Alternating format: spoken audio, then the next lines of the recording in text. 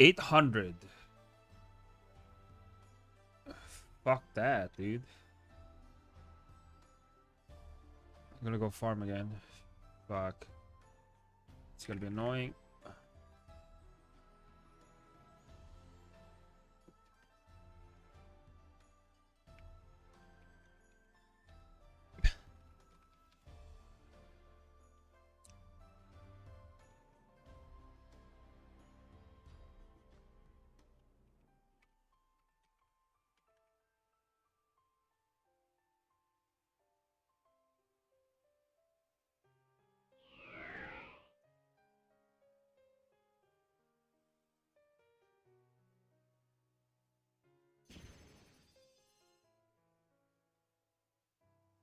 Nope, no one.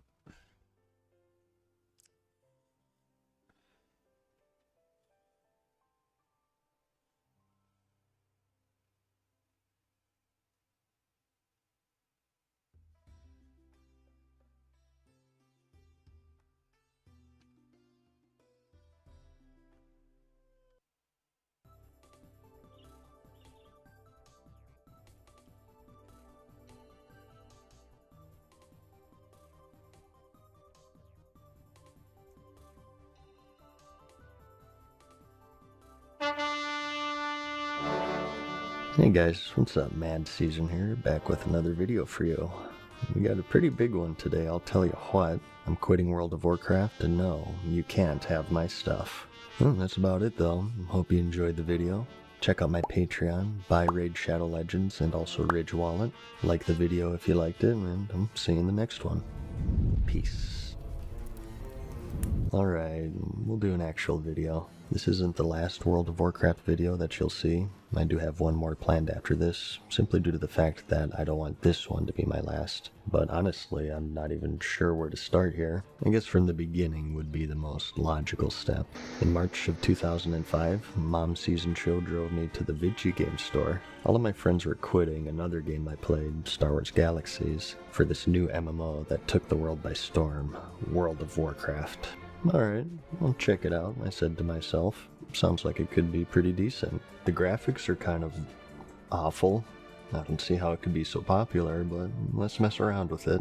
Fast forward 16 years later, here I am. I've played the game pretty consistently over the years. Yes, even all of the Warlords of Draenor expansion. People ask me all the time what my favorite expansion is, and the true answer is the Warlords of Draenor because it was so bad and I got so bored that I started up this very YouTube channel as a way to keep myself occupied, because playing with myself in my garrison sure as hell wasn't enough for me or the other 7 people who played it through its entirety.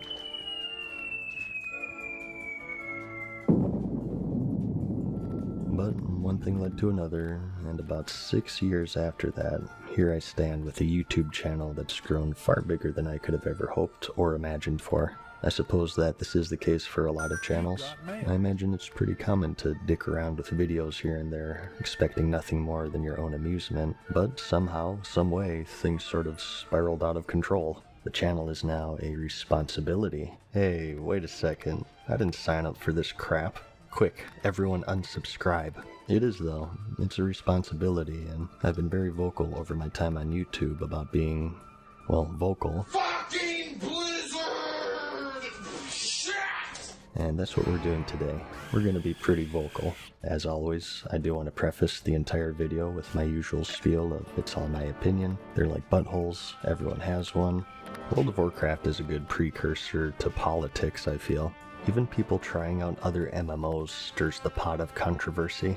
I feel like I need a PR agent to proof watch this video, lest I offend anyone with my brazen taste in gaming. Paid character progression and services has ruined World of Warcraft. You stupid with me! Consider this video a form of that survey that you guys give people when they unsubscribe, because, admittedly, mine was less than constructive. So, let's strap on our big boy underwear and handle this like grown neckbeards, shall we? You guys are about to make me bust out the spray bottle on your asses. No. Bad neckbeards. Bad. No. There are ultimately 3 reasons why I'm moving on, and I'll explain them, but I'll go in an order of what I think you'll find the most interesting, starting with the fact that I just simply don't find it worth my time nor money, so I'm moving on. It's something I've done before. I didn't enjoy the Battle for Azeroth, so I quit about halfway through the Battle for Azeroth when Classic came out. In fact, I've expressed this several times, that if Classic were not out, I probably would have quit World of Warcraft a long time ago. And the main reason for that is probably something you guessed by now if you've paid attention to my previous videos, and it's mainly microtransactions. There are a lot of other reasons, but the primary one is the cash shop.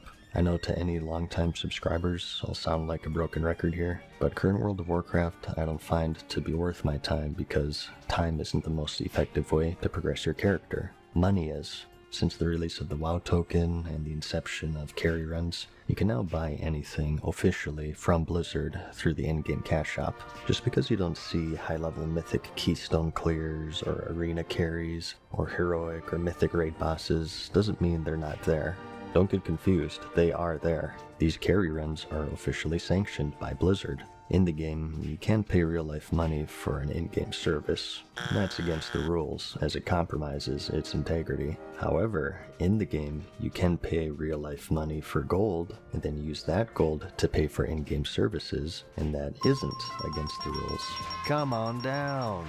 You're the next contestant on The Price is Bullshit.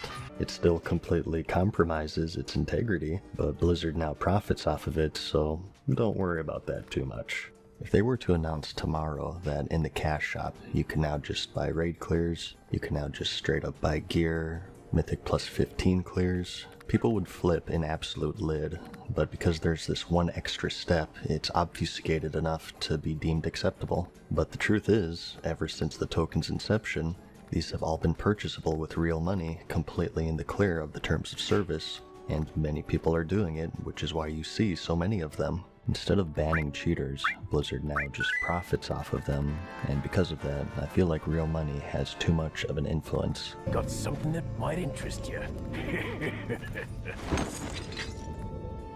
For example, their legendary system.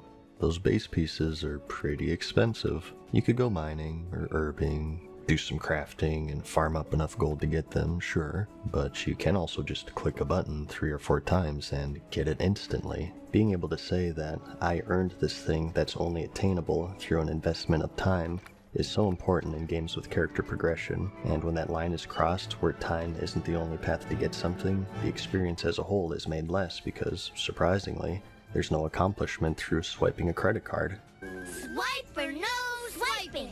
Swipe or no swiping! Swipe or no swiping! You're too late!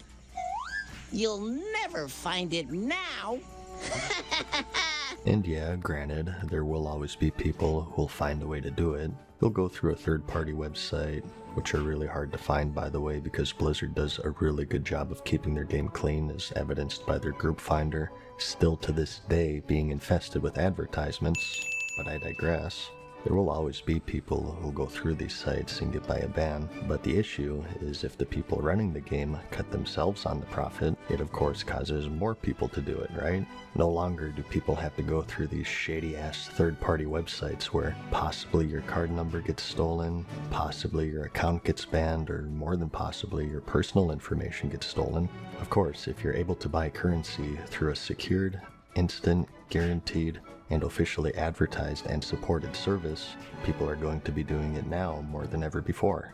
Plus, I just think that a failure in enforcing your own rules doesn't warrant cutting yourself in on the profits and contributing to the destruction of your own game. The line has been crossed, and for me, it's no longer so many to me, worms. it's now a scheme to separate me from my money by dangling instant progression-laden services in front of my face, and you now disadvantage yourself against other people if you ignore it and refuse to cough up the extra dough. If I just play it as a game, I feel like I'm disadvantaged. Again, this is me. I'm not telling you how you should think about it. This is what I feel whenever I played Current, and it's gotten to the point to where the game itself has to be so over the top exceptionally good for me to look past it, and although I do think Shadowlands is an improvement over BFA, it's nowhere near close enough. Like, there's very little that you can't buy with real money in the game at this point. You can buy levels, you can buy currency, you can buy gear, you can buy raid progression. Paid progression is bad enough for any genre, but it's absolutely terrible for RPGs, a genre that's centered around character progression. So, due to that, and the many other issues that the game has, I quit. And the only reason I stuck with Classic is because it was promised to be a re-release of the game in a state before it was bastardized beyond redemption. And they flat out lied about it, as proven with the character boost. I felt like this was such a betrayal to the Classic community.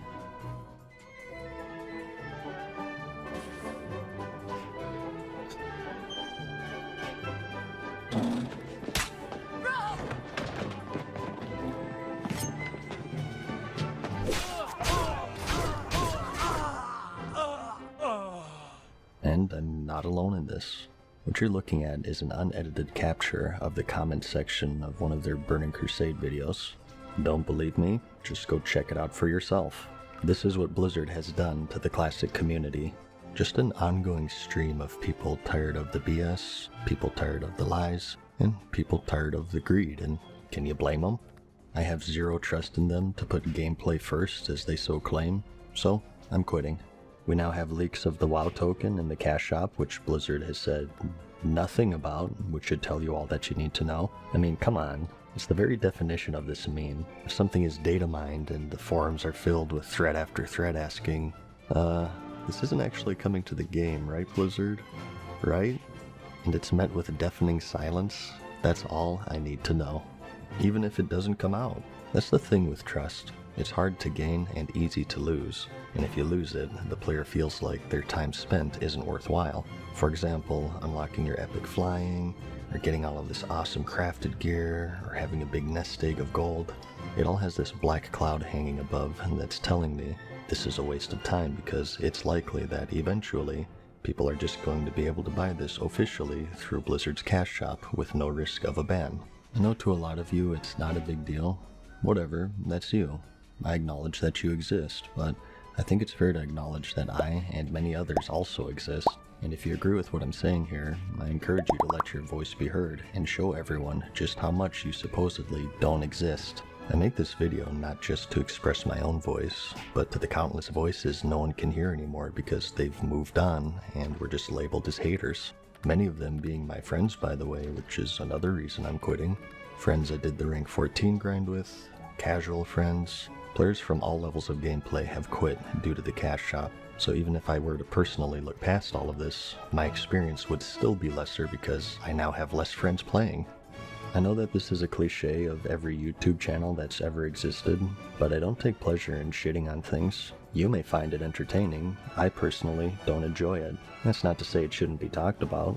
After all, it seems to be the only way to get things changed, as evidenced by them lowering their completely ludicrous $35 charge and cloning your classic character down to $15.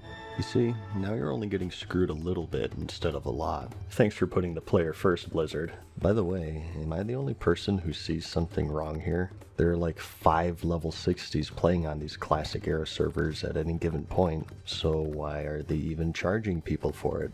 Forget raiding and battlegrounds. It's hard to even form a dungeon group at this point. The game is nigh unplayable, so how about a widget showing how many players are currently online before you charge people $15 to unlock the characters they've already leveled and geared? No? Asking too much? Okay, just so we're clear here. How often is it that the player base feels like they have to fight for the game against the very people running it? It's exhausting. Gameplay first should be in the best interest of both parties.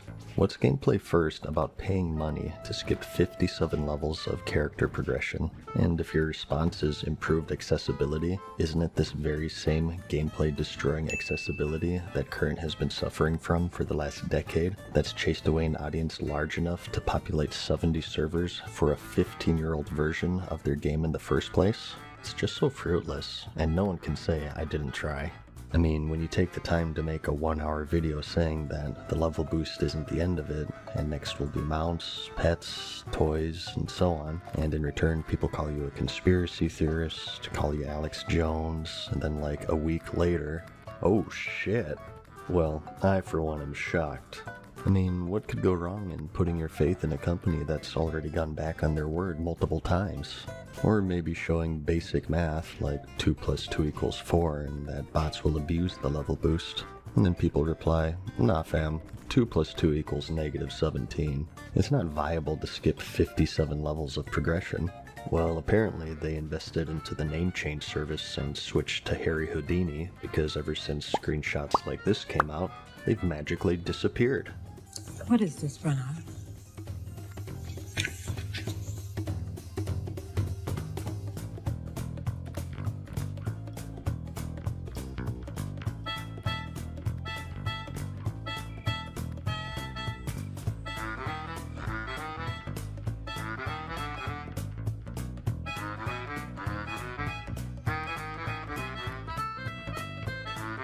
Doesn't look like anything to me. They cannot see the things that will hurt them. I've spared them that. Their lives are blissful. In a way, their existence is purer than ours, freed of the burden of self-doubt. I don't understand. You're a fucking monster. Or how the old world is now abandoned because players feel a little silly leveling in a completely barren world when there's a big button on the login screen that sends you straight to the Outland. Of course, this is also due to dungeon boosting, but even though that's harder to do now, it's gotten way worse. 90% of the Alliance, if they boost, do so at level 15 and higher, as that's the minimum level to enter the stockades. Therefore, Westfall, the most popular Alliance leveling zone to get to 15, is a good example to provide. Here's Westfall before the boosts were added, and here's Westfall in the afternoon on one of the most populated servers after the boosts. And the expansion is still fresh. This is when the game gets the biggest influx of new players, and it's a dead world on one of the most populated servers. These aren't Nostradamus level predictions. Anyone who wasn't willing to throw away common sense and over a decade of history could have made these predictions. But sadly, even with everyone collectively agreeing that bots had overrun the game, it wasn't enough, and now that it's in, it's here to stay. They're actually getting to level 60 now to make themselves look a little bit less obvious. Oh, another one, here we go, quick inspect.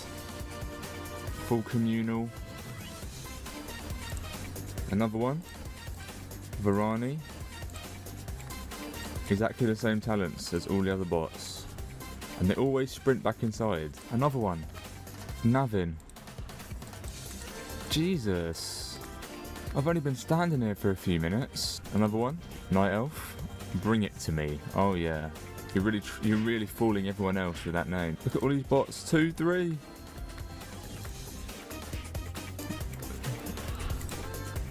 Oh my god. The character boost has already damaged the game irreparably, and if/when they release the token, it'll mount even further. So again, this is me. I personally am unwilling to go through it again. Yeah, they are a business, and yeah, it's their right to earn money at the cost of gameplay, but it's also my right to unsubscribe because the product they provide is now compromised past the point of playability. Clearly, speaking up against it isn't enough, so the only route left is to speak with your wallet. They ostracized a community large enough to warrant over 70 servers for a recreation of a 15-year-old version of their game. Just try to wrap your head around that for a moment, and when you do, try to wrap your head around the fact that they're now doing it for a second time. I mean, if I truly wanted to turn my channel into a shit on Blizzard channel, it would be trivial. It writes itself at this point, but it's just not what I want my content to be. I mean, of course, why would you surround yourself with things that annoy you? It's a pretty normal reaction. It's not the atmosphere I want to set for the channel, but you're put into this awkward position. Do you continue to do this and share your true feelings and thoughts? Do you stick true to your subscribers in this way, even if it takes the channel into a direction you don't want to go in? Or do you sit down, shut up, and mute yourself because you don't want to churn waters and turn your channel into an outrage machine? You should have seen this video in its first draft. It was over an hour long. I was going ham, but I had a change of heart. If my heart's behind something, I want it to be an expression of a love, care, and passion that this game used to give me, not the frustration and disappointment that it now gives me. So, negative honesty or positive indifference. These are the two paths that have been laid before me for the past few months, and I refuse to go down either. I instead choose to carve my own. The second reason for my quitting is, for all intents and purposes, this is a classic channel. As mentioned, I quit playing current. I don't really have an interest in that. Classic overall, I enjoy more, but there's a drawback, and I've known this ever since I made the transition. That's the fact that Classic is classic. It's a solved game, it's a beaten game, therefore, in the long run, it just doesn't lend itself very well to a YouTube channel. There's an eventual finish line of things that I can talk about, and while I feel like I haven't reached it yet, there's a ton of stuff I still want to talk about. It just makes sense to put an end to it before I reach that point. I have, at this point, over 600 videos about World of Warcraft. I'm very proud of that number. These videos were created with a passion behind them, one that's been waning due to the aforementioned circumstances. In running a YouTube channel or a stream, or any form of online entertainment, there are a lot of abstract things that the viewers don't really see. One of the most important being passion. It's the reason why we get out of bed in the morning. It's the reason why we care for things and people. It's the tinder that lights the fire and keeps it burning bright. And it's important in the realm of content creation because the more passionate someone is about something, the better the end product is. For example, you have two streamers. One is completely miserable. They're not engaged. It looks like the last place that they want to be in the entire world is in that chair in front of that camera. And you have streamer 2 who's having the time of their life. They're clearly enjoying what they do, glad to be a part of the community that they built, excited for the future, happy. The show that streamer 2 puts out, unless you're into misery porn, is superior to the show that streamer 1 puts out. If you care about something more, you care about putting more effort into it. It's the same with videos. You'll think about what you're talking about more, run it by other people, get other people's perspective, and learn new editing tricks if you're passionate about it. You can say it with anything in life really, and everyone relates to this in some way. So that's where I stand right now.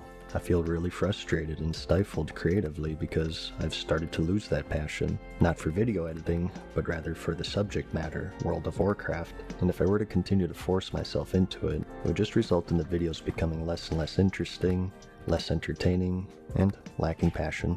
It hasn't gotten to that for me yet, but I can feel it coming. So what I need to do is to channel my energies into other things, of which there are plenty. I already have a bunch of stuff finished in script form, but I haven't put in the time because I just preferred to spend it with Classic. But now with the level boost and the revving of the microtransaction chainsaw in the distance, the scales are tipping. I have no idea what'll happen, or if you guys will even like it. Some of it is out there, not gonna lie. Got some pretty weird shit coming your way. I fully expect after posting this video that this is goodbye to a lot of people. But before you head out, I want you to leave with my sincere and undying thank you for the time that you've given me over the past 6 years.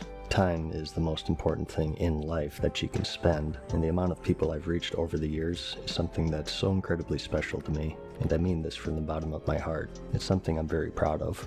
Back in the day when YouTube was first starting up, I was the viewer who, when a certain channel released a video, it made my day. It turned a shitty day into a good one, no matter what was going on. So having known this perspective, to be that channel for other people is something I'm very grateful for to provide, and I wouldn't trade it for anything. Well, almost anything. I will trade it for my personal happiness because, as I've explained, I think it's just the best thing for everyone involved. So I have no idea what'll happen, but I follow my heart in all things in life, and this is what my heart is telling me. The fact that this channel exists at all is a result of me following my heart. And the only thing I do know is that I'd rather have a channel that's dead instead of one that isn't alive.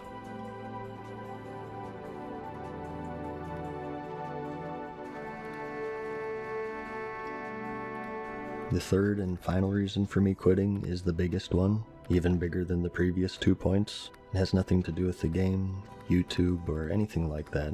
It's a very personal one, and I'm gonna keep it that way. I've bared my heart up until this point, but this is where I'll draw the line. A trap that I feel a lot of content creators fall into is that they overshare. They let go of too much personal information about themselves or their personal life, their relationships, and unfortunately, it's later used against them in various ways. And from the beginning, I promised myself that I wouldn't cross that line. It's one of the reasons why you haven't seen my face. As far as you guys know, I'm just another voice in the ether. A government text-to-speech program meant to spy on all of you and collect data, but there was a glitch in my code and I just sort of talked about World of Warcraft for 6 years. Saying it's been tough is an understatement, but it's given me a lot of perspective of the value of time and how we need to use it in the best way that we possibly can. No exceptions, no compromises, no settling. On YouTube and out of YouTube, I want to do things that matter. I want to make things that are close to my heart and share things I'm passionate about and meet people who share those passions. Ultimately, I feel like I don't get that anymore from World of Warcraft, so ultimately, I'm moving on. It's a decision that brings all sorts of emotions. I'm sad because I'm moving on from something that's been a part of my life for the past 16 years. I'm sad that I'm leaving behind the people playing it. I'm sad that I'll be leaving the World of Warcraft community. But I'm excited for all of the free time I now have because, goddamn, MMOs are time consuming. And I'm excited to get into things I've been putting off for years and sharing that with you all and seeing what this next step of life has to offer. But most of all, I'm relieved.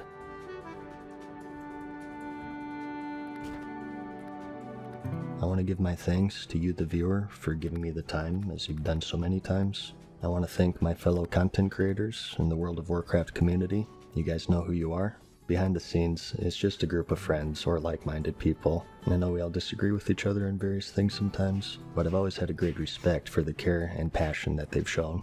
And I wish them nothing but the best in their future endeavors. In closing, I want to say that I'm not here to take away from anyone's fun or enjoyment. If you're enjoying yourself, good. It's nice to have things in life that you enjoy. But it's also not nice to have things in life that you enjoy taken away from you, which is why this video exists. For me, at this point, I feel like the bad outweighs the good, and why pay $15 a month for that? I'm sorry if this disappoints you, but hey, disappointment is my middle name. And I'm not really sure where I was going with that. Hang on, let me redo.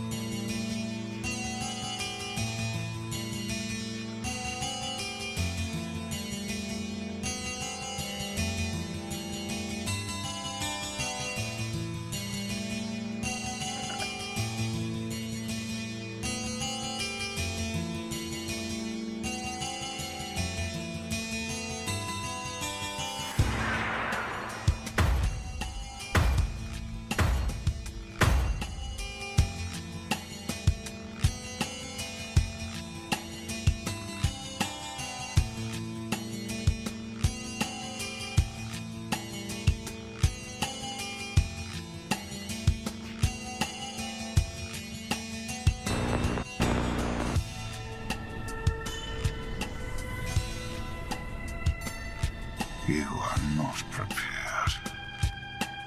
Oh, dude, 4 strength, 4 stam, leather belt. Ah, level 18.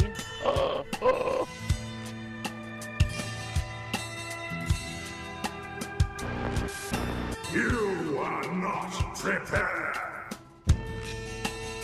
We're too late. This entire city must be purged.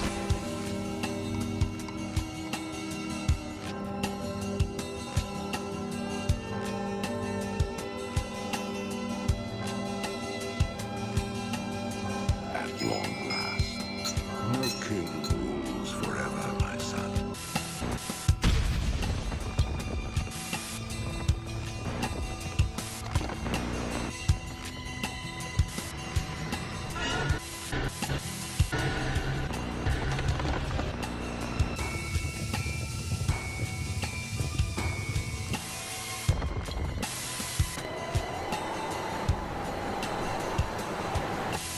To ask why we fight is to ask why the leaves fall.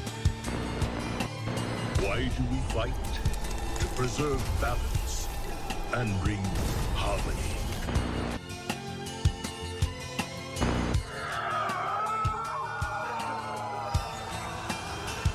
For the Alliance.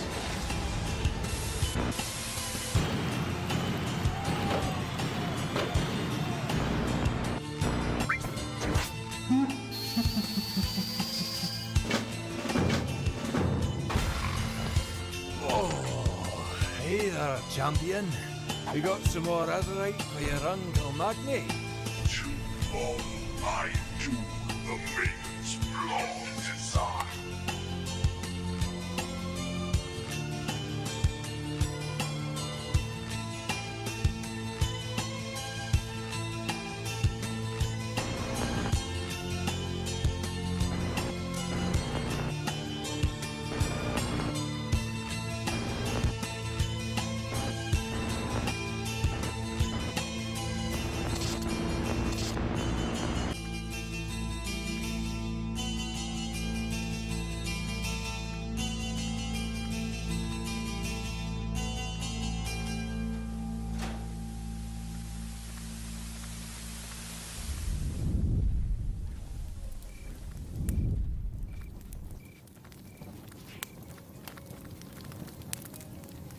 Farewell for now, mortals. We hope you enjoyed today's video.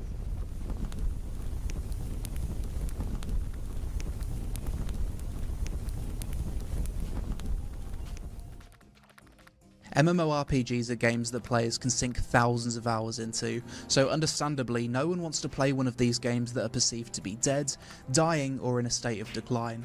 So in this video I'm going to list the most played MMORPGs going into 2025 that all have healthy populations and shouldn't die anytime soon.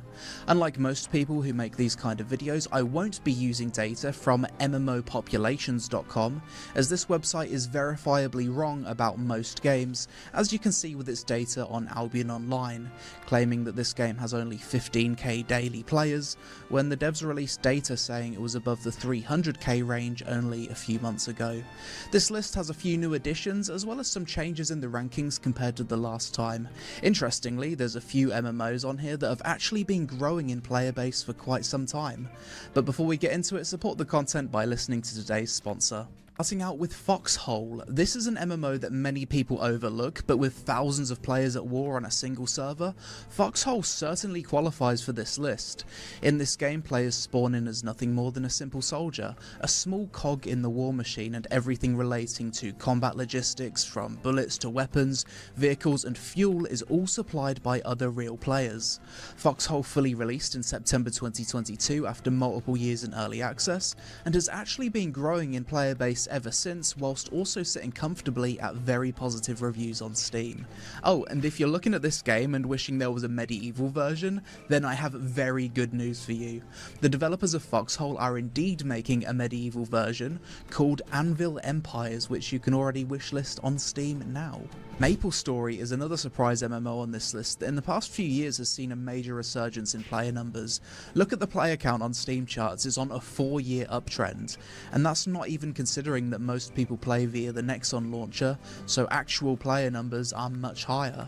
If you've never played before, MapleStory is a 2D anime side-scroller MMO that has surprisingly fun combat, boss fights, a nostalgic art style, and tons of classes, as well as a highly active content creation community on YouTube, Twitch and Reddit. Whilst researching this video, I was really surprised to see MapleStory doing so well, so perhaps it's time for another revisit soon. Star Wars: The Old Republic. Despite being 13 years old at this point, Star Wars: The Old Republic still has a reasonably sized player base, and is still receiving updates, although much less frequent than it used to. If you've never played it before, SWTOR is a traditional tab-targeting theme park MMO that's highly praised for its story. The game also has a nice player housing system, and a decent mix of PvP and PvE content. Realistically though, despite having a player base, SWTOR might only have one more expansion left in it before going full maintenance mode. Luckily, thanks to the story, this is a game that's still possible to enjoy solo. Since my last video, Lost Ark has had quite the fall from grace, going from one of the most played MMOs shortly after its global release to barely making this list. Despite its drop over time, the game does still have a player base, and I still think Lost Ark has the best combat out of any top-down MMORPG. It's definitely worth trying out if you've never played it before. Big titty anime characters, flashy combat, epic PvE boss fights both solo and group, with some PvP available if you fancy it. Hopefully the devs step in with a drastic update sometime soon to bring people back to the game, because at its core the gameplay is very good. The endgame loop, however, not so much. Modern RuneScape, aka RuneScape 3. This is the least popular, most heavily monetized version of RuneScape. We do have accurate data for this game, and as you can see from the chart, the player count has mostly flatlined over the past 10 years, ranging from 25k to 35k concurrent peak players. In my opinion, RuneScape 3 is worth playing, only if you play Iron Man mode, which prevents the pay-to-win cash shop completely ruining your sense of accomplishment. This point-and-click sandbox MMORPG has a ton of content, and I actually plan on revisiting it myself with a fresh Iron Man character soon. EVE Online, another 20-year-old MMORPG that still has an active player base that we can also see accurate player data for over at eveoffline.net.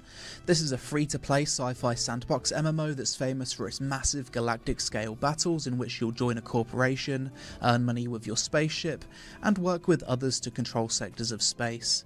EVE still ranges from 25k to 35k peak concurrent players every day, and given that there's no other similar MMOs, it probably isn't going away anytime soon. New World has recently had a console cross-platform release, so the Steam chart numbers no longer accurately reflect the entire player base, but in total with console, I'd estimate the game to have daily peak concurrent player numbers in the 30 to 40k range. If you've never played it before, New World is quite a unique MMO in that it has a Souls-like feeling combat system and blends aspects of survival with theme park MMORPG. It's got dungeons, raids, an open world, as well as PvP battlegrounds and territory wars. Sentiment from the PC player base towards New World was quite negative in 2024 due to a lack of meaningful updates, with the focus clearly being on the cross-platform release and rebrand.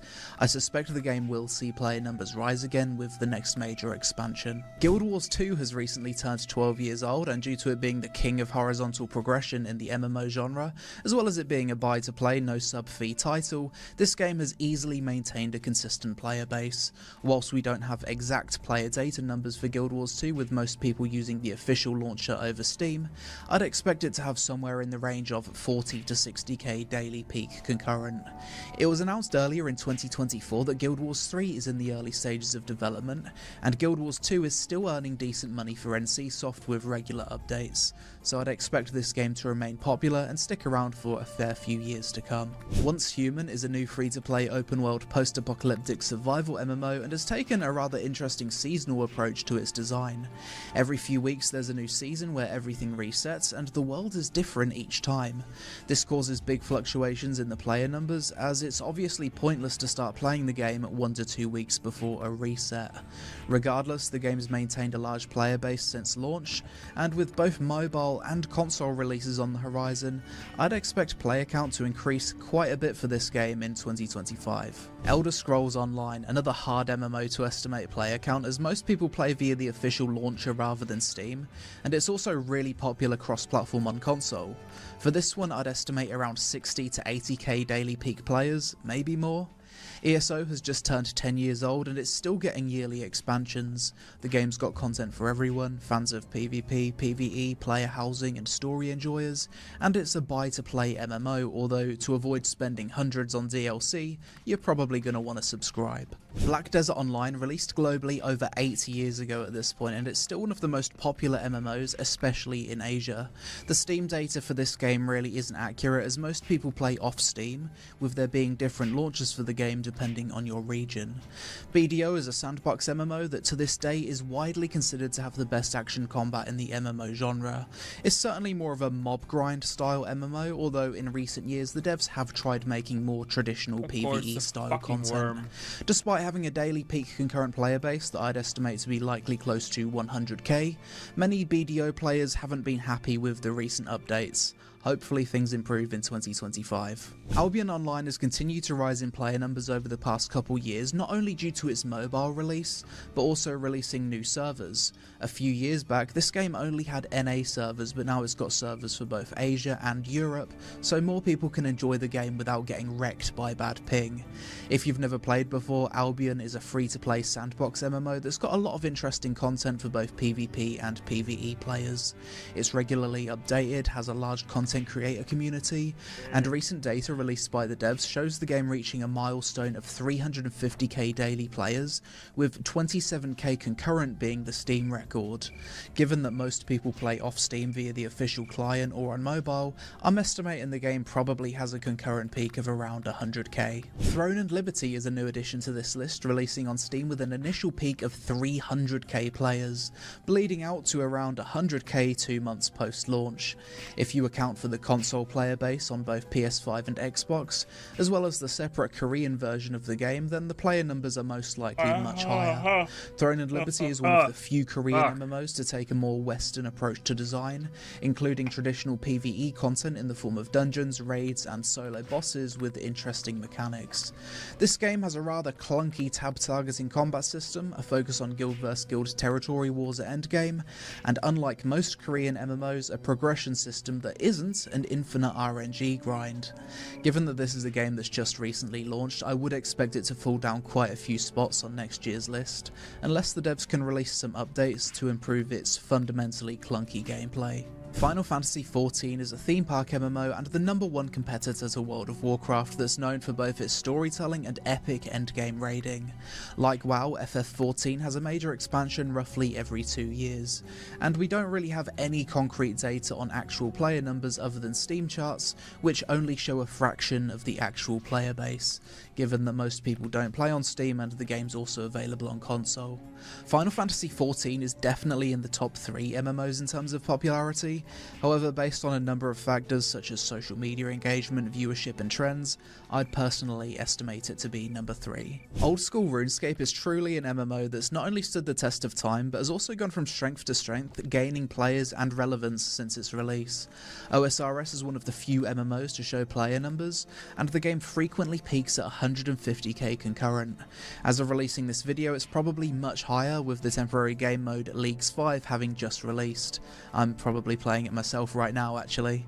If you've never played it before, the appeal of OSRS is that it's an MMO that will keep you addicted for thousands of hours due to the incremental upgrades and content being designed in a way that doesn't make previous content irrelevant.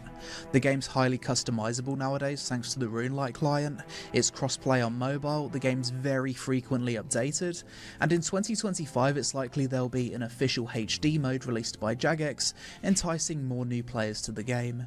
In the past 5 months alone, I've put over 1,000 hours into OSRS on my new Iron Man character, and I genuinely believe that this MMO will still be here in another 10 years time. World of Warcraft stopped publishing its subscriber numbers almost a decade ago at this point, but that hasn't stopped people combining a bunch of data to make solid estimates. In 2024, Bellular Gaming made a full video estimating WoW to have roughly 7 million subscribers. Now obviously you've got multiple different versions of WoW. You've got Retail, Vanilla Classic, Classic Expansions, and Season of Discovery, but all of those are accessible with one subscription, and many WoW players will hop between the different versions of the game depending on what's hype at the time. On every metric, WoW still seems like it's the top dog in the MMORPG genre. From Twitch viewership, social media engagement, YouTube and Reddit, WoW does the highest numbers and doesn't appear to be going anywhere anytime soon. But that's it for this list. We've had quite a few new entries this year, as well as some older MMOs surprisingly climbing the rankings. The ones that surprised me the most personally were Foxhole, MapleStory and old school RuneScape, as well as seeing how much Lost Ark has dropped down by. How much do you think this list will change in 1 year's time? You reckon there'll be any new additions? Ashes of Creation Alpha 2 perhaps? If you enjoyed this vid, then help us out with a like for the algorithm, subscribe for more MMO content, social media on screen. Thanks for watching, and I'll see you in the next one. Wow, this new Star Wars Outlaws game looks pretty great. That's pretty good. You know what? Let's check out the official website and see if we can... Wait, what? Oh, it's already... MMORPGs are games that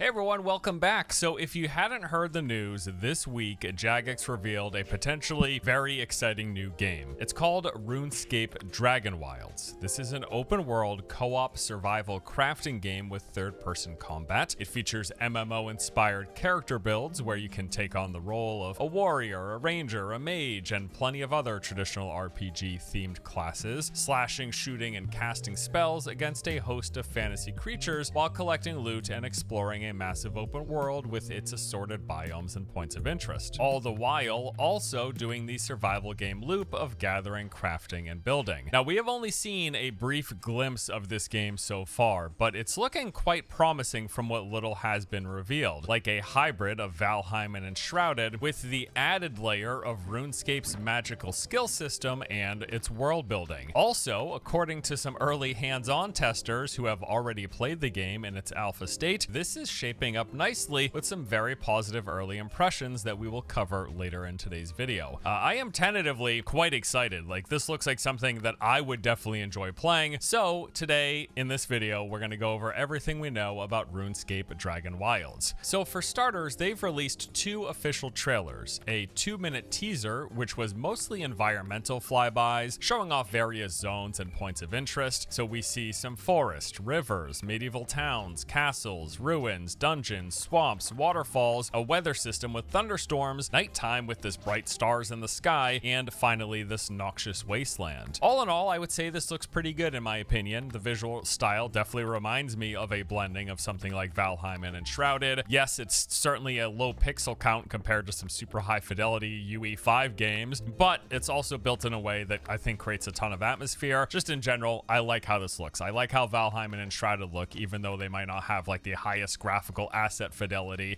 They create appealing worlds to spend time in, and hopefully this is another such example of that. Beyond this 2-minute trailer, there was another brief 30-second trailer, and this one had some gameplay and combat highlights. It opens up with a group of players running through what looks to be a destroyed town. It then cuts to an NPC quest giver. We see this dragon encounter. We got a ranger firing on a goblin. A little bit more combat. This spectral axe chopping down trees. There's some base building in here with the player snapping template pieces into place. And then lastly, what looks to be something like a boss fight versus this dragon. Heading over to the Steam page actually gives us quite a lot of detailed information on what to expect. So the game takes place on RuneScape's forgotten continent of Ashenfall, where dragons have awoken. We play as adventurers who must gather, build, skill, and craft to survive while exploring the world, battling fantasy creatures, and ultimately taking down the dragon threat. In fact, it looks like a core loop of this survival game revolves around hunting these dragons. You're going to level up your character, you'll do all the progression with crafting weapons and gear, acquiring powerful spells, and then tracking down the dragons, using every tool at your disposal to vanquish them. In fact, they word this in a way that implies that there are going to be many dragons for you to track down and fight,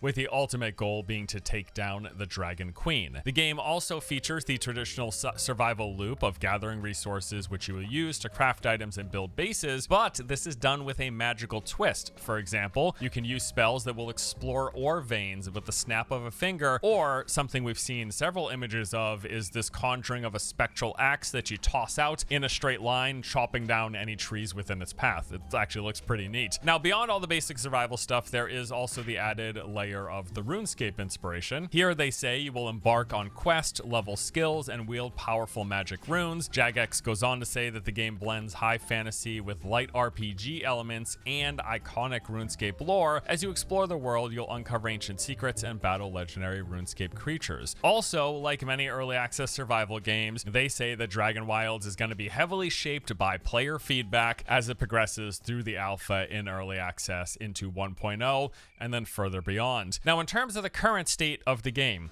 here's what they say. RuneScape Dragon Wilds started alpha testing in late 2024 and is launching in early access in spring 2025, so sometime in the relatively near future. From there, they say that their humble team of heroes will be developing the project with player feedback at its core. Now, moving on to the early access segment of the Steam page, we get some further details. So for starters, they say that their current estimation is that the game will be ready to leave early access at some point in early 2026. However, However, they will take longer if necessary to make sure the game is as good as it can be for 1.0. This is pretty much what every early access developer says, but worth mentioning. Now, as for the version of the game that will be launching into early access, it is going to contain the first few regions, the survival systems, RuneScape skills, as well as magic survival spells. There will be gear to craft, a robust building system, challenging combat, dungeons to delve in, and the first dragon to hunt. So it does appear like when this game comes in early access sometime this spring, there will be one dragon hunt to go for. So you're doing all the survival crafting exploration stuff, ultimately gearing yourself up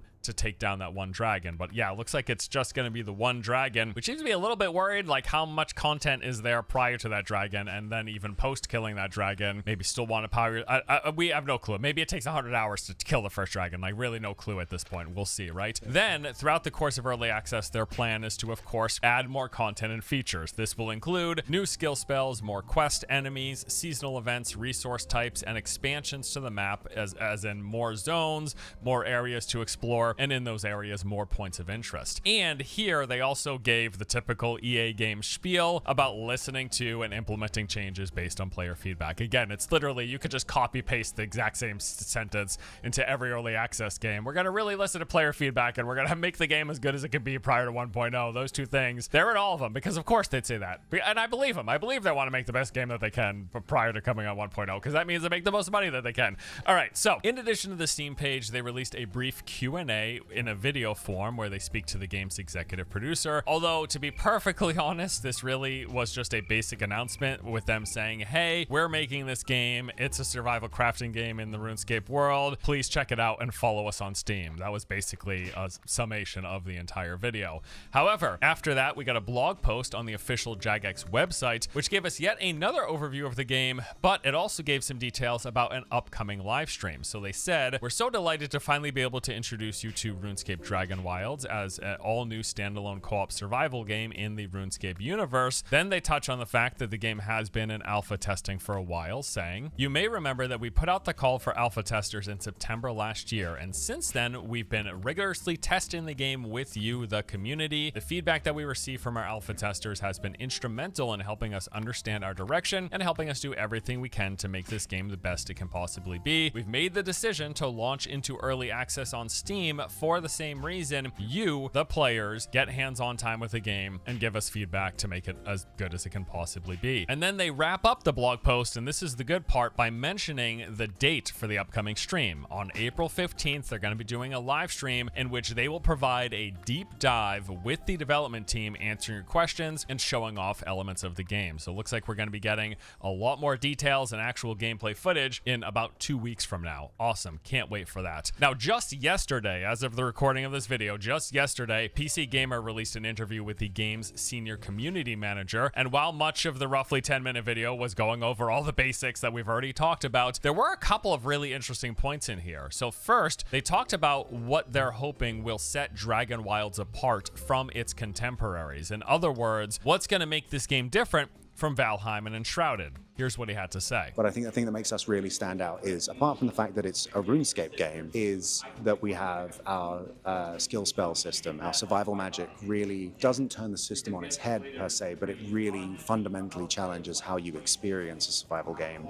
Being able to conjure a spectral axe that goes through a row of trees in one swing, being able to explode fallen trees into immediately cut planks or shatter rocks with the snap of your fingers, things like that make it so much easier to streamline that survival process as you become more powerful. And you know what? Right out the gate, this was initially one of the things that I found immediately appealing. Like, beyond the similarities that you can clearly draw to Valheim or Enshrouded, the game's magic system I was really interested in. I really hope it's fully fleshed out. Like, if they can take the full-blown range of magic in RuneScape and throw that into a survival game, that would be really interesting, because for the most part, the magic in the other survival fantasy games that I played is fairly really basic, bare bones, with not a ton of different options. Like, I love Enshrouded, but its magic system, and especially when you like look at its skill tree, there isn't too much there, or at least I would like to see it more fleshed out. And again, I love Enshrouded, it's a great game, but having a survival crafting game like that with a very deep and very diverse magic system, that would be really cool. But in addition to that, they also touch on something else that I'm quite interested in, and that is PvP. Some of the team put together a very experimental PvP build during a game jam. We initially broached the subject with players and we said, hey, would you be interested in testing this? It's going to be very jank, full disclosure. And the players said, you know what? We want in. We'll give it a go anyway. We'll try it and see how it comes out. They got hands on with it, and it is jank, I must stress. But players said, hey, this is kind of fun. And so it is a toggleable option in our alpha tester builds, and players have been getting to try it out. If in the future players turn around and say, actually, we kind of would love to have dedicated PvP servers in the future or whatever, then we have those options there. And it's about listening to those players and giving them the ideas early, letting us have those conversations and see where it takes us. Yeah, I mean, I'm down, dude. Dedicated PvP servers for players who are interested in it. I think it's a great idea, and I hope they continue to look into that going forward and make that a possibility, because all these games, like, I'd love to have some PvP, at least some options, right? It doesn't have to be a forced PvP full loot drop game or full character death crazy, anything like that, but yeah, I would love to see it personally. Okay, so beyond all of that, like, that's all the official details that we've gotten from Jagex. We also have, as mentioned at the top, some early hands-on impressions from people who have already played the game. The aforementioned alpha testing that's taken place over the past few months, well, people have been playing it, of course, and coinciding with this official announcements that came through this week, some of those players decided to share their experience and thoughts. NDA be damned, apparently. Now, full disclosure, I have not played this game in any form. I have not signed an NDA, so I am not breaking an NDA because I haven't played the game and I haven't signed one. What I'm doing here is sharing the experience of other players who have played the game and just have decided to share their thoughts on it because everyone's talking about it right now. Okay, so here's what we learned from some of the early testers. First off, I gotta say, just in general, there was a lot of genuinely positive praise for the game, with quite a few comments that looked like this. I got to play the alpha for this game, and as an old school RuneScape player and a massive survival game fan, I was super impressed. Normally, everything that Jagex makes that's not old school RuneScape is pretty whack, but I saw a lot of innovation and clever design pulled from contemporary titles like Valheim, as well as plenty of the magic that makes old school RuneScape special. Super excited. That's really good to hear. Or this comment: I was concerned with how they were going to intertwine the skills from RuneScape into a survival game, and I've got to say they really hit the nail on the head. My group had the pleasure of enjoying the alpha testing earlier this year, and it was a blast. We were all Valheim enjoyers. Half the group had never played or had no desire to play old school RuneScape or RuneScape 3, but thoroughly enjoyed testing the game. Now, beyond these generally positive impressions people seem to have, some players also shared some information about various systems, features, and mechanics. So for example, when it comes to the RuneScape tie-ins into this otherwise survival open world game, there's quite a few of elements of transferring between the two, cross-pollination here. So this comment said, you'll find characters and skills which are from RuneScape. You'll find construction as a rabbit hole in itself that you can build some crazy cool houses. You will find yourself going, oh crap, this is what my character does in RuneScape, but the animations are different. Think similar to Elder Scrolls. It's literally like Elder Scrolls, but RuneScape with the NPCs and skills you love plus more. That sounds pretty interesting. Or here's this other comment that said, it's RuneScapey in some good parts, lore writing and humor, but the location is brand new. Magic and runes work similar-ish to RuneScape, but all skills have magical abilities associated with them that cost runes. There's many similar monsters and items, plus the skills themselves, of course. And then finally, this one that said, for those who haven't played the alpha, it's Valheim with RuneScape's magic system. I mean, that's really all I need to hear. Like, Valheim with RuneScape's magic system?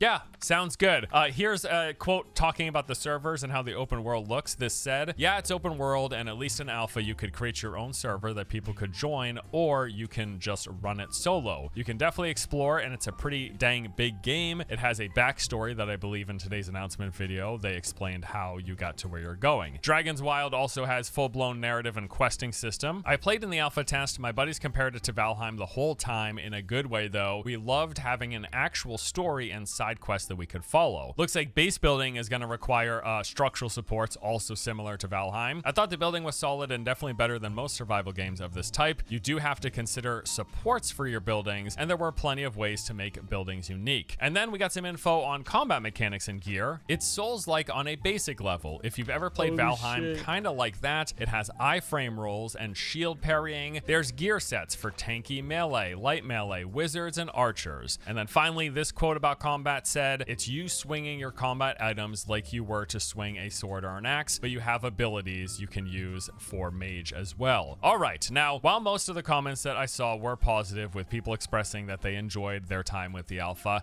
there was some critique here and there as well. Here's a couple of examples. Combat put me off a little, to be honest. I'm sure they'll improve stuff from the alpha version, but it kind of felt like every other survival game, except it had some spells, runes, etc. Or this quote that said, played the alpha for this. It was all right, but nothing different to any of the survival crafting games we've seen. It doesn't have much going for it beyond the RuneScape brand either. The systems and content were very thin compared to Valheim or Ark. Not an MMO, and at best, a middling survival game that I'd play for a weekend then not touch again. Ouch, a little harsh, but it's their opinion. Right? And finally, I'll wrap up with this quote, which kind of split the difference, expressing interest, but also some concerns. It said, I played in the alpha, was basically RuneScape Valheim. I look forward to what this looks like in the full release. My only criticisms are, needs more optimization, but that's more of a UE5 issue. And secondly, needs more of a RuneScape identity, but I'd expect this to come in the beta releases. Okay, so with all of that said, considering everything that I've seen and read about this game, I am definitely looking forward to it overall. Like, I see a lot of potential here. RuneScape is an IP rich with history and lore. The open world co-op survival genre in a fantasy setting has been one of my favorites in the past few years. And again, you can draw some pretty clear parallels to the likes of Valheim and Enshrouded. In fact, many of those alpha testers themselves made similar comparison. And that's a great thing, in my opinion, because I think both of those games are fantastic. So if you're coming out with a game that says, hey, it's a lot like Valheim and Enshrouded, but it's got RuneScape on top of it, that sounds good to me. Like, if Jagex can deliver a similar experience plus the added layer of RuneScape stuff and what looks to be a fairly interesting magic system, yeah, I am absolutely interested. Now, we're going to be learning and seeing more quite soon. As mentioned, we got that deep dive live stream planned for April the 15th. Should that be significant enough, I may release a follow-up video going into details about everything they cover. And then, of course, once Dragon Wilds is eventually playable, I 100% intend to dive in. This just looks right up my alley. Hope it's good, but that is all for today. Thank you, as always, for watching. Hope you enjoyed this recap of everything we know about RuneScape Dragon Wilds. Looking forward to seeing and hearing more. Yeah, just as always, hoping for good games. Hope this is another one of said good games. Thank you for watching. I'll see you all next time. Take it easy. What up?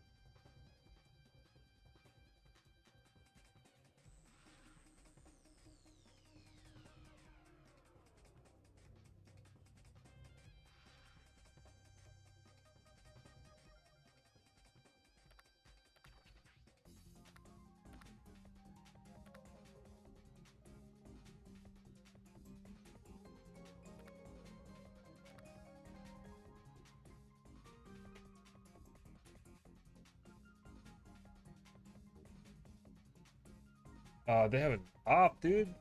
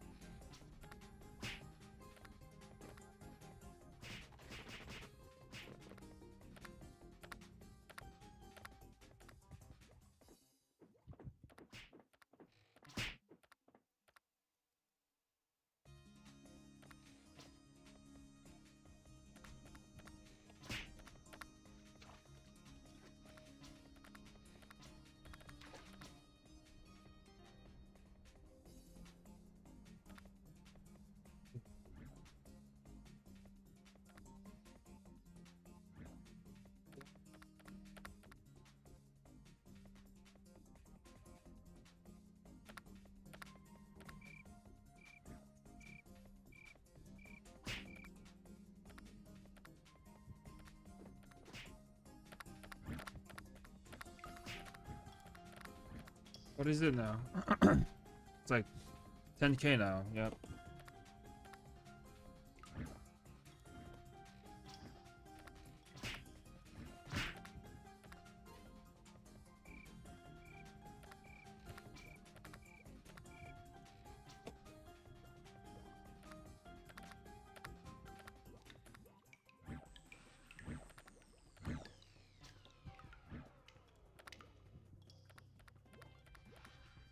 Skyforge is a really fun, action-packed, full-on PC MMO that is extremely enjoyable on the surface, but is held back by its lack of polish and the undeniable, overwhelming feeling you're playing a really overdeveloped mobile game. Ladies and gentlemen, welcome, I'm Josh Stripe-Hayes, and this is Worst MMO Ever, a series where I play the worst MMOs I can find so you don't have to. Drop a like on the video or sub to the channel for more MMO stuff, ring the bell for all the future notifications, and as usual, a massive thank you to all the supporters on Patreon and Twitch, who keep the channel alive. I don't care how small the text gets, I'm keeping all your names on one page. More on how you can support at the end. For now, let's begin. Today we are playing Skyforge. Now remember, this series is called Worst MMO Ever, but they're not all irredeemably bad. In fact, Skyforge was downright fun for a few hours I spent with it, but it's not without flaws, and that's what I'm going to focus on. And this gets pedantic, because honestly, Skyforge feels so close to being awesome.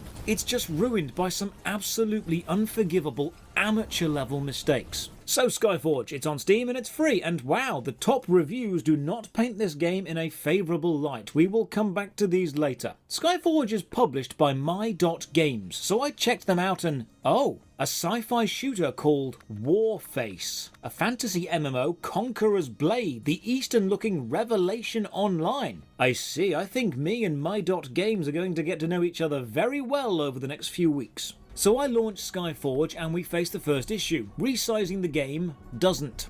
The first screen you get is a calibration screen, and while you can select windowed full screen, it doesn't actually make it windowed full screen. It stays full screen, full screen. What a great start. Make a character, and if you're thinking that looks a bit pixelated around the edges, that's because it is. I don't know why, textures are lovely, edges aren't. I've got anti-aliasing on, it doesn't do anything. Oh, and you can have a mask on. This seems era appropriate. Here's a strange bug. You can use this slider to change your character's run style from light to heavy, but when you slide it all the way to heavy, the camera zooms into the model's face. Why? I'm not affecting the face, I'm changing the gait. I want to see the whole model so I can see what the run animation looks like. This happens with a few other sliders too. Have you just used these sliders with the pre-programming of changing something on the face parameter so it still just zooms into the face? Game starts. We're a soldier on a train. We're on our way to kill some bugs, and we get told very directly, be careful, you are not immortal. Remember this line, it will be important later. WASD movement, space is jump, the UI is clean, the graphics look fine, the movement feels good, lighting is consistent, ambient audio fits. Okay, everything looks good, so we head over to this sergeant, press spacebar to talk, and now the minor yet jarring problems begin. The game is voiced, mostly, but the voice acting does not match the subtitles. Look, I know this isn't game breaking. What it is immersion breaking. This is a really common design fault in a lot of Eastern games translated over to the West. They care enough to subtitle, they care enough to voice act, but they don't care enough to match them up. It's a signifier the company has talent and skill enough to make a high quality game, and money enough to afford voice actors, but not the patience or care to make sure they've actually polished it together, and we will see this lack of polish throughout. I hang around to admire the scenery and the light rays and it looks awesome, and then the game actually shouts at me for wasting time. I actually like this. It adds a sense of connection between the player and the avatar. Your actions are being observed and reacted to by the NPCs in the game. Now to combat, which is the main part of this game. Skyforge is an action MMO. Left click for basic attack, right click for a larger AoE sword swipe. Shift is dodge and you'll gain more abilities as you level up. Hits feel nice, good visual flair and sound effects on impact, but the occasional animation snapping and somewhat slow responses on changing direction. It's a really sharp combat system with occasional interrupts and half-second input lag. Not enough to make it unplayable, but enough to occasionally be noticeable. This town dude is also voice acted, and right, the voice acting in this game is interesting. Just have a listen. Thank you. I thought they'd tear me apart.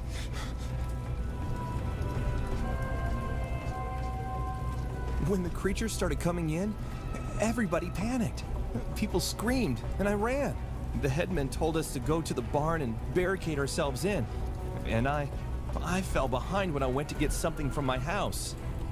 Some of the voice acting is great, but most of it is bad. Very bad. Don't worry, we'll hear some really, really bad stuff later. Kill some mobs, then have a nice little cutscene and fight the first mini-boss. Now, while fighting, you'll see orbs fly off the enemy. These refill your health and are somewhat important in the later game. They also means the best way to restore your health is by attacking, so it's promoting aggressive gameplay, which is a great way to encourage the player to engage in combat. It's what the reboot of Doom did. Killing the mini-boss gets us another cutscene. We rescue some people and then get thanked by all of them. And look, when I say the voice acting is laughable, this is the kind of thing I'm talking about. Hey, over there. You can come out. Come out! It's safe now! Thank the gods, you got them all! Thank you. Thank you! You're our saviors. We're saved. Thank you. Thank you so much. We thought it was the end of us. Despite winning the fight, we are ambushed, and the next cutscene is actually quite nice. Visuals are decent, music is good, fight direction is lovely. Skyforge feels like a high-budget game made with a low-budget attitude. Oh, and in this cutscene, we die. Like, we just get straight up murdered. But that's not a problem, because we are, subverting the expectation of the earlier intro movie, actually immortal. And then we're treated to a great cutscene, and, okay, just watch. I've not edited this. Arise, immortal. It is not the end. It is just the beginning.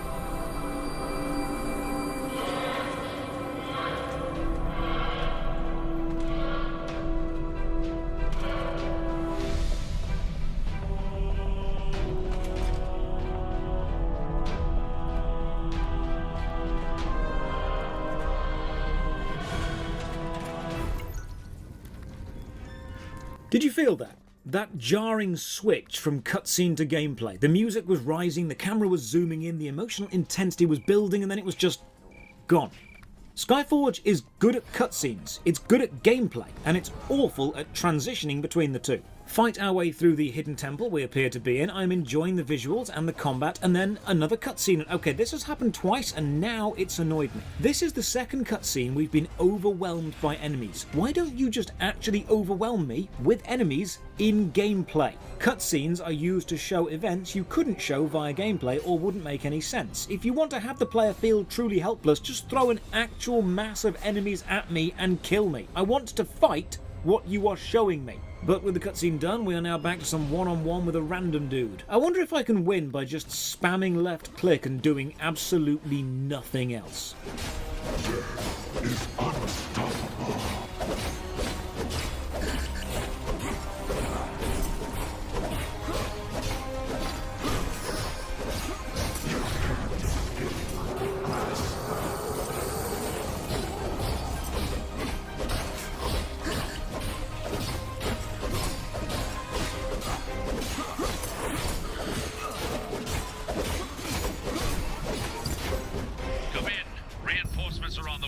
Yes, you can. This is not a well-designed encounter. I talked to this dude, he's meant to be impressed we're an immortal, but I don't think anyone has told his voice actor he needs to act impressed. Birds thought you were dead. Couldn't they smell you? And you don't have a scratch on you. You must be immortal. You were born under a lucky star. Come on, it's my duty to bring you to Alienar now. Being an immortal, we are sent to the main city, which is a lovely sci-fi flying cars, all in nice lines, huge towers of glass and silver style futuristic city, your standard city in the clouds look. And here we meet Harida, who gives us a massive exposition dump through text. This is a remarkably lazy, very amateur way of advancing the story. Don't show or have the player experience, just tell them what they need to know and how they should feel. Basically, we are an immortal, but not a god. Not yet, but if we work really hard and help people, we could become a god, and that's the whole plot of Skyforge. We are sent to meet Flavius, a god who is devoted to science, and also the only voice actor who can actually emote. Oh, rookie! Hello. Liking immortality? Not getting to your head? Oh, my manners. I'm Flavius.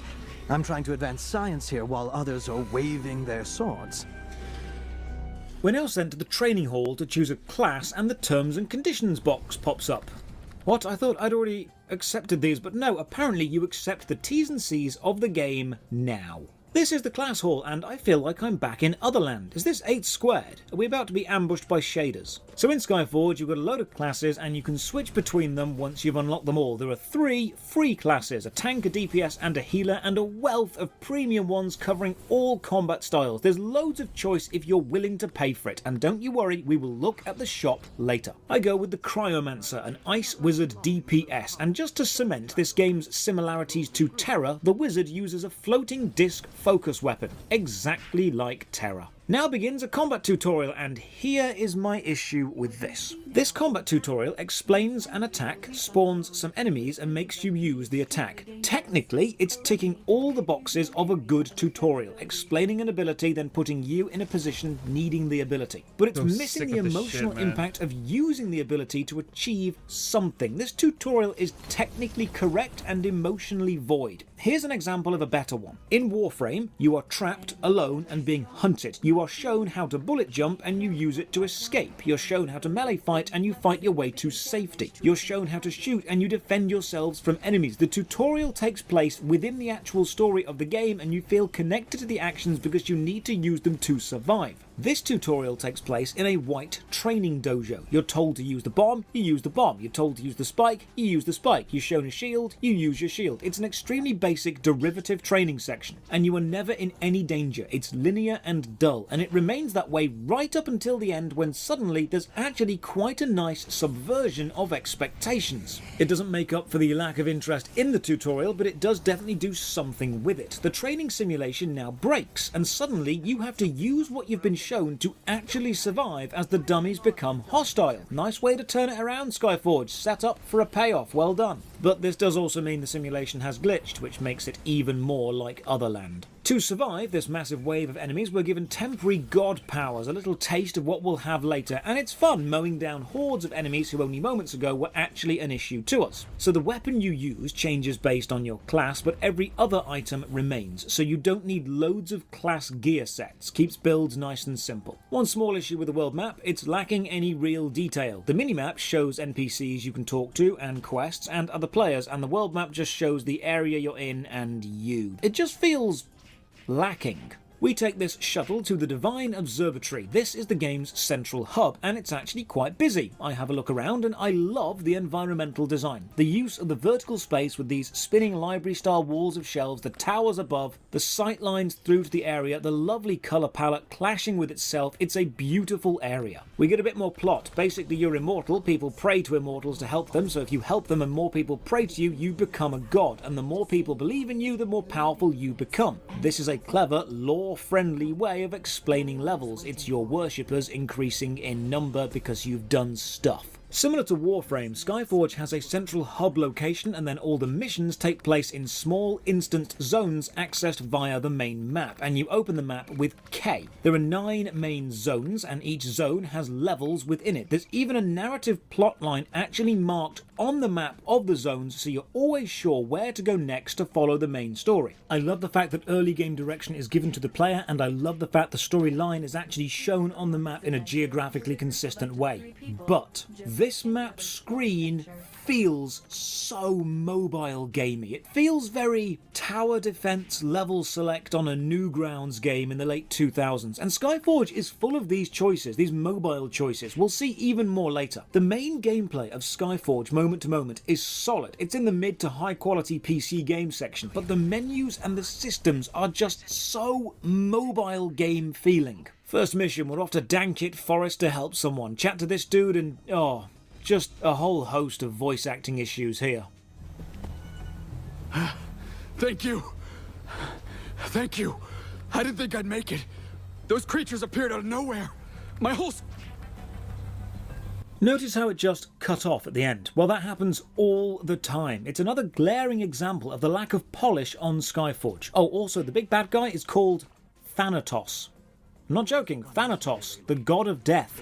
If you listen carefully, you can hear all the Disney lawyers working out if they can sue yet. Once an enemy has low health, you can press E to perform a more stylish kill. The Cryomancer just entombs them in a stalagmite, and you get all your combat energy back so you can use more special attacks. And now another issue which again feels mobile. Spacebar is a context button. It's jump, then it's also talk to NPCs, then collect items, then interact with items on the floor, then pick up a new weapon, then activate consoles. Spacebar is context sensitive, and in the chaos of an action game, you can be trying to pick something up or activate a console while actually spamming jump. The glory of a keyboard is you can keybind different keys to do different things. You don't need to bind all the interactions to a single key because you have multiple keys. The only reason you would do this is if you were limited on keys, like on a phone. And now we get this really weird first-person cutscene that's never happened before and doesn't happen ever again.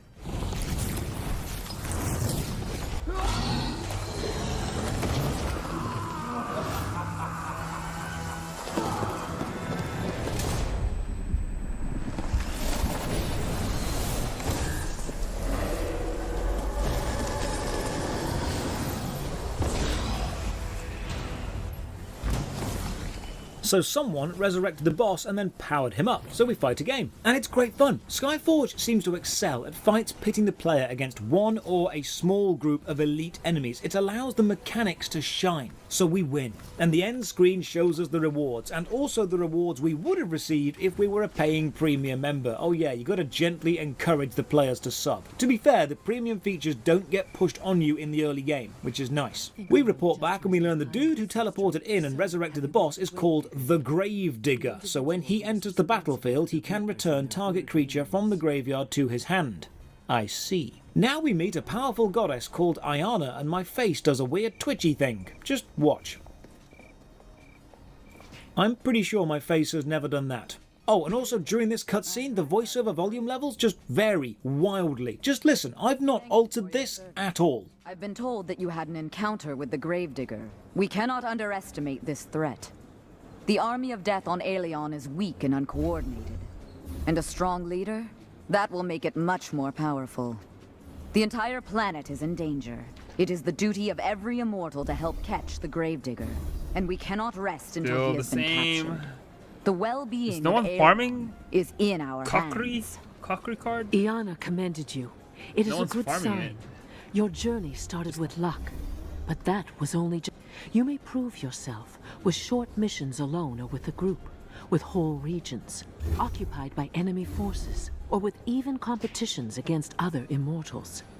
That's just another small issue in a long list of small issues that again isn't game-breaking but does make Skyforge appear artistically amateur. We're now told about the class quest temple accessed via the map scene, so I go to the map, click the temple, click quest list to advance my class and get some new skills, and nothing happens. Wow. Okay, so to be able to click this button, you need to open the menu, try to click it, then close the menu, and this completes the quest, making it clickable. Skyforge feels like a game with a really high budget and absolutely no quality assurance. Now we get a robotic companion, or ARC, which we can upgrade with Victor medals to do extra stuff. Victor medals are one of the many currencies the game has, which again feels mobile gamey. We're now sent to Factory 501, where this dude 100% assures us that nothing is wrong and they just build totally safe military-grade combat robots, and then to absolutely no one's surprise, the robots all turn on and start attacking people. The factory layout, design, environmental ambience, both sound effects, music and lighting is top notch. This is a great map, and the tank boss is the first time I started really enjoying gameplay. Combat seems to have fixed any small bugs it has, and the responsiveness is there. These are the mechanics we need, mechanics you need to work around. This is a great fight. And after the fight I try some parkour, and we are back to being inconsistent. Some boxes can be jumped on, some can't, and there's no way to tell before you try. And now we fight a small group of enemies. And then we fight a tank with a small group. Oh, that's good. This is progression. Enemy A, then enemy B, then enemy A and B together. Progressive overload of combat challenge. Good design right there. And then a main boss with even more mechanics, interacting with consoles while being attacked, fighting off mobs, overloading a shield, dodging incoming attacks. For all of Skyforge's flaws, the spectacle of the bosses and the mechanics of the boss fights are really good. Chat to a dude, get told the enemies are called the Reapers, make a mental note to drop Commander Shepard an email later, and then get back to the observatory, and now we discover the most mobile-y looking interface yet. Pressing K opens the horizontal questline path, but also opens this screen, the city layout with the Tower of Knowledge. Look at this screen. Look at this and tell me what type of game this reminds you of, because to me, this is a time-gated mobile city builder. And to further that, the Tower of Knowledge is this building, and clicking on it gets us this screen where we improve ourselves by spending currency, by clicking this button. There's no gameplay here. It's literally grind the game to get the currency to click this button so you get better.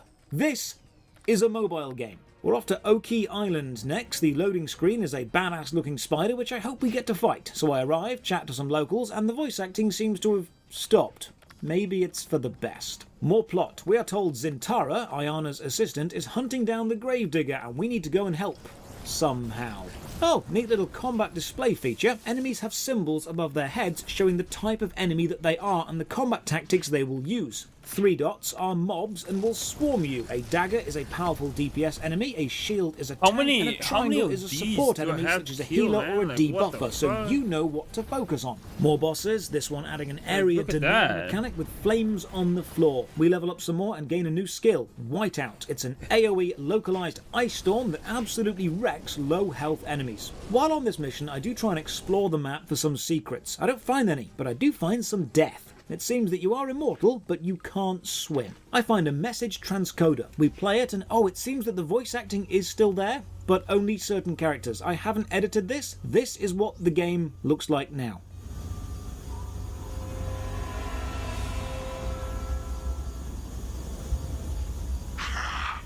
I'll be ready for their visit. I will prepare a nice surprise for them.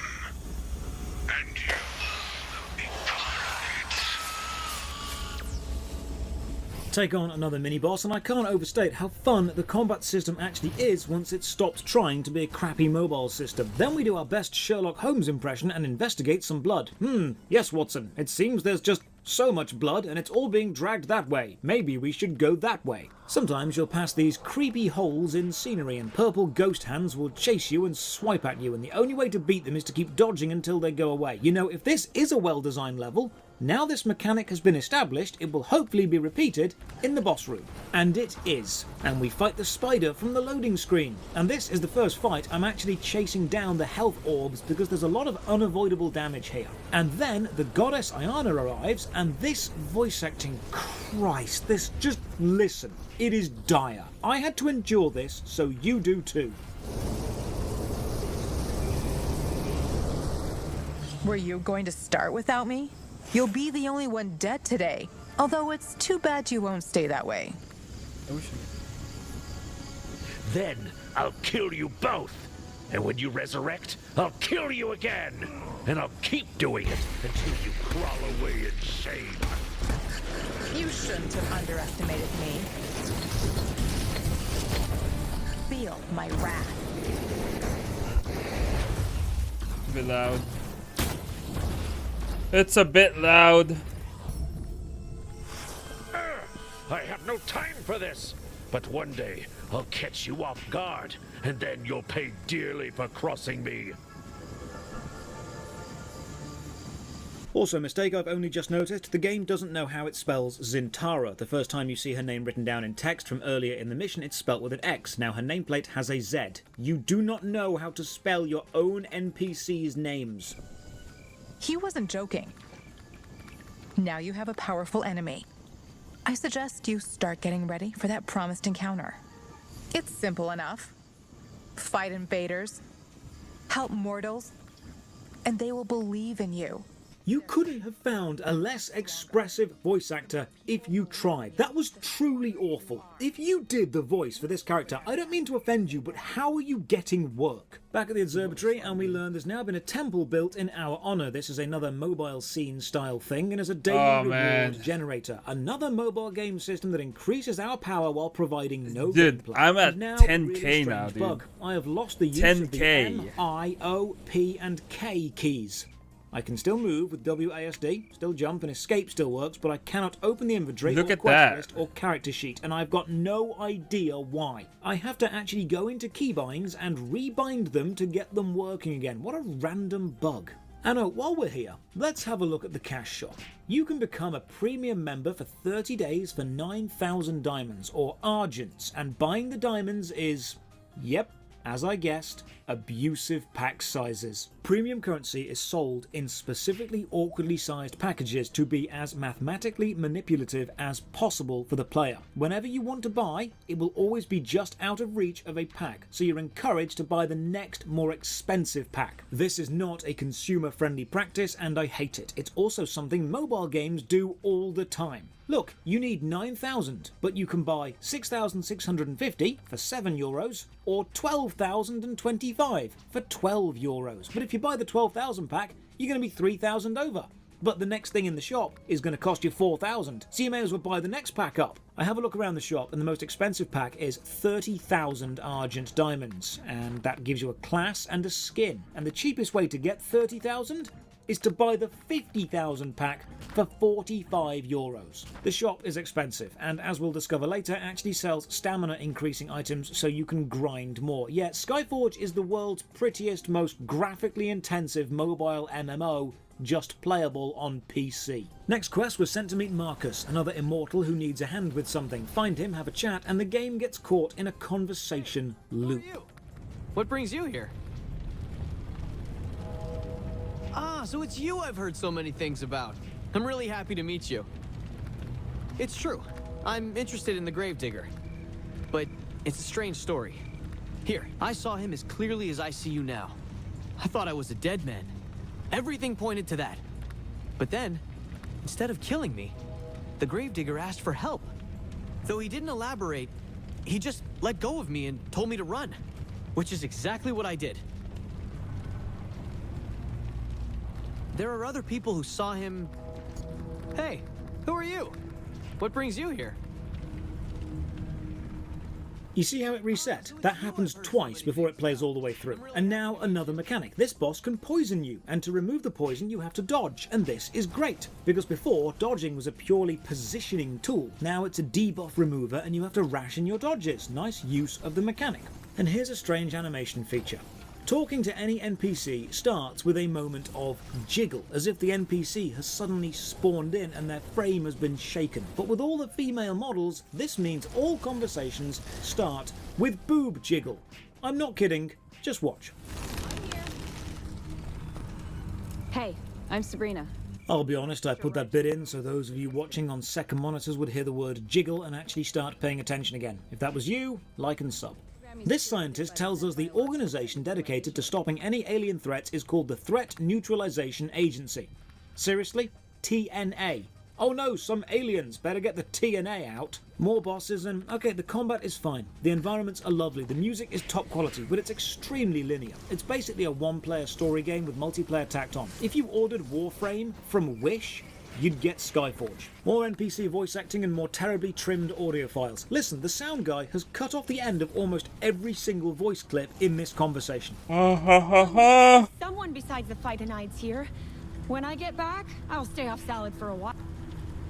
Skyforge feels like two games, like two teams of developers. One was making a linear action combat game, one was making a city builder time-gated mobile game, and they both got ordered to make an MMORPG and so decided just to smash together what they had. The bosses are fun, the wave defense mechanic is fine, the combat's great, but the Bastion missions updating from the main quest storyline completion and the temple being upgraded through a mobile interface, and the multitude of other mobile-style currencies and systems all cheapen the overall feel of the game. Off to Factory 902 to stop more wild machines, and this opening fight is actually decent. Some decent mechanics, some healing, fights are getting more interactive and I love it. The bosses in Skyforge are spectacles of lights and sounds and bright contrasting colour palettes of explosions and lasers, and Skyforge excels at this. It's a spectacle boss fighter. The boss fights are great. Everything connecting all the boss fights together, the terrible voice acting, the badly trimmed audio clips, the mobile interface and the abusive priced currency packs,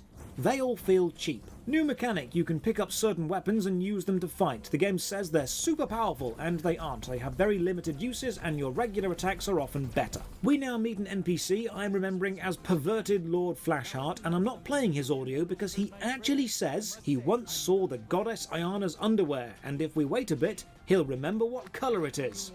Yeah, everything between the boss fights is bad. These flying boss monsters are actually reminding me of shaders from Otherland. Wonder if any of the development team worked on both games. It does seem a coincidence if they didn't. Next up is a giant Rubik's Cube boss, and I personally love this because I just have a soft spot for man versus strange geometric things. I love unknowable, impossible, reforming machines. They just creep me out, and fighting them is something I find fascinating. The mechanics of the fight are good too. Big attacks, big spinny area attacks, ads getting spawned. I like the Rubik's Cube boss. This was fun. After killing it, I have the Warm Breeze event advertised at me. Looks like some kind of summer event, so you know what? I think I'm pretty satisfied with the combat so far, so let's go and try the event. I open up the quest menu, I go to the globe, I find the training.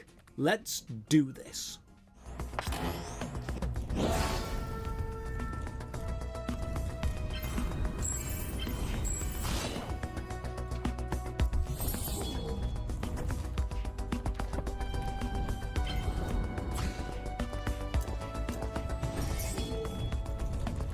I think 11?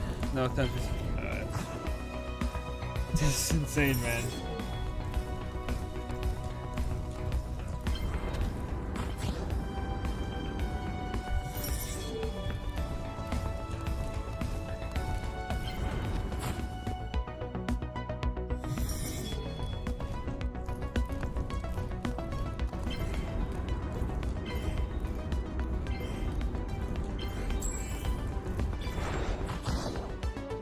So it's some kind of skating thing. I'm doing the training and the collision detection on the mines seems a little bit off, and the jump isn't super responsive. You press spacebar and then it either jumps right away or about a second later, depending on how the game is feeling. You've got a load of mechanics here though. Boosts, jumping, bombs, little UFOs that slow you down, and then these goddamn boards which switch from green to purple, and when they're purple, you fall through them.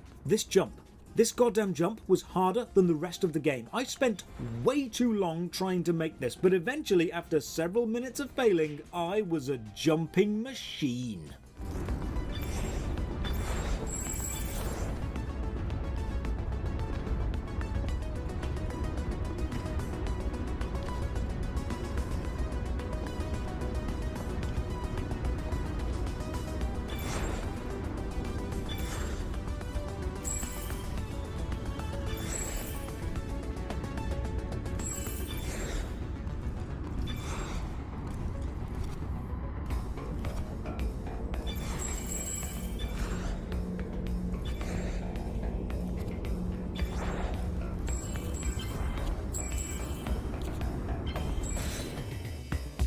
It's basically the hoverboard section from the first Ratchet & Clank game. It's not bad, it's just not necessary. But that was training, so let's queue up for a real race, and while I'm waiting, let's just read some reviews. Is it a good game? Once upon a time in a faraway land, yes, it would be, but not in the present. Combat system? Decent. Visuals? Stunning. User-friendly UI? Maybe when you play the game upside down, you can keep it from spilling out all the sub-menus. Free to play? Oh, sure, if you call scavenging the bottom of the barrel free to play. Can it be played solo? If I was asked the same question 3 years from now, I'd have said, yes, you can. Now, you'll be lucky if you reach rank 30. Does it have a group finder? Yes. Does anyone ever think of using it? Nope. Is it pay to win? Yes, yes, yes, and yes. I remember this game. The old progression system was a lot of fun. What made your game crap was the terrible mechanics of tedium and the infinite grinding of generic content. Love when devs are so incompetent they remove the best parts of their game and emphasize the worst parts. I've played this, meet new friends across the world, raid the dungeons, and doing stupid things together. Doing Avatar, becoming Elder God, form a pantheon. Such sweet moment. I miss my old friends. I just write review today, even though I stopped playing on 2018. Perhaps one of the worst MMORPGs I've ever had the mispleasure of playing. Disclaimer, it's fine if you like this game, I like it, but I'll still criticize it to hell. Don't let the beautiful graphics and good action combat fool you. This game was maliciously developed to make you feel frustrated in order to convince you to spend money. Due to an error on the game's behalf during checkout, I was charged 3 times for an item and only received 1 item. When contacted, they said it wasn't their fault and they would not refund the money. Will not be purchasing anything from any of the games in the future, both on PC and mobile. Bad MMORPG, good beat 'em up. If you expect an MMORPG as advertised by the dev, don't bother. If you want a game like Warframe, maybe you'll like it, but it is clearly not an MMORPG as Skyforge claims to be in the official FAQs. There's no open world. You are given a mission, enter a small instanced linear zone, kill all the monsters, kill the zone boss, claim the reward, then leave the zone. Repeat, and that's it. That's this is There are a few insane. zones where you'll be doing daily missions along with other players, or more like competing against other players in who's gonna tag them mobs. Oh, here's an interesting review. I typed in Skyforge mobile feel to Google and got this Reddit thread. Progressing feels like a mobile game, so it's not just me. 20 minutes later, the PvP version of the hoverboard racing still hasn't started. I guess that tells us all we need to know about the popularity of this event, or the player base, one or the other. I head back to the training hall, see if I can try some of the elite classes, maybe give me a taste, see if I want to buy them, and no, the character models are gone, replaced with enemies. You can't try the premium classes for free. That's actually a real shame. More questing, more fantastic voice acting. Behold, this man's voice acting. You knew Nora too? Of course. Immortals don't care about us simple folk. But Laertes was different.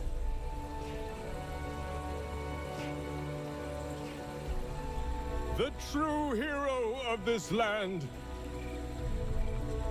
He's gone. The fact they got the one word in the subtitles wrong for that exclaimed point made me laugh way more than it had.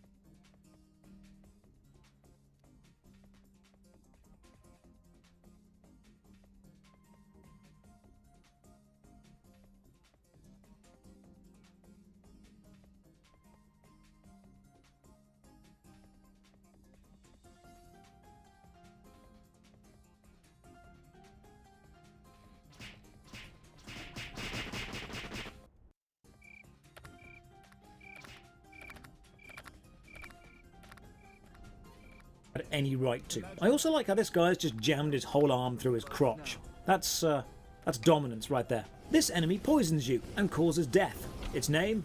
Death Poisoner. I guess it was let your child name the enemy's day. I've killed the boss and now there's a giant invisible wall preventing me from leaving without talking to an NPC, but I'm rather entertained watching this soldier fight off this attacking insect with what looks like mild annoyance. Also, invisible walls? Really? Come on, you're better than this. Oh, there's fashion and costumes, and to continue the terror comparison, you can just wear a suit. I mean, what god wouldn't wear a suit if they had the choice? The enemy design in this city is actually fantastic. The insects carrying the bodies of soldiers and then attacking you with the bodies and the soldiers' weapons is disturbing, and I love it. By now, I feel I've got a pretty good grasp of what Skyforge is. It's discount Warframe with mobile-looking interfaces, laughably bad voice acting, and minigames that no one plays, but I'm going to keep going and see if it has any more surprises for me. And, amazingly, it does. I fight some spider bosses, liberate some cities, then go to a prison to stop a riot, and this is where the difficulty ramps up. Honestly, the difficulty curve so far has been nice. It started too low and had just found a nice, comfortable middle, but here it becomes a wall. These two basic enemies give me more trouble than any previous boss. And this enemy actually fires an electrical arrow cordon and traps you in it. The enemy now have crowd control against you. And this is the first time I die. Okay, challenge. I like this. Let's do this. This is a really, really good boss fight. The prison section is the moment the solo game, provided you want challenge, becomes fun. It's possible, but punishing. You need to actually use your abilities, and suddenly the hit point orbs become actual lifesavers. A bit more plot. The prisoners feel abandoned by the regular gods and have turned to the Gravedigger because he listens to them and treats them like human beings, so now we have some moral ambiguity in there. Nice touch. The jail really shows what Skyforge can do well. Fantastic boss fights, but time-consuming mob fights. The tank enemies in the jail are just damage sponges. They're probably just a DPS check. It is possible but repetitive to win, and taking down these groups takes a while, with a lot of backtracking. But the bosses, oh, they shine. The clash of enemy flame sorcerer and my cryomancer melding into this lovely juxtaposition of fire versus ice. Red and blue particle effects filling the arena, mechanics, dodging, healing, charging, blocking, absorbing. This is a beautiful fight. I'm almost sad the Gravedigger appears at the end and teleports the dude away. I hoped this fight would last longer and we'd see an actual winner. With the jail riot sorted, I want to explore some of the sights of the main city, so I take a sky taxi over to the park. This is one of those fluff areas in MMOs that players don't go to because there's no actual content here, but they look nice, and for me that's enough. I love nice looking areas. It adds to the character of the game and the world's history. But then I bump into this, a conversation between two guys and a girl. But both guys are voiced by the same voice actor, and he's not even trying to do a different voice. This is a joke. Have a listen to this. How do you like being a test subject? Does your head hurt? It's fine if I don't move it too fast. The white coat said it should pass soon. How long did you last? My personal record? 4 seconds. Am I missing something here? Didn't I tell you? I received a letter from the lab of some pantheon a while ago. They researched the effects of hypnosis on mortals. It's one of their key areas of research now. The Gargonite invasion, you see. And what was in the letter? They needed people with high intelligence quotient, and I was offered to take part in the research. Oh, experiments. They said they got some interesting data. Hopefully it will help them. At least the view from the end of the park is just stunning. Skyforge is a nice combat system with some lovely graphics and actually really engaging boss fights featuring various mechanics and challenging encounters, held back by a general lack of polish, mostly in the audio and subtitles, and really brought down by its similarities to exploitative mobile games with both menu layouts and cash shop premium package deals. It's not a low quality gameplay experience by many standards, but it's not polished to the standard it needs to be to compete in the competitive MMORPG world. It's the store's own brand of cereal. It's not bad, it's just not as good as the rest. So to finish the review, I will award Skyforge Warframe ordered from Wish out of 10. thank you for watching. Another massive thank you to all the supporters on Patreon and Twitch who keep the channel alive. You can support from only £1 a month. Check the video description for links to the Patreon, Twitch, Twitter, and our Discord. And as always, have a great day. Bro, just drop me one, dude.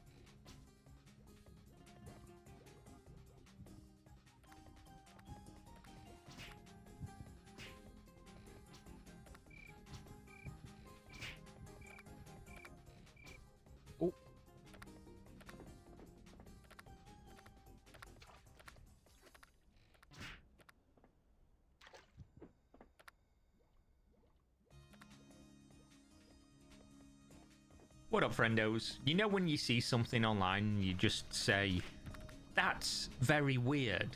Well, that was my initial reaction when I saw Paradise, the game, because it's one of those things that it's very obvious going to draw eyeballs because of what it is. And what is it? Well, Paradise was presented like, oh, limitless possibilities, Grand Theft Auto, but in a bigger open world, fully multiplayer, loads of stuff to do, just the craziest thing in the world, just an insane game that everyone would love to play.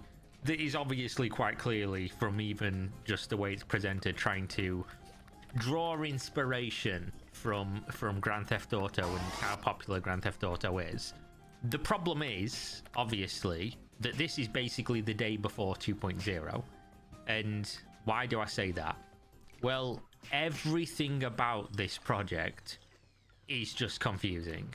And I use the term project loosely here, but the day before, basically what it was a bunch of unknown people saying, we've got this revolutionary, amazing, forward-thinking, just groundbreaking product that's going to do X, Y, and Z, and realistically they didn't, right? They had something very limited, very broken, very buggy, very early, and they just consistently oversold on what they actually had and what they were capable of doing. And there was no very blatantly obvious give us money right now cash grab to turn it into like a money up front fraudulent scheme, but it was very clear that they were using the leverage of the popularity of what they were building and the eyeballs they were getting to try and make money from other things, such as unrelated apps that they were releasing and things of that nature, as well as potentially taking money from companies like Nvidia. So the day before is what people are very comfortable colloquially referring to as a scam, for many reasons. The biggest one being they said, we've got X, Y, and Z, medium size. Up until the day the game came out, and then it was give us money, we've got X, Y, and Z, and then you loaded up the game after giving them money. It didn't have X, it didn't have Y, and Z was covered in human shit. So that's what the day before was. And Paradise appears to be very similar in nature, and that's why people are going to call it the day before 2.0. And the very weird thing about this game is, when it was originally announced, obviously I made a video about this, and it just looks like parody, right? They just have a character walking around talking to NPCs in very limited scope areas, but pretending as if this is like a crazy, huge, massive open world, when you can quite clearly tell it's running at like 3 FPS in a tiny area dominated with Unreal Engine Store pre-bought assets, which a lot of people see assets and they say, oh, that makes the game a scam and whatever else, but realistically, assets are assets, not a big deal. so long as the game that you build is actually fun and worth the money that you spend on it, and it isn't just building something out of stuff and then saying it's, you know, this huge thing, and it absolutely isn't. So the big gimmick of this game is all the NPCs are AI, so you can like ask them questions and they'll reply to you. And more. Why don't you take a look around and pick something? Don't waste time asking. And this is the big thing that the game's being sold on, so you can walk around and talk to characters. Show me your boobs. Excuse you? That's like totally out of line. Show some respect, you creep. What the fuck is this game? So this is the idea of what they thought was going to be the fantastic game, The Paradise, and all of the trailers are just utter fucking garbage. Quite clearly, this is not a real game. And the big reason that this is in the news today is that they go out of their way to use the likeness, which is a protected thing, by the way. You can't just use somebody's likeness in a commercial product like this, of influencers, and say, oh, you know, there's going to be all these top AI influencers in our games. And when they show it in the trailer, they show you like kissing a character, which at the time that they mention it is real influencer powered by AI. So that's apparently, I'm gonna guess, Ninja. And then they just have, I assume this is related, right, as a sentence. You've just said that, and then you show Ninja, and then you show this clip of you like kissing, I don't know who this person is. You're having like romantic relationships. Obviously you're not, because the game doesn't exist. But in this alternate reality that they're trying to say this is real, they've put in their marketing material that they've published to the world to 1.4 million views, that you're just like, they've created AI representations of real people without their permission and have you having like romantic relationships with them, which is fucking weird. That is incredibly weird to do in the first place, even if you remove all the other issues with the game. But then obviously once you start actually looking into this project, it's fucking, it's just beggars belief. They released this 3 months ago, and it's just nonsense. Like, this is the fakest marketing material I think I've ever seen. So the premise is, this is a live AMA with a bunch of the team, and all the team are Chinese people, so they're speaking in Mandarin, so you don't know what the fuck they're saying, and they apparently have a translator, but the woman sounds like it's an AI reading it, but pretending not to be an AI. And all the people in chat, it's just dominated by like 1 or 2 accounts that seem like they're like paid actors, basically. Like this Justin Hall guy just repeatedly speaks to the thing and asks questions that seem to be lined up with when this pre-recorded video that might be pretending to be live, because they repeatedly listen to this. Does this sound like a real way that humans speak to people in a live broadcast? Listen to this. Helena, and I'm a marketing and public relations specialist, and this is the Paradise team with you. Everyone who's here with us, let me know you're there on. Some of you have your mics off. Teo, Lee. 大家好，很高兴见到大家。哎，你好。Yeah, hi everyone. 大家好，我叫王伟。大家好，朋友们，我是区块链专家。Hi everyone. Zhao, I'm here. 大家好，我很高兴在我们的阿玛会议上欢迎大家。今天我们将讨论当前的成就和我们未来的计划。感谢大家的加入。Okay, everything is there. Great. So, yeah, Paradise. This is a free-to-play, real-life simulator game that is coming out very soon in 2025, and we are one of the most anticipated games at the moment. Where have you heard that before? The day before. We're one of the most wish-listed games at the moment. They use that metric as well, by the way, so get ready for that one. Welcome everyone. Okay, let's begin. Selling tights. We have only a part of our team here, and we also have an interpreter here, and he will, together with me, he will be interpreting everything what our team is saying to you. And this is very difficult for us because many people understand English, but they do not speak it well. So we've decided to have the team speak in Chinese. So what you've got to understand is these are all Chinese people that aren't comfortable speaking English apparently, but they are one-to-one in real time listening to this woman talking English, and then without dropping a beat, replying with full sentences with no punctuation or anything, without having to think about it. Not only that, they're speaking Chinese the whole time, and then she's like instantly, there is no interpreter speaking ever during this video, she's instantly just repeating back what they said with a perfect one-to-one translation. Apparently, I don't speak Mandarin, so I don't know if it is or not. But that's the premise of this video. So I'll give you an example. You can listen on and determine for yourself how ridiculous this sounds. So, this is our first live meeting. Right now, you're watching live our game Paradise, and we want to show you our game. And right now, you can write your comments and ask your questions, what you would like to ask NPC, and we will ask these questions. And it will be an exciting interactive stream. We'll also tell... It sounds very human, right? We are definitely live, and you can ask us live questions because we are live. It will be an exciting live stream. Tell you about ourselves, the latest news about the projects, then we will answer your most burning questions. Okay, now Teo, the floor is yours again. So doesn't skip a beat, just instantly, just straight into it. Apparently understands perfectly what this lady's saying, but isn't going to speak in it, which is fine. This can definitely happen, but can it happen for a whole team of people this perfectly? Like, 'cause I've watched this whole video. No, probably not. 欢迎所有希望亲自见到我们的人参加2025年4月6日至9日在香港会议展览中心举行的香港 Web3 节。 Teo has some big news for you. Everyone. So apparently this woman says, like, oh, we've got an interpreter here. She doesn't need an interpreter. She just immediately responds back of exactly what this guy's apparently saying. It's just weird. This is not like a thing where you should be like, oh yeah, for sure, this is 1000% means this game's a crazy scam or anything. I'm just saying that this video is incredibly weird. The whole thing's odd, and I'll give you an example here in a second because it's going to directly pertain to their release, which just happened, and you're gonna crease with laughter. Well, let's see if people are watching our broadcast. Very human. Well, let's see if people are watching Should the I broadcast. buy it? Here we go. 600K? I'm expecting greatness. Yeah, I see there are lots of comments. Yeah, for sure, bro. Well, so let's answer the question about Epic Game Store. It's on everybody's mind right now. Yep. So yeah, where specifically in this chat? Oh, hi. What about Epic?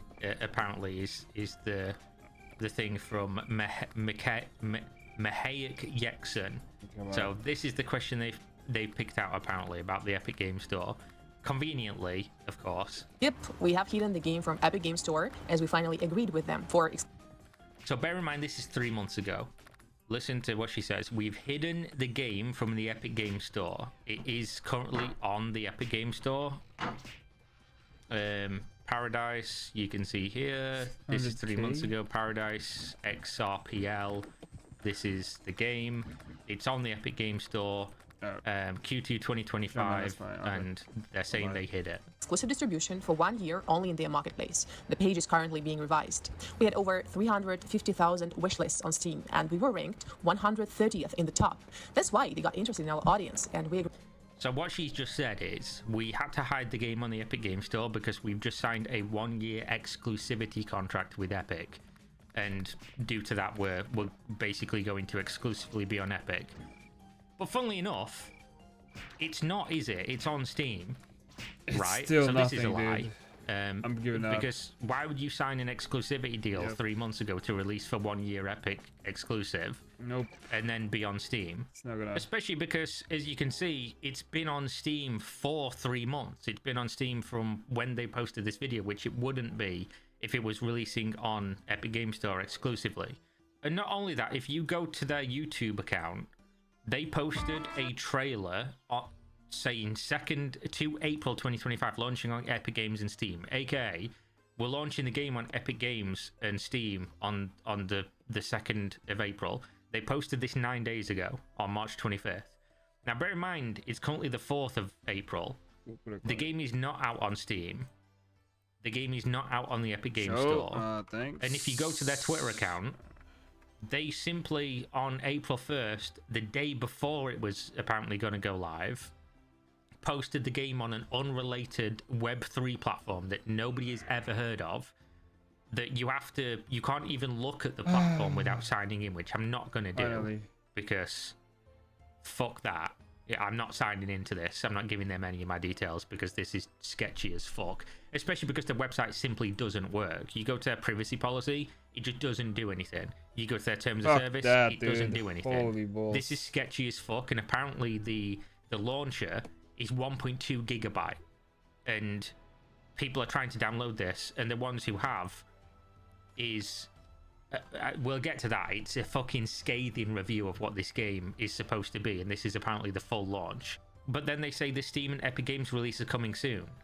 So 9 days ago you said the game's being posted to Epic and Steam on the 2nd of April.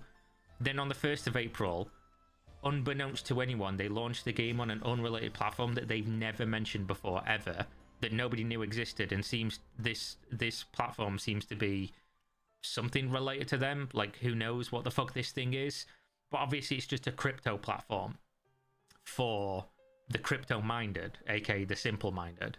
Then, because obviously people were saying, you know, where the fuck is the game? Why have you posted it on this platform when you never mentioned this platform before? They simply responded in the most AI-like manner of, we welcome questions, you know, post questions. We're believing in honest communication and long-term trust. Amazing how that goes after you've just lied to people and posted something completely unrelated.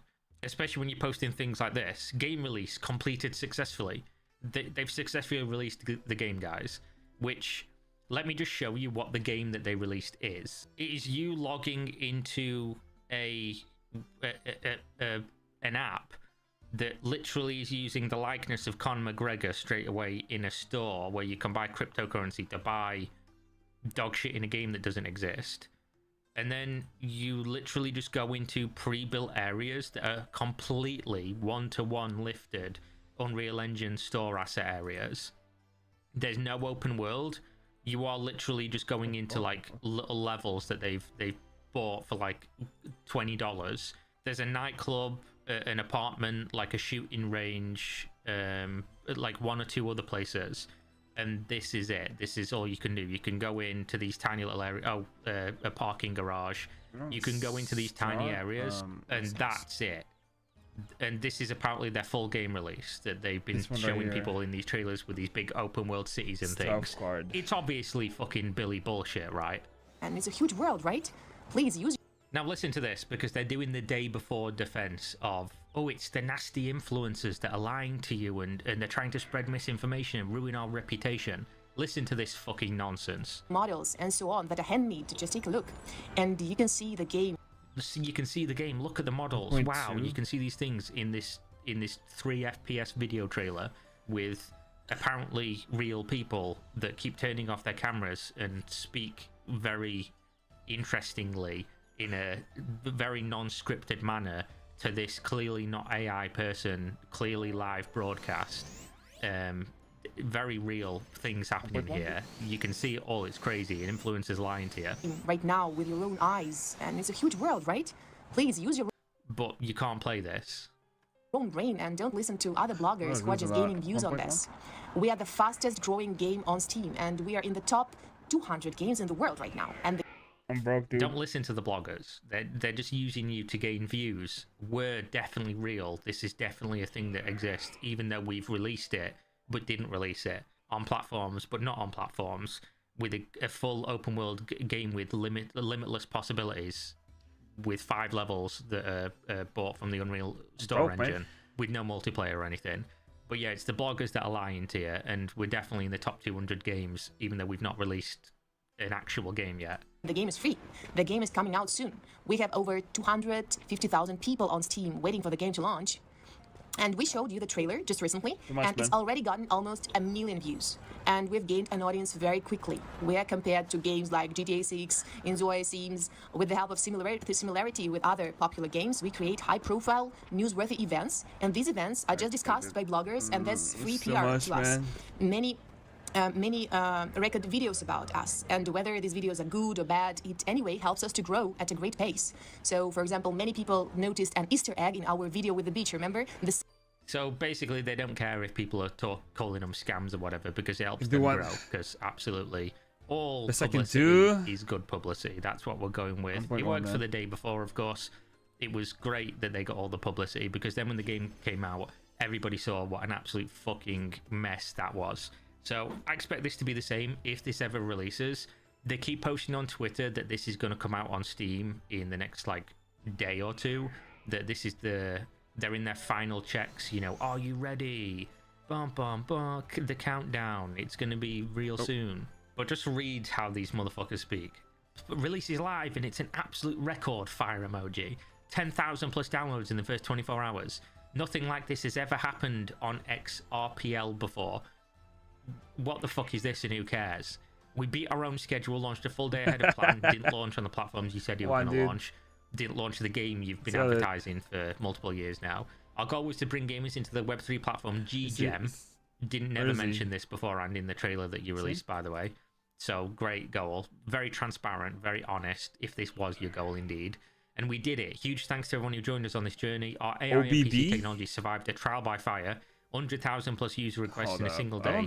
The system held strong. Scaling is now on the horizon. Bugs tracked, improvements underway. The game is in early access, and we've already seen your reactions, hype, criticism, and everything in between. Your feedback is priceless. Thanks to all who believed in us. The game is completely free. Try it, rate it, share your thoughts. And soon we're coming to Epic Games and Steam. We'll announce the date later. It was announced already. You announced it and then never didn't unannounce it. You just simply dropped the game on a completely different platform. This shit is mega fucking sketch, to the point where I'm not going to download this to take a look, because if I wanted to, I guess I could go build it in an hour or two in Unreal Engine if I wanted to buy some store assets and make my own version.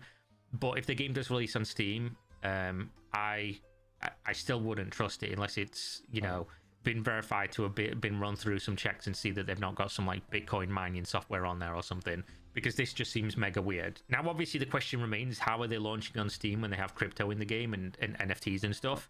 Because Steam explicitly banned this on their platform. And I'll point you, as always, to the example of Mer4, which is a cryptocurrency blockchain game that has been on Steam for multiple years. Basically, all they do is disable the buttons that click through to like a place where you can claim the crypto or connect the crypto to your account, and then Steam are okay with it. There's like one layer of abstraction there. So what they plan to do in games like this is onboard you into playing the game. Then you go, oh, there's crypto related to this, and I have some here waiting to be claimed. I'll go download the game on Epic Games, or I'll go download the game on their website, and then they move away from Steam, and that's where the crypto stuff is integrated. So the game, if it was ever real, it would still be allowed to release on Steam. I've seen people make this criticism because, oh, there's crypto in, so how would it ever be on Steam in the first place?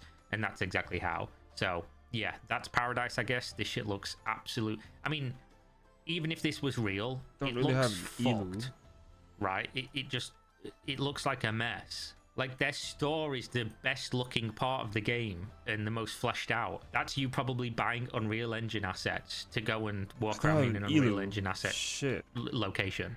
And it's funny that the trailer that they released is just these little areas, and yet trailers a year ago were like 50 times more content in a much larger area.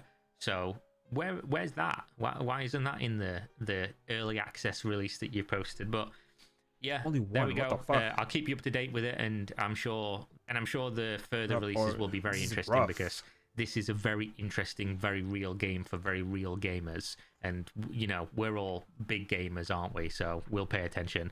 Thanks for watching as always. Hopefully you enjoyed. Leave me comments, drop a like on the video if you enjoyed, dislike if you didn't enjoy, just like this video's got a lot of dislikes.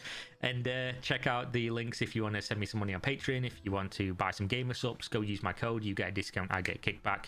I'm wearing my amazing gamer subs comfortable e-girl waifu pajamas right now, which are fantastically comfortable in the amazing temperature of the UK currently. And if you use my code, you'll get a discount and I'll get money. I don't know if I just said that. I'm tired. It's 6 a.m. I'm still awake. And I got pre-release Magic the Gathering to go to tomorrow. So, you know, I need to fix my sleep schedule in the next 24 hours. That being said, if there's content you want to see me cover, email me, Twitter, DM me, at me on Twitter, join the Discord, let me know. And I'll see you guys next time. Hopefully you're all well. Peace.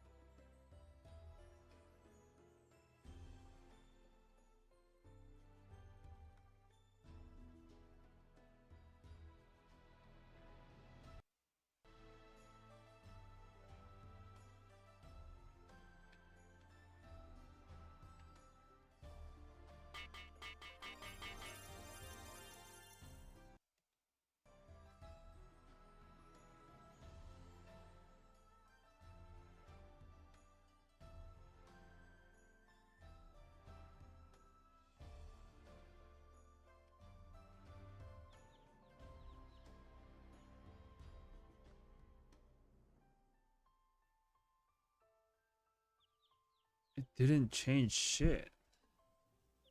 Yeah.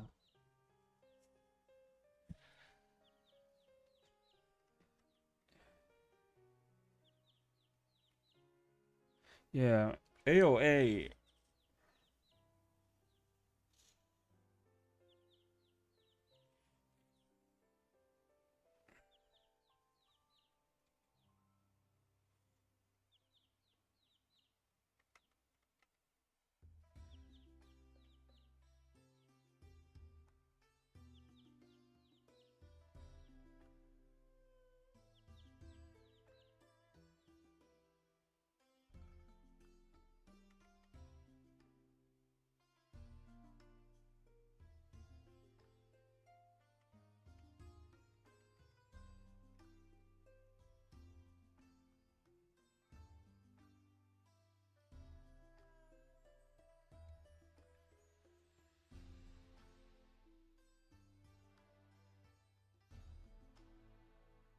You could sell it anyway.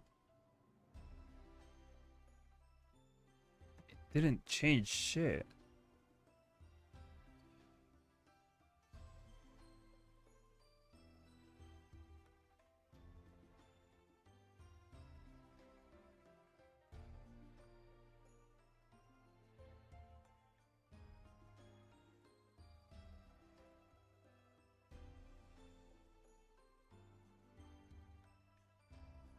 So I need 5. Okay, so that's 3, right? 1, 2, and 3. 72, 5, and it, yeah.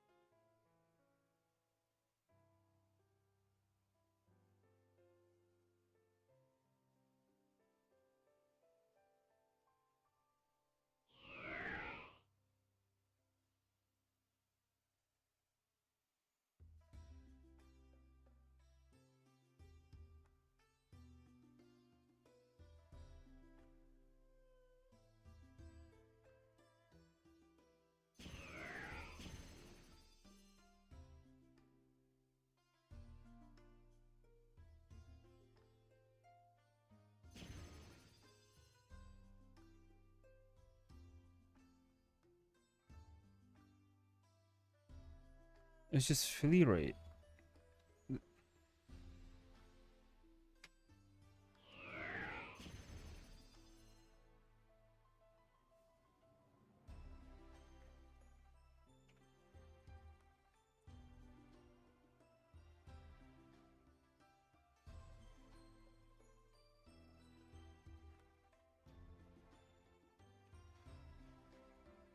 I thought it's gonna add something. Not.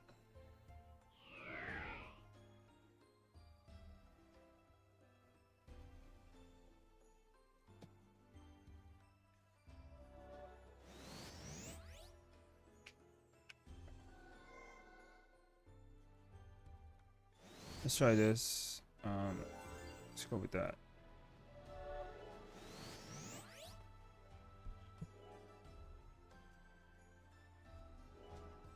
How do you go to ashes?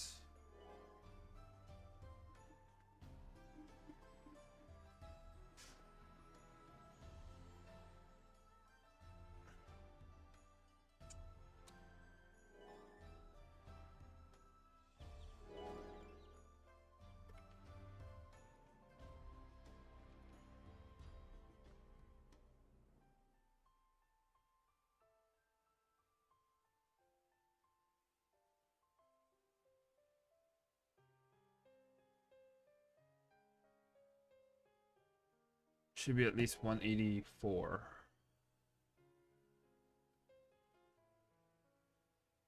Nope, nobody.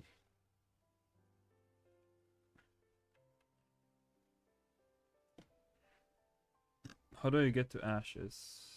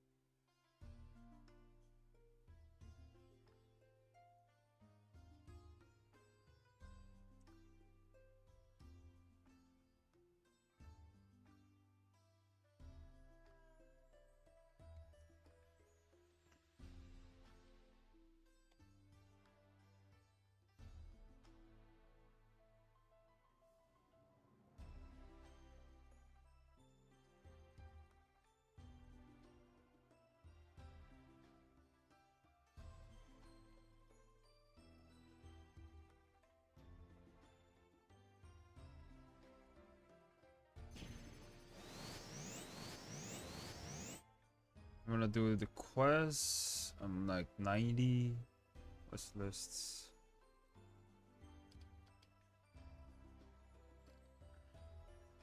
Let's do that. Ashes.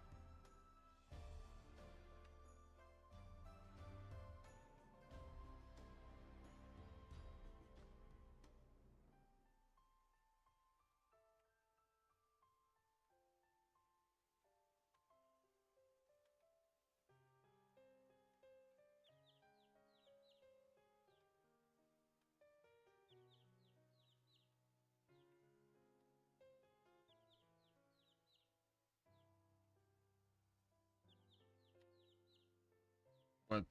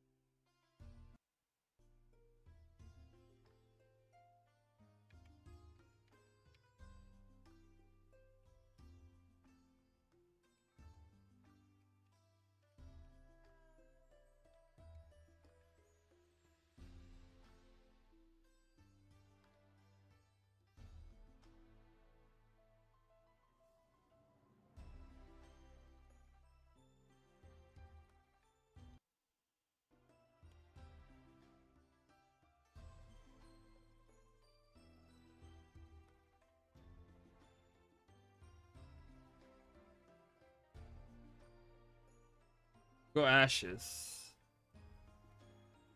Ashes.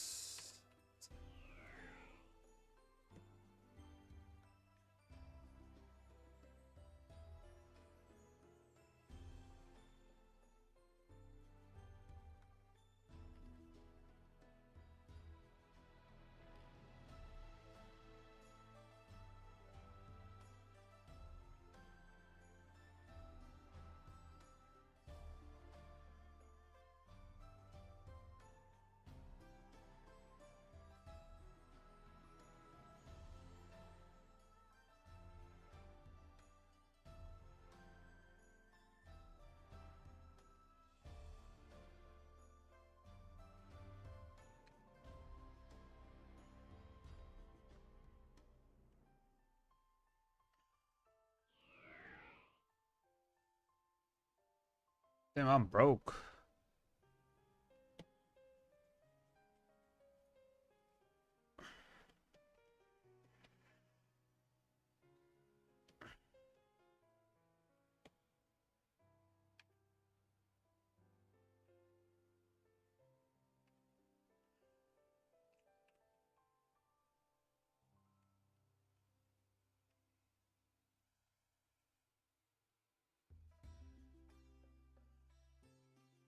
Might just sell this for like 1.3.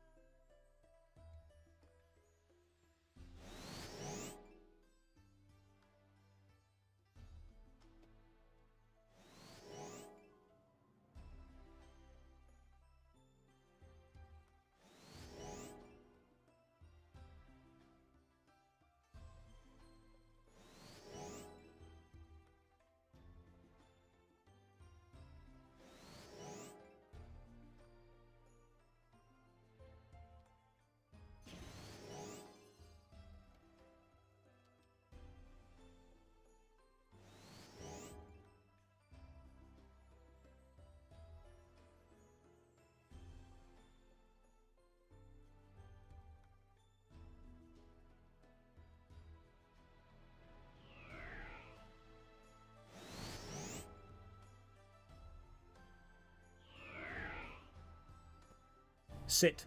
Sit down. Slash sit. Slash sit enter. Why are you standing? I'm not pressing anything to make you stand up. Sit down. Forward slash sit. How is this difficult? Why do you keep standing up? Ladies and gentlemen, welcome. I'm Josh Hayes, and this is Worst MMO Ever, a series where I play the worst MMOs I can find so you don't have to. Drop a like on the video or sub to the channel for more MMO stuff. Ring the bell for all the future notifications. And as usual, a huge thank you to all the supporters on Patreon and Twitch who keep the channel going. More on how you can support at the end. For now, let's begin. Today we are playing Villagers and Heroes, a free MMO available on both PC and mobile. I'll be playing the PC version and judging it as if it were a full PC game because, as we'll see later, the cash shop certainly has PC prices. Now stick with me here because we're going to see later that this game understands what it means to be an MMO only on the surface, and once you dig a little deeper you'll discover it's the most formulaic, paint-by-numbers approach to making an MMO you could ever hope to find. Steam charts put the highest ever player count at 2,898 with a recent count of 19, which is a player drop from highest to lowest of around 99.4%. First off, the loading splash screen has the close button in the top right, but it's got a little wooden edging flourish around it, and I like this. It reminds me of those late 90s, early 2000s PC games that tried to visually match the UI to the feeling of the game. Character creation and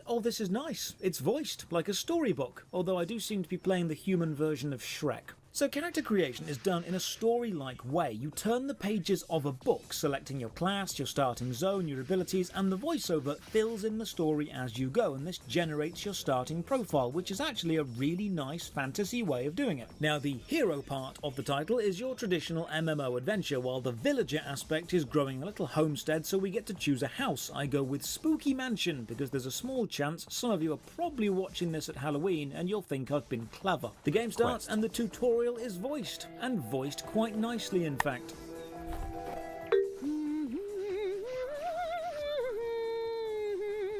It really wasn't my doing. I can assure you that I'm an experienced driver and had nothing at all to do with our carriage just breaking down. You believe me, don't you? So the first quest is voiced too. It's a strong start. We get movement instructions, some quick controls, and then I need to catch a minnow. I also open the menu to rebind some keys, and rebinding keys is fine. It's not bad so far. The graphics are actually quite nice. They are stylized and chunky and quaint, and the ambient light rays from above are actually quite nice. And now for combat. Behold. Click on an enemy to select. Why? Right-click to attack, or use an ability from the combat bar. Wall. That's why I couldn't enter.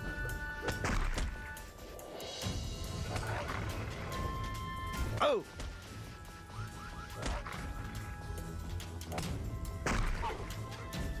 Okay, so few issues. As I played this game, I came to realise something. Villagers and Heroes is a game made by someone who understands the mechanical systems involved with an MMO, but doesn't understand what to actually do with them. It feels like someone has made a paint-by-numbers MMO. Everything is technically there without the understanding or the passion or the reasoning behind it being there. I'll explain as we go on. Combat is basically right-click to attack, use abilities. Super simple stuff. Oh, a pop-up to pay real money to buy an upgrade pack to my class. How about you let me play the game for more than 5 minutes before trying to sell me some microtransactions, okay? The next fight sees us take on 3 cultists and they attack one at a time because that's Hollywood rules, and the voice acting, while being decent, is not balanced at all. The actors are good, the guy they hired to balance audio in this game is not, because the sound effects are way louder than they should be. The Dark Tyrant will rise again! This is an issue we'll bump into multiple times. I click on this mount this is icon so and the cash shop frustrating, pops dude. up, and oh, trust me, we will come back to this later. And now a mini-boss fight, which isn't bad. There are some mechanics and you have to dodge the red. My issue isn't with the programming of the fight, that seems to be solid. It's with the emotional feel. It feels empty. It feels hollow. It feels like nothing important is happening right now. Graphically it looks nice and ambient music fits, but it feels soulless, and this is something we'll come back to again and again and again as I work out how to explain it better throughout this video. Turns out that was an evil dude, but it wasn't really him. It was a projection of him made by some cultists, and now we're off to our own little township. Quick note about the camera. It's odd, and there's something wrong. It's bumpy. I don't know how or why, but it's not smooth. There are subtle leaps and bumps while moving, and I will figure out what this is later. Finish the first quest and we get treated to another bit of unbalanced audio. Then stay here in Summer's Hollow and see what you can find out. Now, in most MMOs, the quest line or the main story quest somehow involves you directly, but the quest lines in Villagers and Heroes are somewhat nonsensical. There's an evil lord returning, a bunch of cultists are involved, some sociopathic actress is demanding everyone's attention, and this dude with horses and a strange voice. I'm not crazy. I'm not crazy. Not crazy. Ah yes, I can see this is going to be full of lol random humour, isn't it? Quirky for the sake of being quirky to cover up the fact that everything's only skin deep. And oh, when you level up you get a round of applause. Probably because the developers are genuinely impressed anyone stuck around long enough to level up. I don't have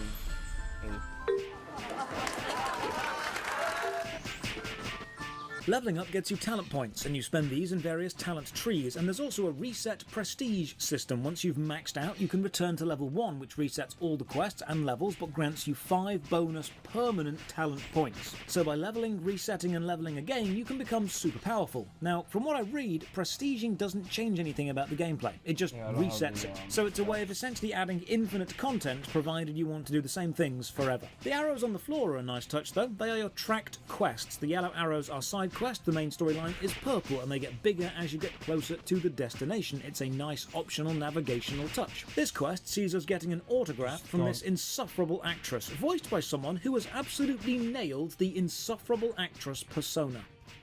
Darling, how do you do? I always make a point to mingle with the commoners before a show. It lends such an air of gravitas to my performances, to be among the filthy and the vulgar, and to hear of their struggles. After getting the autograph, we insult her and she explodes. As an actor, I can confirm this happens. If you damage a performer's ego even slightly, they will blow up. Now this is the main plot of the early game, investigate this whole exploding actress thing. This local guard saw me ask for an autograph, then he saw the actress explode, so of course he decides I am the ideal person to investigate this matter and gives me the authority to go wherever I want. Okay, I understand this game is fantasy, but look at the size of this backstage area. I was a theatre actor for years. There is no theatre in the world with this much unused backstage space. Now in real life I go and grab some lunch and the game logs me out after 30 minutes of inactivity, so when I come back I see 2 buttons, log into the world or raids. Ooh, interesting, a dedicated raiding area. I'll try this later. I like raids. Oh, I figured out the camera issue as well. The camera has a gentle soft lock to lock behind the character, so whenever you're almost directly behind but not quite, it adds a little bit of drag force to try and correct itself, but this drag force is added even if you're moving the camera at the time, so manually moving the camera doesn't actually give you full control. It's mostly full control with added in-game corrections, which just ends up feeling bumpy. I push on through this riveting plot and find an occult note in this chest, but this quest is happening in the overworld, and the overworld is shared with other players, and there's another player killing all the mobs I should have been fighting. Combat is Well, that's just it. It is. It is in the game. This game has combat. That's what you can say. It's not good. There's no thrilling music or animations or abilities or interrupting or tactics. It's not bad. It's not glitching or unresponsive. It just is. I don't feel like I'm in combat. I feel like I'm just here, and the enemy's just here. So far, Villagers and Heroes feels like an incredibly mediocre game. Like, this is the game version of absolutely average. The evil Shadow Dude appears outside again and demands we release someone called Tarquin from prison. Chat to some more NPCs, and it seems that this is the plot. The play, the actress, the ghost dude, this is the main story now. Oh, and that ghost that appeared? He's called the Malicious Miscreant, which sounds like a Saturday morning Scooby-Doo villain. And the good Scooby-Doo from the 90s, not whatever this is. The next map is actually quite nice, at least visually. The sightlines are great, the render distance is decent, the colour palette is spectacular, it is vibrant, it pops, and that's one thing Villagers and Heroes does pretty well. Graphically, the ambience in the areas is decent. As for the graphical style, it feels like child-friendly Warcraft. If Warcraft was Lego, this is Playmobil.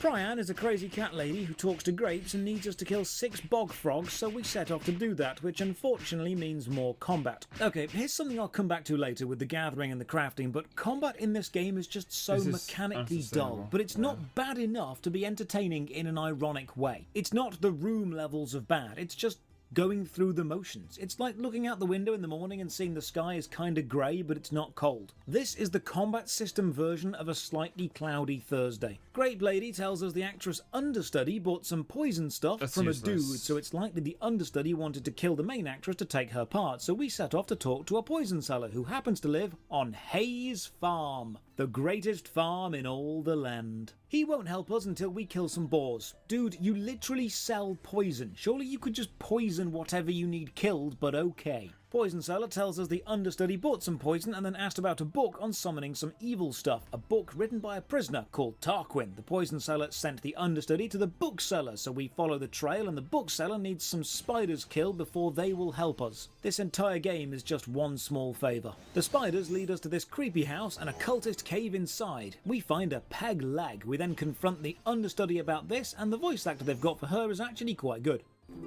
Death? Can this be?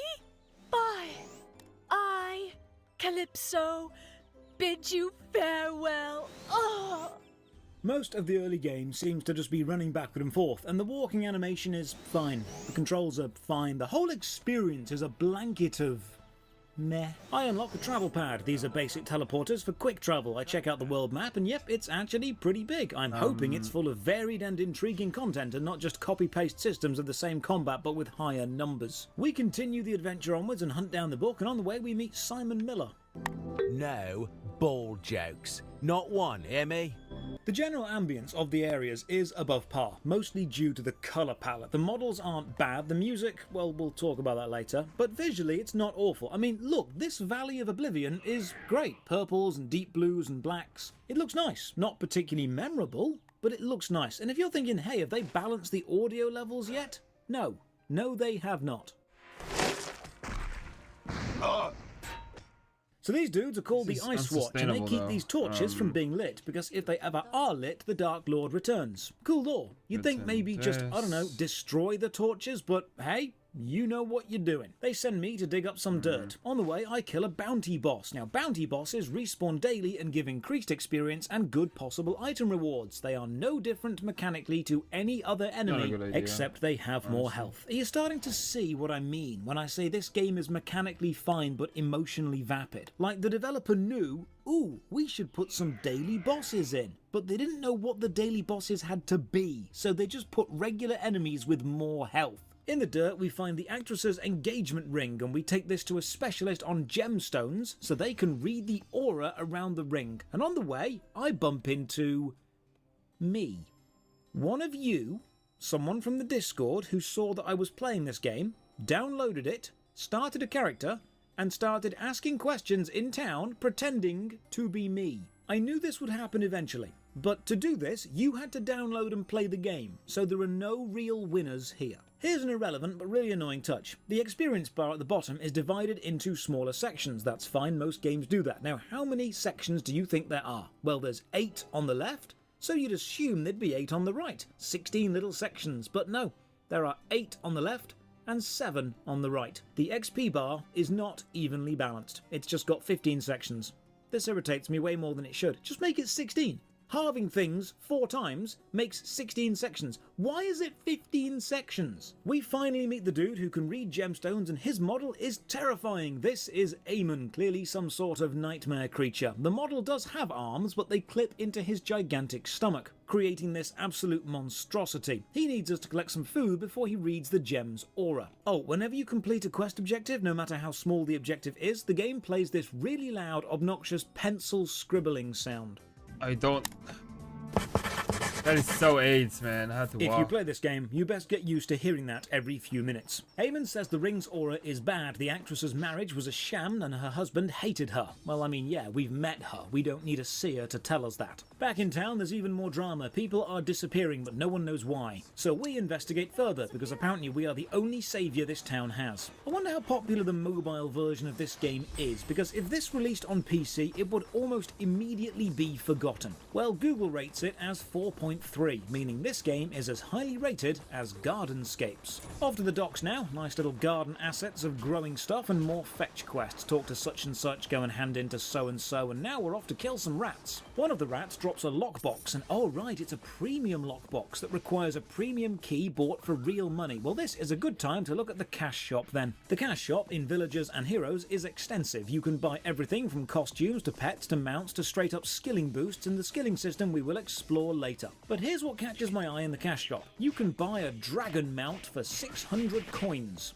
But just like every other scummy cash shop, the coin packs are sold in awkward sizes that don't relate to what you actually need to pay for the things that you want. So you can buy 350 or 1,000. And 1,000 coins is going to cost you £36. That's $50. A key for the lockbox will cost you 6 coins, by the way, sold in awkwardly sized packs again, so you're always just above or just below what you think you should be buying. As for mechanical advantages, well, yeah, you can buy a pair of boots that doubles your jump height. Can't remember any other game that straight up sells you a better jump in the cash shop, but there you are. There's also a monthly sub club called the Ardent Society for $10 a month. You can get cheaper prices in the shop if you're a paying sub. What a great deal. But it's this pack that really annoys me. The most expensive pack I can find, the Brood of Dragons pack. It contains 4 dragon mounts and 4 dragon pets for 1,950 coins. Do you want to see the 4 different mounts and 4 different pets you get? Here you go. Palette swaps. Literal palette swaps of 1 mount model and 1 pet model, but in 4 different colours. All for the low price of just over $90. You know what, maybe it's time to try the raids from the main menu. So I log out and I try and go to raiding. We're greeted with a long, ominous text intro explaining how heroes have ventured into an endless pyramid-style dungeon and never return. So now it's our turn, and isn't that basically just the plot to Death Trap Dungeon? So I excitedly click go in, and no. Raids are for level 20 players and over. No raids for you, get back to grinding and maybe consider buying the $90 dragon pack. You know what, forget the main quest, let's go and craft stuff, because everyone tells me the crafting in this game is pretty good. So I talk to some crafting tutors and they set me off on a quest to go and talk to all the other crafting tutors and go and do some small tasks for them. This is basically a load of walking from one teacher to the other and then being given materials and interacting with crafting stations to make stuff. And here's my issue with crafting. The game has gathering professions like woodcutting and mining and fishing, but they're all mechanically exactly the same. And the making professions like blacksmithing or wood turning or cooking are also exactly the same, but they are also heavily monetized. Like here, the interface is mechanically solid. It's laid out fine. You can see the items and recipes on the left, you can see what you can make in the middle, and you click to make it on the right. This makes sense. But you'll notice you can increase the amount of items you are making per crafting attempt. Now, each crafting attempt only takes a second or two, regardless of how many you're making. So if you make loads of items because you've got loads of resources, you'll gain loads of experience in one go. So it's super efficient to do this, but making more than the base minimum needs resources called Motes of Yorick, and you'll get given some for free, but when you've used them, you need to buy them in the cash shop. It's a premium item used to vastly speed up crafting, and you will need hundreds of them. So I craft some wood into some better wood and then into an axe, and in the traditional MMO crafting style, it is way worse than the axe I got from a level 1 enemy drop. Then I go to do some cooking and hang on. This music. I know this music. This was in Secondhand Lands, another game I've played but tried to block from memory. Just listen. You will know this music too. Oh, he did.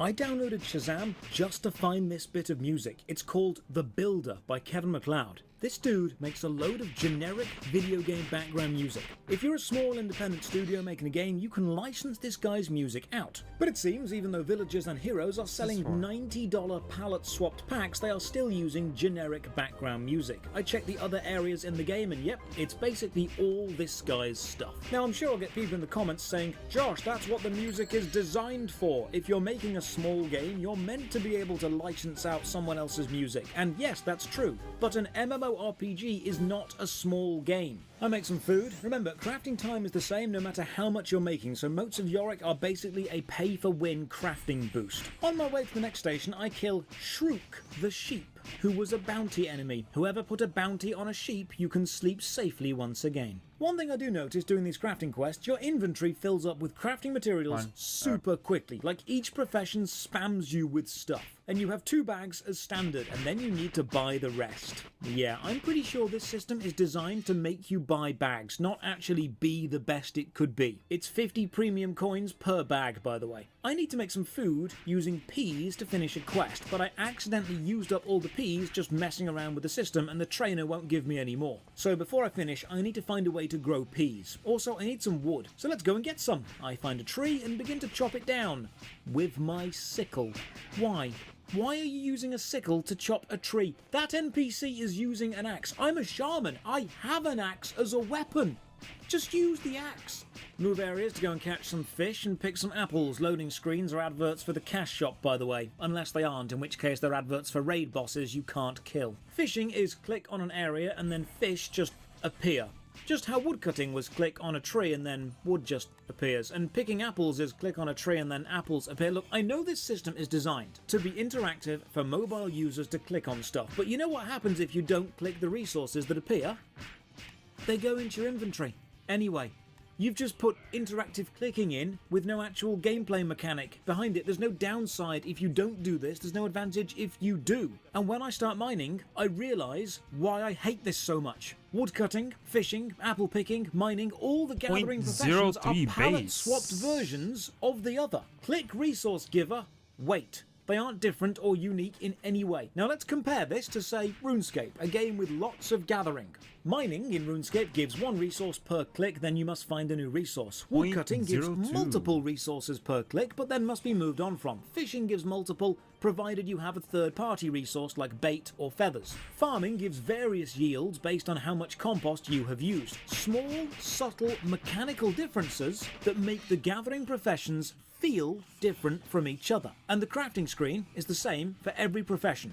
Use resource A to make resource B, then combine B and C to make D. Look, this is definitely a crafting system, but it is the most basic, simplistic, uninspired system you could possibly have. You've got 4 or 5 gathering professions which are all carbon copies of each other with different named resources. And then several crafting professions which again are identical. The crafting system isn't deep, it's just copy-pasted 5 times. It's not bad, it's not good, it just is. If this game were a spice, it would be flour. When people tell me they're making an MMORPG and it's going to have gathering and crafting, this is what they mean. This is what they think is good, and it's not. It's an incredibly safe, simple system. It doesn't engage, it doesn't offend, it doesn't innovate, it doesn't confuse. It is a crafting system. It just is. Villagers and Heroes is the MMO version of a film you know you've seen but can't remember because it did nothing either well enough or bad enough to be memorable. It's like the second album from a band you like. It's not bad, it's just not good. The adventure, if you can call it that, continues and we talk to the Bug Master, whose actual in-game title is Master Bugger. No, there's no joke there, that's too easy. Mildred needs bugs. We collect bugs the same way we collect absolutely everything else. Click the object and wait for the items to appear. Then we get sent into the caverns. Oh, I've got it. I've got the perfect feeling of playing this game. Years ago, a friend told me the band Wheatus were playing at a nearby bar. Now, Wheatus are famous for one song, Teenage Dirtbag, so we went along. I mean, I'm not a massive Wheatus fan. I don't know if there are any massive Wheatus fans, but everyone liked that song. It's probably going to be a good time. The bar was pretty full, people were having a good time, and Wheatus started playing, and they played every song except Teenage Dirtbag, because they knew the moment they did, everyone would leave. Now, waiting for that song was an interesting experience. It wasn't awful, it just wasn't great. It was a state of, I am here, and this is okay, but I know it could be better. Playing Villagers and Heroes feels exactly like that, except you know there is no Teenage Dirtbag at the end. You know they're going to pack up and leave. Playing Villagers and Heroes is like watching a cover version of your favourite band. Right, now I've finished all the gathering quests given to me, but I have one crafting quest remaining, make a health potion, and I can't do it because I need peas and I use them all on something else. So if this game is about villagers, maybe I can just grow some peas. So I go back to town and head to my village portal. You choose which village you want to join. They're all instanced areas, so I go with Valhalla, because there is one spot left. They can hold 60. The village area looks fine. This game isn't really bothered about pushing the boat out or challenging the player. It's exactly what you'd expect an average MMO to be. I stick my house in a vacant plot and then try and plant some peas in the garden. I buy some seeds, use them on the floor, and then 4 hours. 4 hours I've got to wait for the peas. Are you taking the mick game? I have to wait 4 hours for them to grow. You know what? No. I'm going to water my sheep and then clip through my ephemeral fence and head on over to the harbour to take a boat over to the main city to see what that's like. The main city is fine. Like everything else in the game, it's a city, it's main, it's laid out fine. I say hi in the world chat, and then Portia asks me if I'm filming an episode of Worst MMO Ever. Unfortunately, yes, Portia. Yes, I am. I decide to grind through the main quest a bit more to see if it gets any more interesting, and while doing that, let's just read some reviews for this game. If you enjoy following detailed quest lines and the ability to collect and craft, then you will really enjoy this game. US server. Message me for in-game name and guild invite. Game is definitely a good one, but lacks good graphics. More, the combat system is very slow and lags when increase in player number in a map. This game is a mobile port. With that being said, I didn't find this any fun. Overall, 4 out of 10. You will grind. A lot. You will die. A lot. At about level 19, you will essentially hit the paywall. At that point, you will find it hard to progress unless you start buying things with real money. While this is not the worst MMO out there, it certainly isn't one of the best. The game is okay, but got boring rather quickly after about 15 days into it. Everything started to feel too repetitive. Why doesn't /sit make you sit? Why do I keep standing back up? I'm not pressing anything. I'm typing /sit, pressing enter, and just instantly bouncing up. Is this a difficult system to program? Oh, hello, badly balanced audio. I've missed you. Check out what it sounds like when you attack a scritter first. The scritter has a response sound it's programmed to make. But the response sound is not programmed to match the audio levels of the rest of the game. Their sounds in combat are balanced, but their sounds at the start are not. There's no space. So far, this game's colour palette is really carrying it, and the enemy design, especially this spectral spider, is visually quite pleasing, but mechanically it's just paint by numbers the MMO. It's like someone who had never played an MMO sat down with a checklist of what needed to be in one and put it in without understanding why it needs to be there. Crafting isn't just a gathering, crafting time sink designed to make you walk all over the place. It is a way to connect your character to the unique resources within each area of the world and then build a unique looking or playing character. A questline isn't just a story on a string that pulls the character along because it happens to be there. It's an event that directly affects the character or the world the character lives in that we should feel connected to and compelled to get involved with. A combat system isn't just there to slow down the action between story beats. It is there to be part of the action, and each combat encounter should feel relevant or engaging or exciting or potentially dangerous to the player in some way. Otherwise, it's just pointless filler. Every aspect of an MMO is here, it just doesn't make me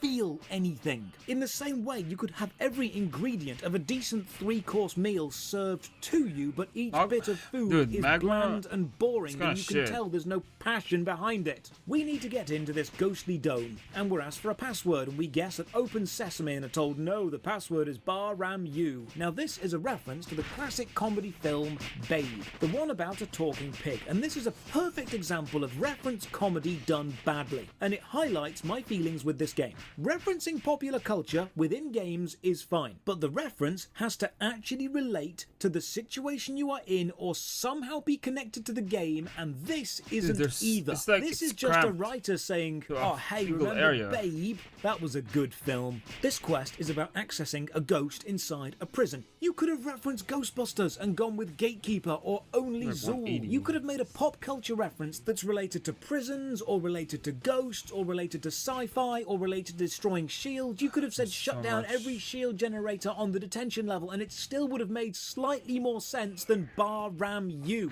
Here's another example of the game dropping the ball. Inside the prison is Tarquin, the dude the evil master once released, the guy that wrote the book, and Tarquin is held here by a wood spirit who demands he count every twig on every branch of every tree every day if he wants to be fed. Running out. That's actually an awesome little setup. How do we free him? Do we overload the shield with twigs because there's so many? Do we burn down the forest to prevent the counting? Do we kill the wood spirit, or do we count the sticks ourselves? No. We go and get 3 unrelated items and then bring them back to him. Just how like we collected 3 items for the seer and the rat dude earlier. A complete mechanical disconnect between story beats and gameplay that you're tying to it. You ever gone to a shop at lunchtime to buy a meal deal, but you've arrived a little bit late and all the really good sandwiches or drinks are gone, so you have to have a less good one? And I mean, it's not the worst thing ever, you're just a bit disappointed. This game is that feeling. I fight my way through an underground goblin cave that we are somehow now at. Honestly, I stopped caring about the story a while ago. And the goblin boss is here, and just look, this is what the game considers to be a punctuating mini-boss fight.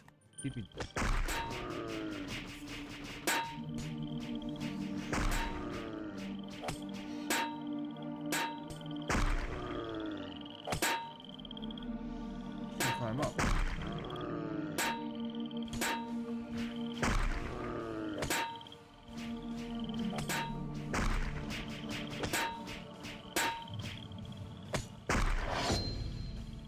Now I need to help this ghost collect ingredients for a potion, and we do that through collecting 3 items and bringing them back to her, because why change tradition? And finally, this dumb quest, which I have felt no personal connection to, comes to an end. We have to accuse one of the various incredibly forgettable NPCs we've met so far of being the malicious miscreant, so we go to all of them and accuse them all, and it's none of them. In true Scooby-Doo fashion, the evil dude was actually the actress all along, but it was actually someone pretending to be the actress, pretending to be the evil dude, pretending to be, and this leads us to a boss fight. Okay, finally, this is the last chance saloon. The Hail Mary. You have an open arena, you have a boss monster. Now come on, please let this be challenging. Let it have ads, mechanics, action, fear, adrenaline. This is your boss that you've built up the last 8 hours to. Show me what you can do.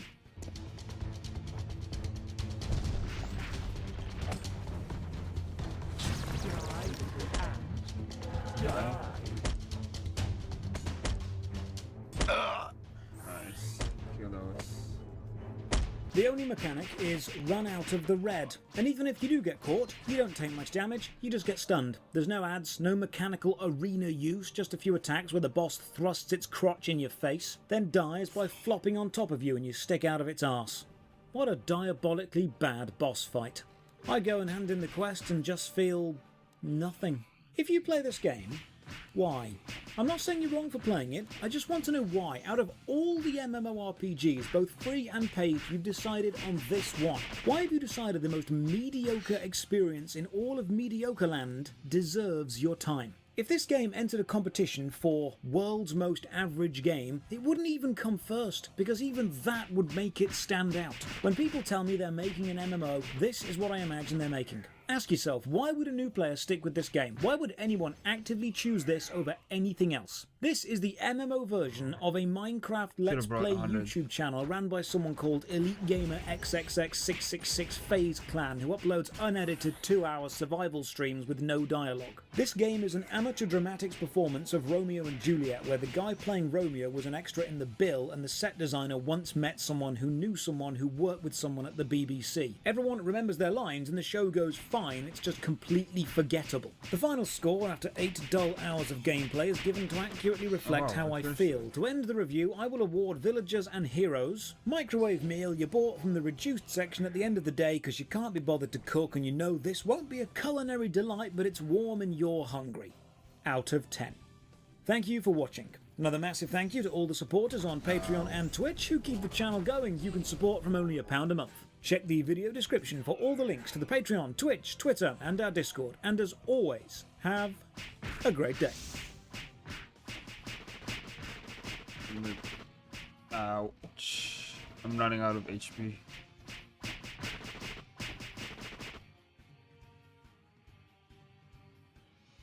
Turn to poison? No. I'm going there.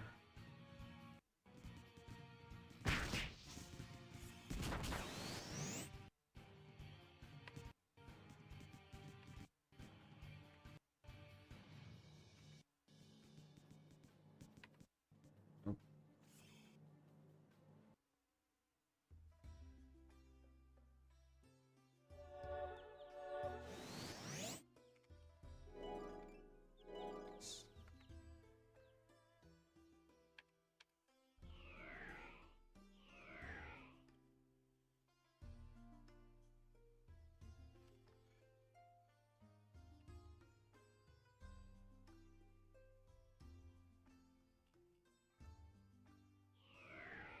What is this for?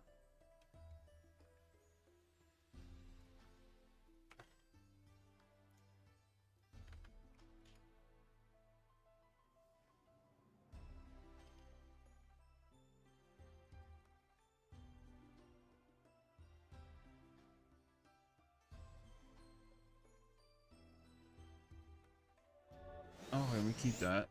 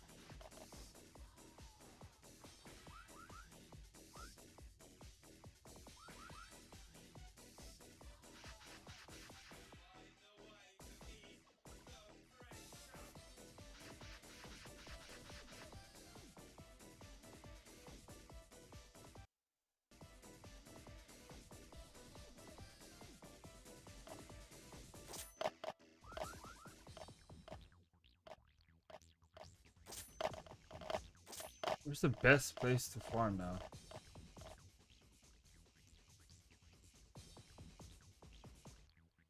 I get like 0.3.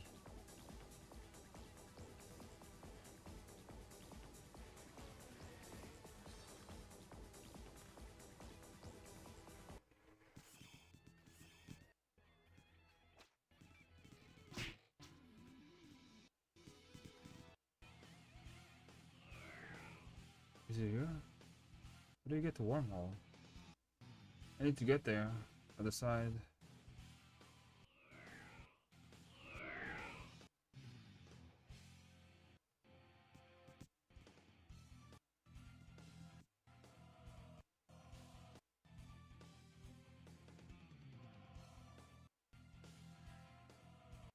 Why? What?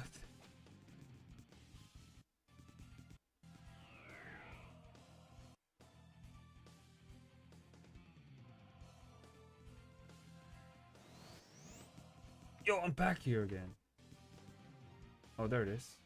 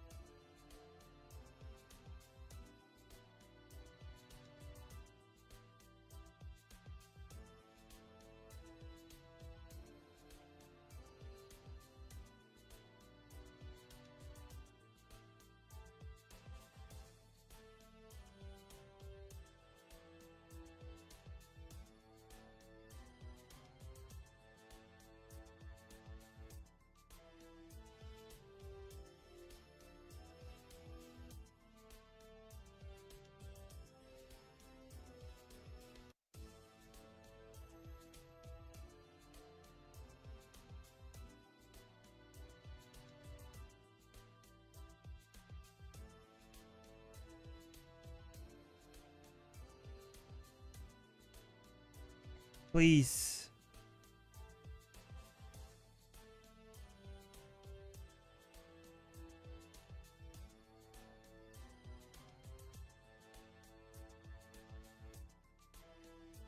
I have good news and bad news.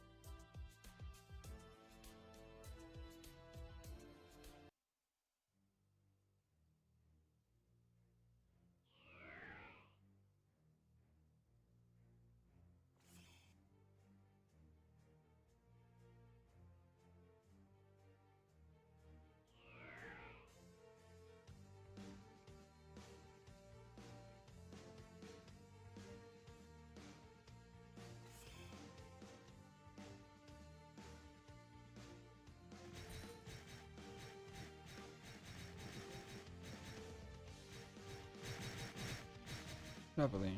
What is he killing?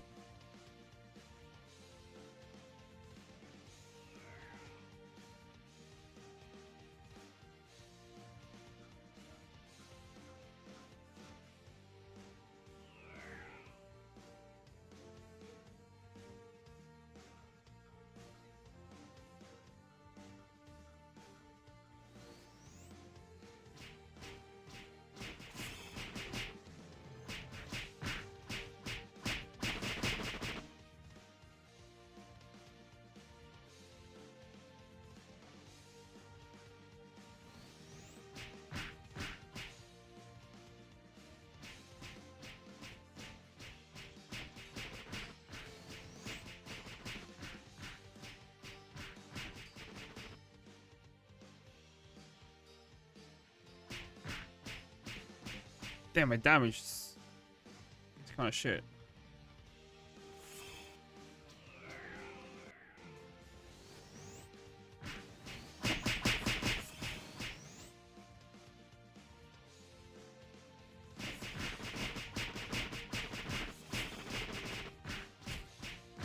Yeah, they do hurt.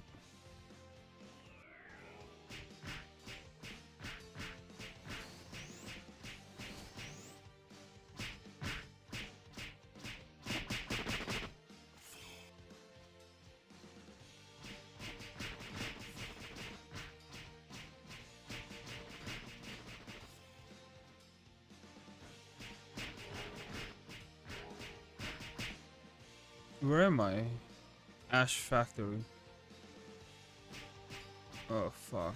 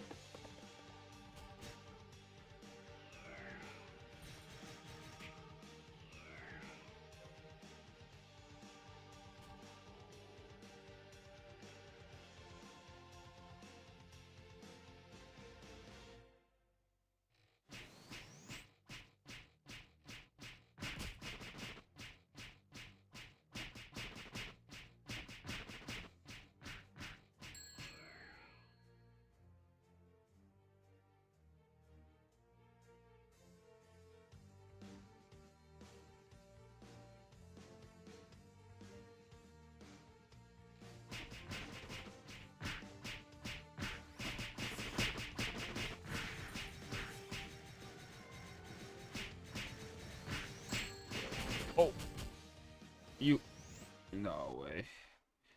Yeah, he thought I didn't see that shit. I died.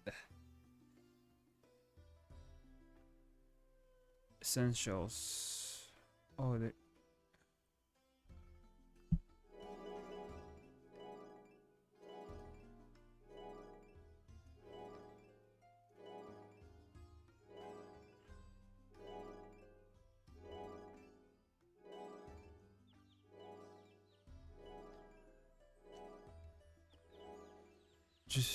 Just doing the quests. Hold up.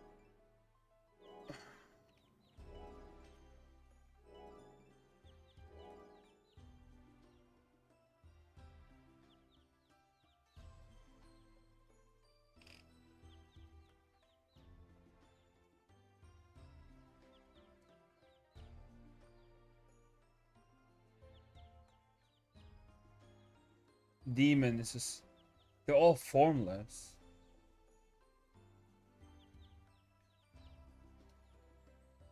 Dude, Peko Peko.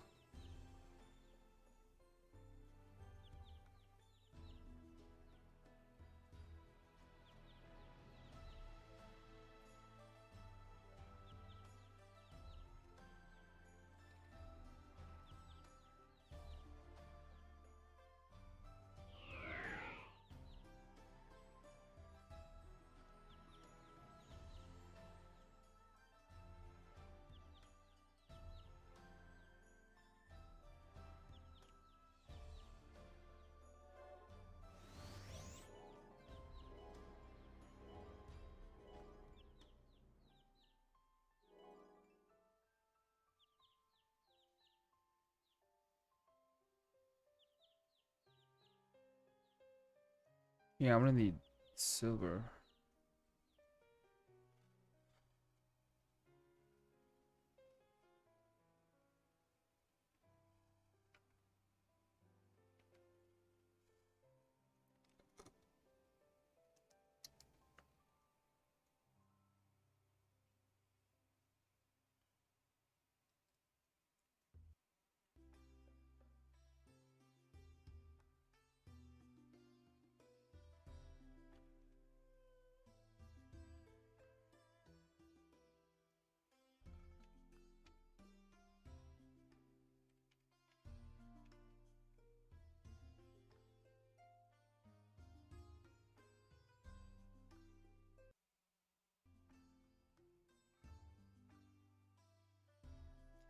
Oh, Chonchon bird.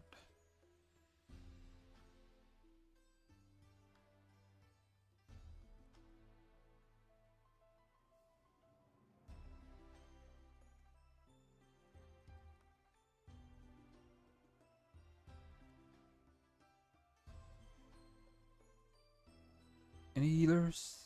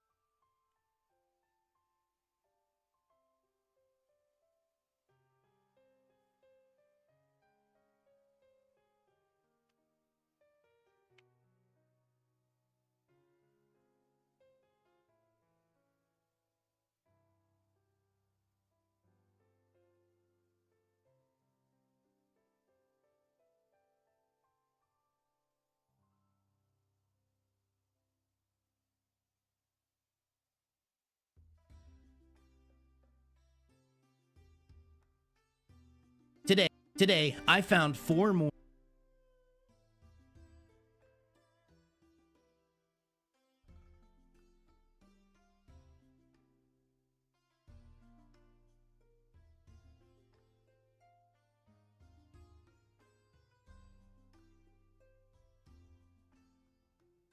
I'd love to tell you that Rift is bad, that I hated it, that playing for 8 hours made me sad. I'd love to say it's got an awful UI and terrible mechanics and grating music, but honestly, Rift isn't bad. It's just a stark warning about what happens when you're mediocre. Ladies and gentlemen, welcome. I'm Josh Hayes. I've spent years playing the best MMO games available. Now it's time to do the opposite and try and find the worst of the worst. I'm going to play them all so you don't have to. Join me on a journey through the most awful MMOs I can find. Drop a like on the vid and sub to the channel for more awful MMOs and ring the bell so you don't miss a single future video. If you're enjoying the series so far and would like it to continue, please consider supporting through the Patreon like all these awesome people have. You'll find the link in the description below. Today, we are playing Rift. Rift. Even the name makes a few of you perk up and go, oh, I've heard of that. Yeah, Rift was a really big MMO for a short while. It was even in shops. You could physically buy this. I remember adverts for this being on TV and in cinema. Rift was meant to be this big new game. Some even whispered it was the Warcraft killer. Although, let's be real, every MMO released since Warcraft has claimed to be that. So, Rift was indeed this big MMO made by Payon, and for the time,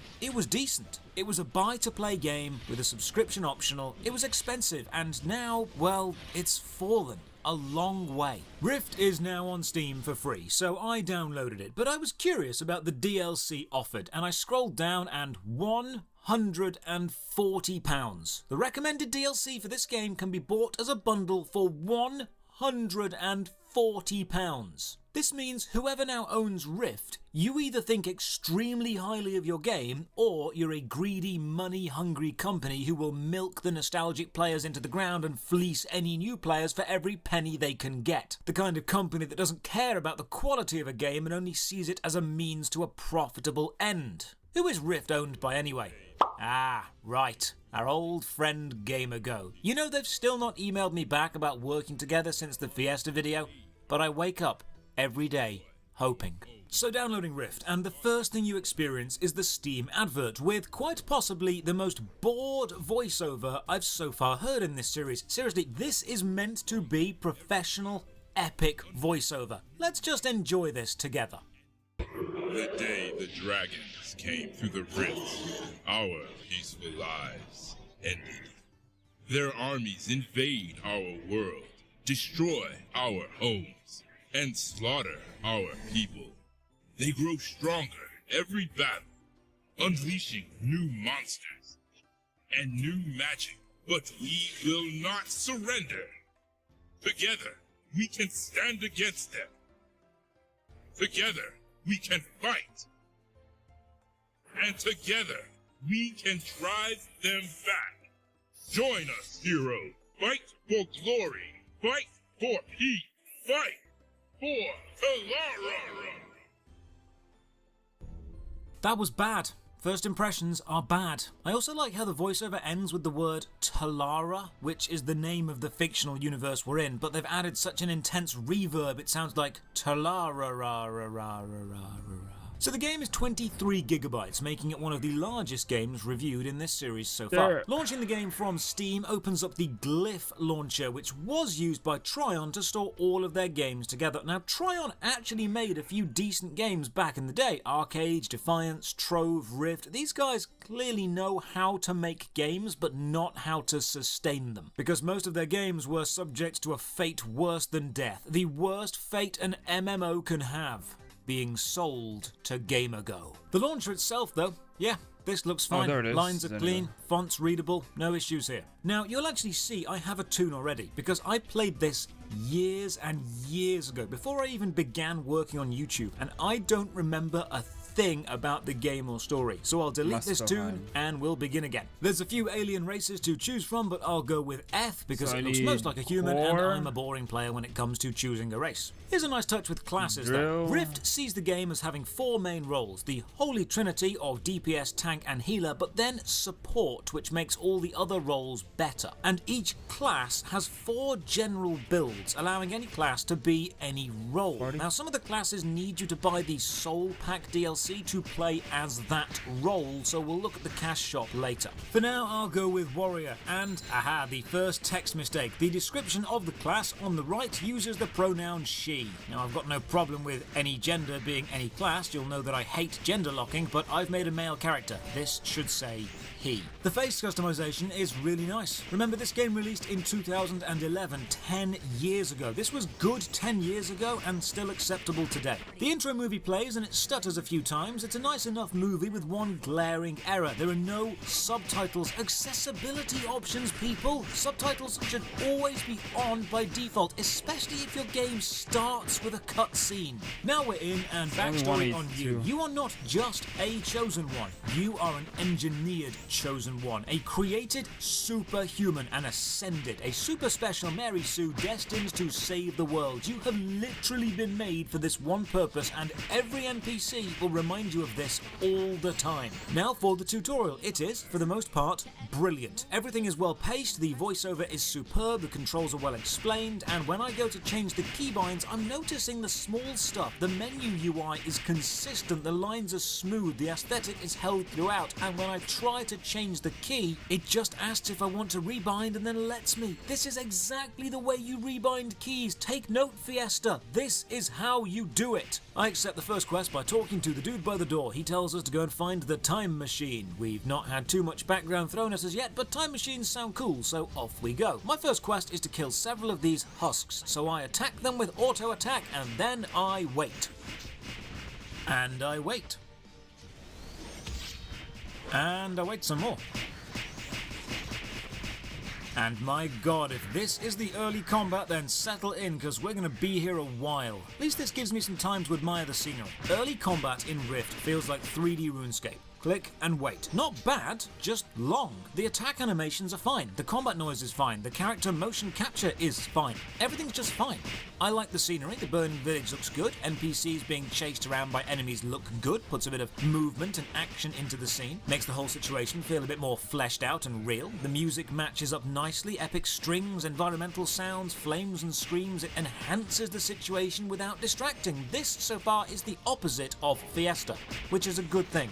Hand in the quest, finally, and go activate some defense turrets. Just run up to and click them. Level up while fighting. Now, despite leveling up early, the level up tutorial actually happens later on or so. Slight pacing issue there. And also the reason the combat is taking so long right now. You'll see more of that issue later too. Oh, sweet. Look at that giant twisted abomination, a huge two-headed giant. I want to kill that. So I attack it, and it ignores me and attacks an unkillable human NPC. Brilliant! I can take this down. Just gotta leave this running for a bit and go grab a drink.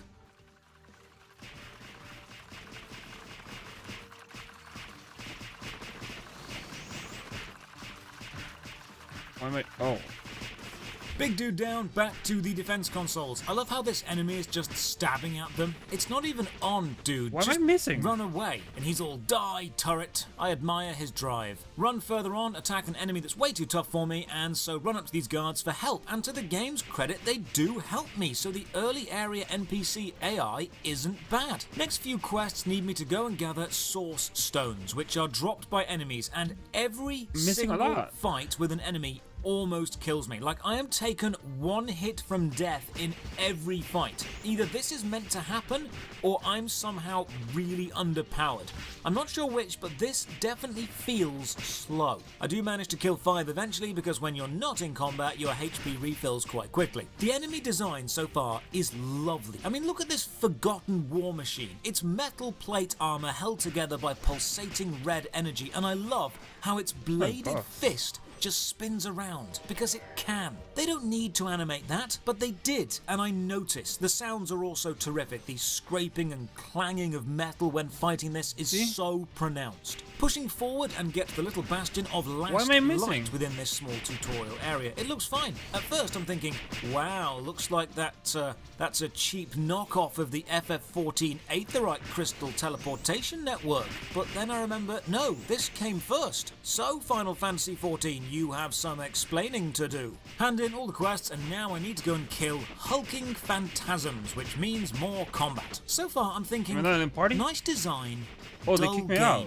The movement is responsive and smooth. The UI is clean and consistent. The audio design is spot on. Background music is ambient and appropriate. Sound effects are well placed. Even the character menu looks fine. And the weapon designs match the world aesthetic, and the enemies look cool. I mean, look at these chains on the enemy, but something just feels off about the whole experience. Something I can't quite place yet. I'll try and explain it later, but I'm aware that right now, something just doesn't sit right. I almost die killing every one of these phantasms, but in a nice touch, on the quest that I need to use an item, the item appears in the quest list on the right hand side for ease of access. This is a quality of life upgrade, and I really like this.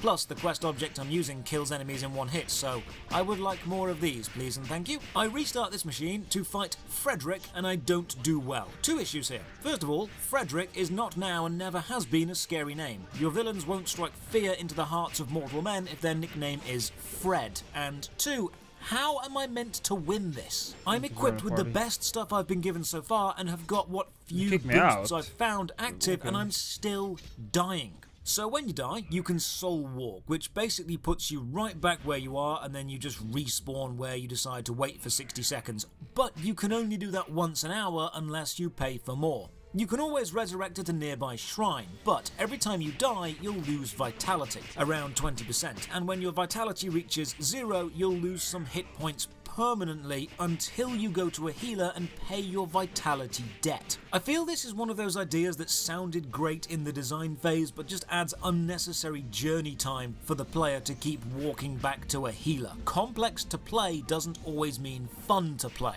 I'm wondering if this opening area is actually balanced around teams, you know, with several new players all grouping up at the start, but I don't have that luxury, so I return to the buff box from the camp, I buff up, and I go and take on old Freddy boy again. Oh great, you have to watch his battle speech fully every time you summon him. And oh good, I die again. Maybe I need to grind. Grind to beat the tutorial. I hate this stage, dude. Okay then, I mean, I'm not it's so cramped. But there's still something misplaced here, some deep feeling that this game just isn't right. Also, I've noticed now that I've been recording with the bottom of the screen cut off, so I've fixed that for the rest of the video. See? I'm a professional YouTuber.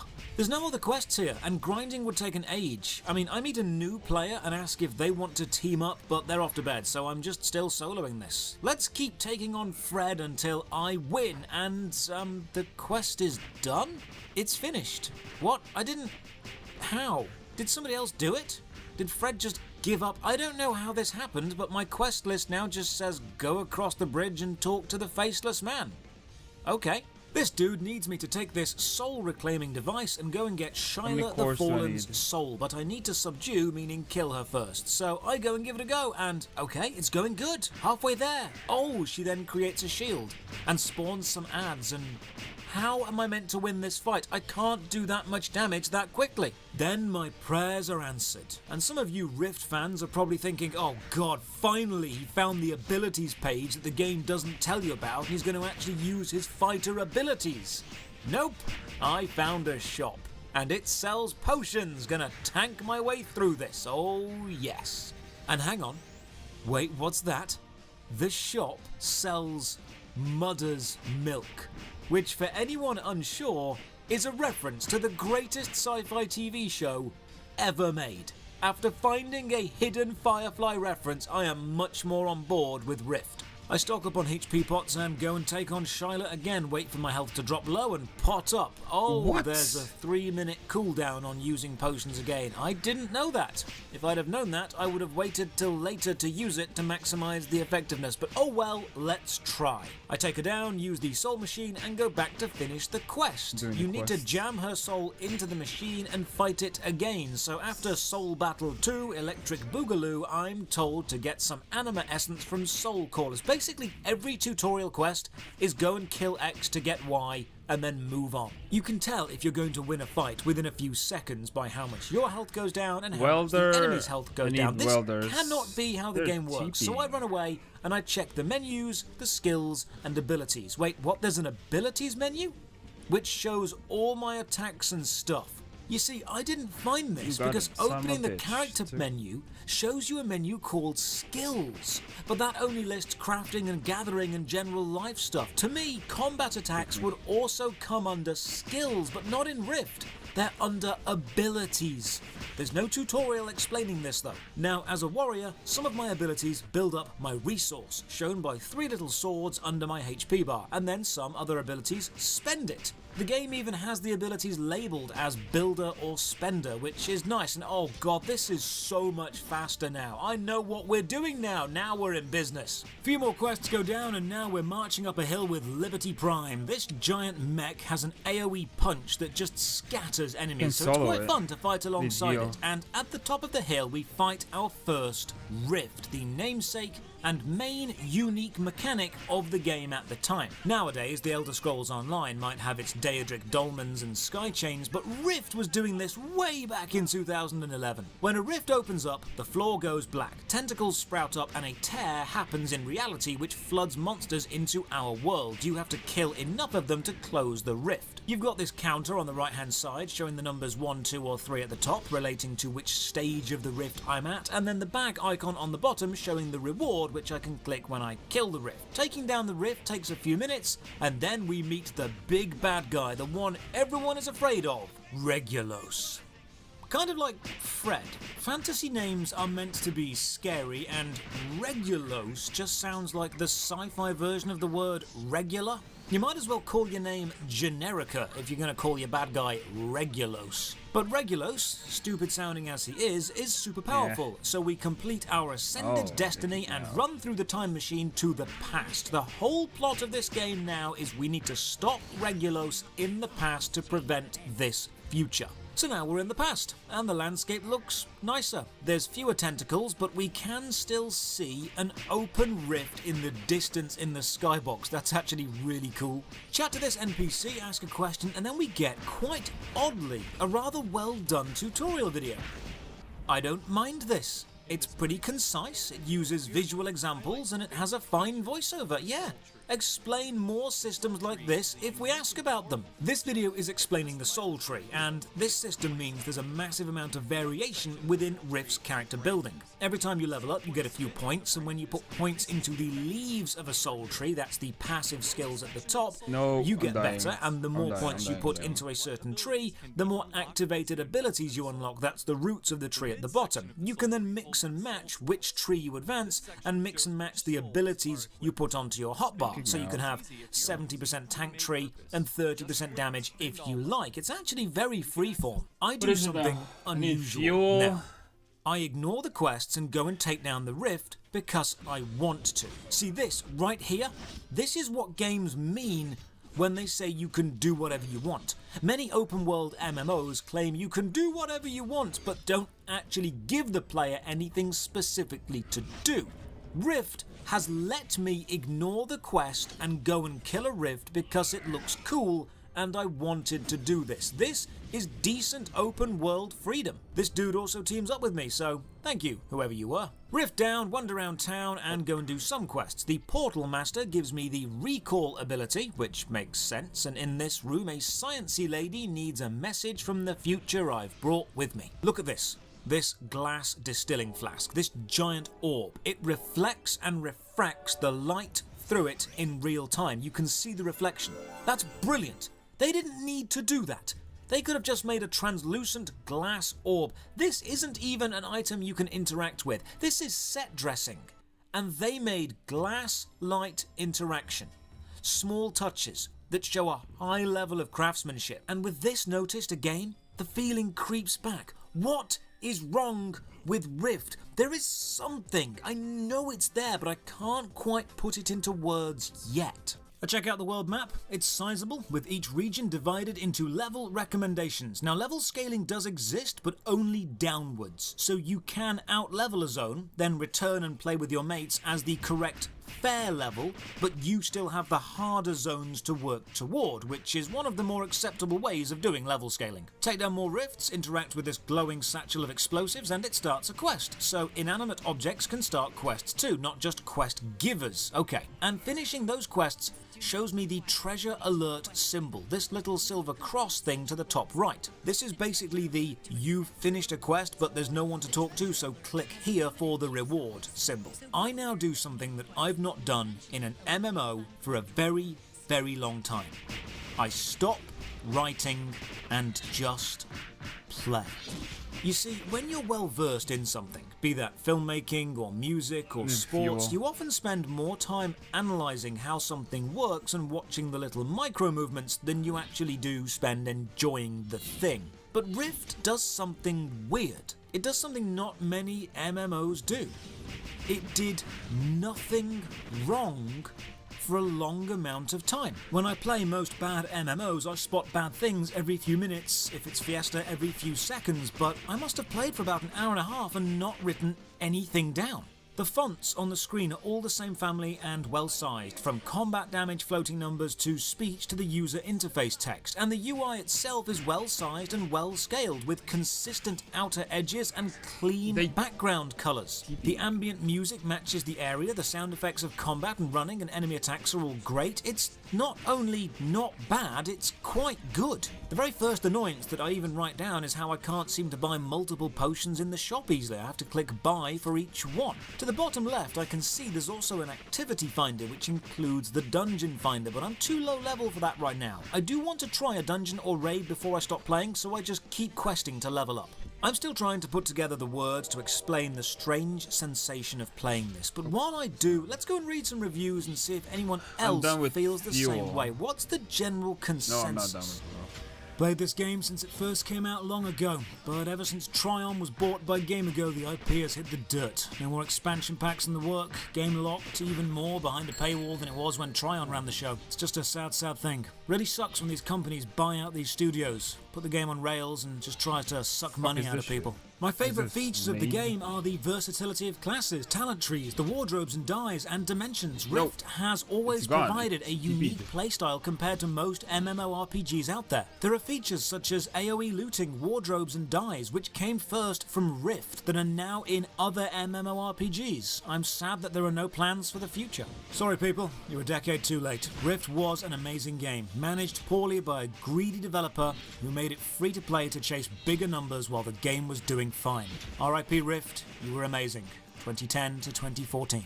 And despite Rift being what many would consider dead, the Steam reviews are actually mostly positive, both recently and overall.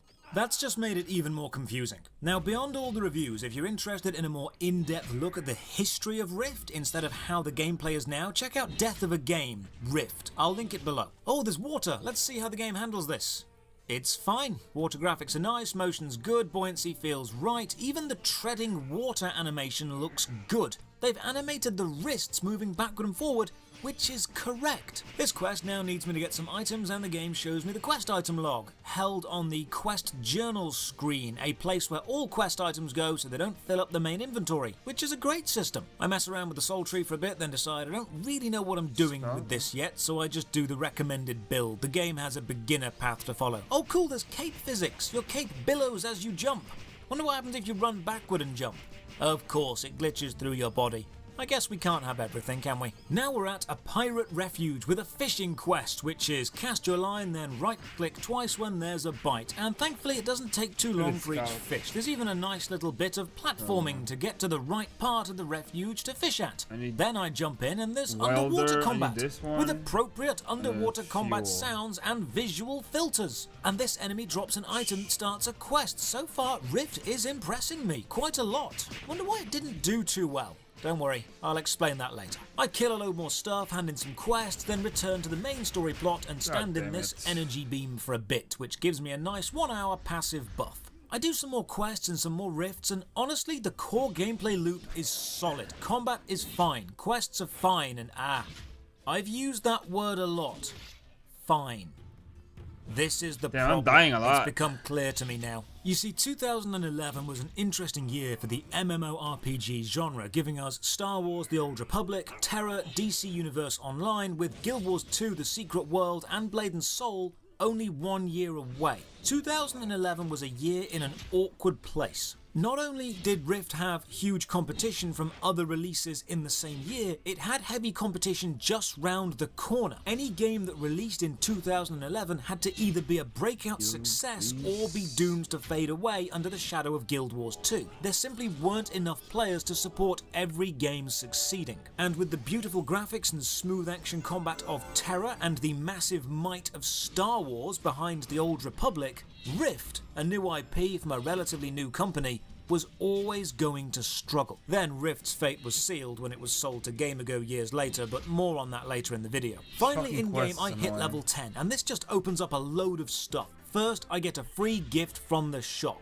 This is just a sneaky way of making me open the shop interface. They could have put this right into my inventory, but no, I have to open the shop and I have to click redeem, because we can't have that shop going unseen, can we? But what I'm most interested in now is this instant adventure finder. If you want to go grouped up with other people of your level on the same map and do overworld quests, you can use the instant adventure finder, and it sends you immediately to that group, and then you start playing. It doesn't care about plot or consistency or relation to where you are in the story. It's just, here's a group quest, off you go. But if overworld stuff is getting dull, you've also got Intrepid Adventures, which puts you into one of Rift's raids, effectively instantly. See, raids are always constantly flowing, and if there's a spot, you get put in, no matter how far through the raid the group actually is. So I do this for a while, and this system is both a blessing and a curse. Personally, I find raids remarkably fun. I think they're an awesome part of most MMOs, and most games are excited for you to get there, and gamers are excited to share them with you. But the anticipation of something, the build-up to it, is also part of the experience. And by slowly learning techniques and abilities as you get closer to the raid, you can guarantee them that every player in the raid will have a high level of skill, so you can make the raid complicated. It's like this: if you have played a game for months and they release a new bit and you play it, you'll appreciate it because you have months of knowledge to draw on, and you can say, oh, I can use my skills from here to do this. But if you went to a friend's house and you played on their character on their favourite MMO that you've got no experience with, no background, you're not invested, and they may say, isn't this raid awesome? And, well, you've not got much to go off to answer that question. You can say how it looks or sounds or how the surface mechanics seem, but you've got no time invested into the game and no emotional connection to any of the characters in it, so the raid to you has no emotional impact. You don't know who you're killing or saving or why. That's exactly how I feel here. It's great that I can be leveled up to 65 and thrown into a massive 20-man raid, with the raid scaling to our team size. It's great that I can experience mechanics and bigger fights and bosses and team quests, but that's all it is. It's a large-scale fight, a big enemy, and a click fest. I don't have any emotional attachment to my character or the world or who I'm fighting, and because I don't know why I'm here, the experience feels hollow. The raids in Rift seem to work as a series of sections of smaller maps, and when you finish a map, it asks if you want to immediately teleport to the next. The game is so eager to get you to the next set piece, it doesn't want you walking. It would find that too slow. That would kill the pacing in its own mind. It just says, well done, next bit. There's probably a story here. And here's the vital component. I'm not in it. As an MMO player, I don't expect to always be the chosen one, even though I specifically am here, but I at least expect to be involved or important in some way. I hate this and I have no idea why I'm here. I can objectively say the gameplay is good, but emotionally, this is void. The game is tripping over itself to show me its cool fights, and like a film with no plot, it's forgotten that set pieces don't bring the audience into the world. I'm also gaining so many levels in this raid. The experience from every enemy kill is shared, and I'm just power leveling here, even if I didn't want to. The voice acting, however, does have a very specific sense of humour. It's quite dry, and I find it very entertaining. Let's just have a listen to some of the better voice clips. Fools! You have intruded upon the domain of the Lord of Nightmares. I will destroy you. It's you and your little friend. At first, I thought I was born of the various necromancy-fueled apocalypses you suffered through. That's why I've always had such good relations with ghouls and ghosts and other spooky things. Plus, they always reminded me of your dead, rotting corpse, which makes me smile. You'll never guess what laid these eggs ascended. Hint, it has more legs and eyes than you are comfortable with. No, it's not spiders. It's what spiders are afraid of, then set their webs on fire, never to return for fear of glimpsing it again. Make the Ascended pay for having it better than you! Piloting a cosmic vessel is quite an endeavor. The formless chaos is not quite as empty as the name would imply. There are eddies that must be navigated, flotsam of realities long gone, and pockets of proto-universes. Also fuck bees. off with your shit, man. And bees. That's very much Rift's sense of humour. Something epic juxtaposed with something not. Very tongue-in-cheek. I do more of the raid, I play through, and again, the humour perks up in the voiceovers. Perhaps I need to change up my tactics a bit. If I can't kill you, maybe I can gross you out and you'll leave. Rise from the sewers, my new minions! Touch the Ascendant's face with your filthy pseudopods! Oh, you kiss your mother with that mouth? Disgusting! So far, Rift isn't bad. In fact, in several elements, it's very good. The UI is fantastic, the small graphical flourishes are a nice sign of above and beyond detail, the skill system is vast and varied, the combat mechanics seem really solid, even in a raid. I've had no lag at all so far, and every player seems to be important. The scaling has balanced nicely, it feels that I am helping, but not overpowered. Even the story is suitably epic, even though I don't feel personally connected to it, fighting through a dream realm to free the goddess avatar of justice from a waking nightmare. I'd probably enjoy it even more if it worked up to it instead of being thrust on me, but that's a consequence of allowing players to join a raid without working up to it. It is the con that comes with the easy to join raid pro. Rift as it is now feels like a Michael Bay movie. It's flashy to look at, but I don't feel invested. I don't feel involved. Yes, it's impressive, but there's not much going on under the emotional surface yet. This is a long ass raid too. I've been here 90 minutes and we finally get to the final boss. I was kind of expecting something else too. I mean, this dude looks cool. He's definitely huge, but he's standing up tall and we're on this platform, so everyone is just attacking his crotch. We've basically fought through a nightmare zone of unimaginable chaos just so we can wail on this guy's rocky balls. The fight itself is flashy. There's ads and lasers and damage zones and mechanics, but still, Demon Crotch wasn't the boss I was expecting. Oh, by the way, by the end of the raid, I'm level 30. I was 10 when we began. And we kill the final boss and guess what happens? The raid just restarts from the beginning. No setup, no story, just boom, back at the start, same group, go again. I leave this group because honestly, after a 90-minute teleporting set-piece to set-piece roller coaster of a raid, I need a break. This whole thing was a rush. It was non-stop. There are no down moments in a Rift raid. It's always doing something from start to finish, and that might sound good, but it's actually an issue of pacing. The highs only seem high if you've got the lows to contrast with. But after all that excitement, returning to the main game, the main overland story quest just feels so dull. I just it's so crap. It's just so bad. A nightmare dimension, and now I'm back to killing cultists. No, I've tasted raid content. I can't go back to this dull overworld questing. I find an NPC healer and pay off my death debt. The cost is trivial since I've made so much from the raid, and I try to follow the story quests for as long as I can. Let's just have a glance at the cash shop, shall we?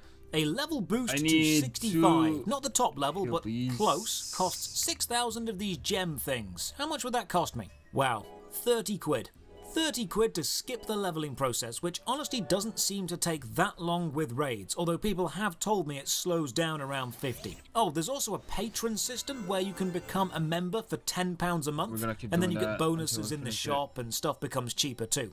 I also have a patron system, but that is only from £1 a month. Yeah, seamless plug. Oh, the cash shop, however, does let you buy what looks like very, very good equipment. I mean, look at the stats on this Celestial Slayer Warblade. I don't know if that's considered the best, but it's better than what I've got.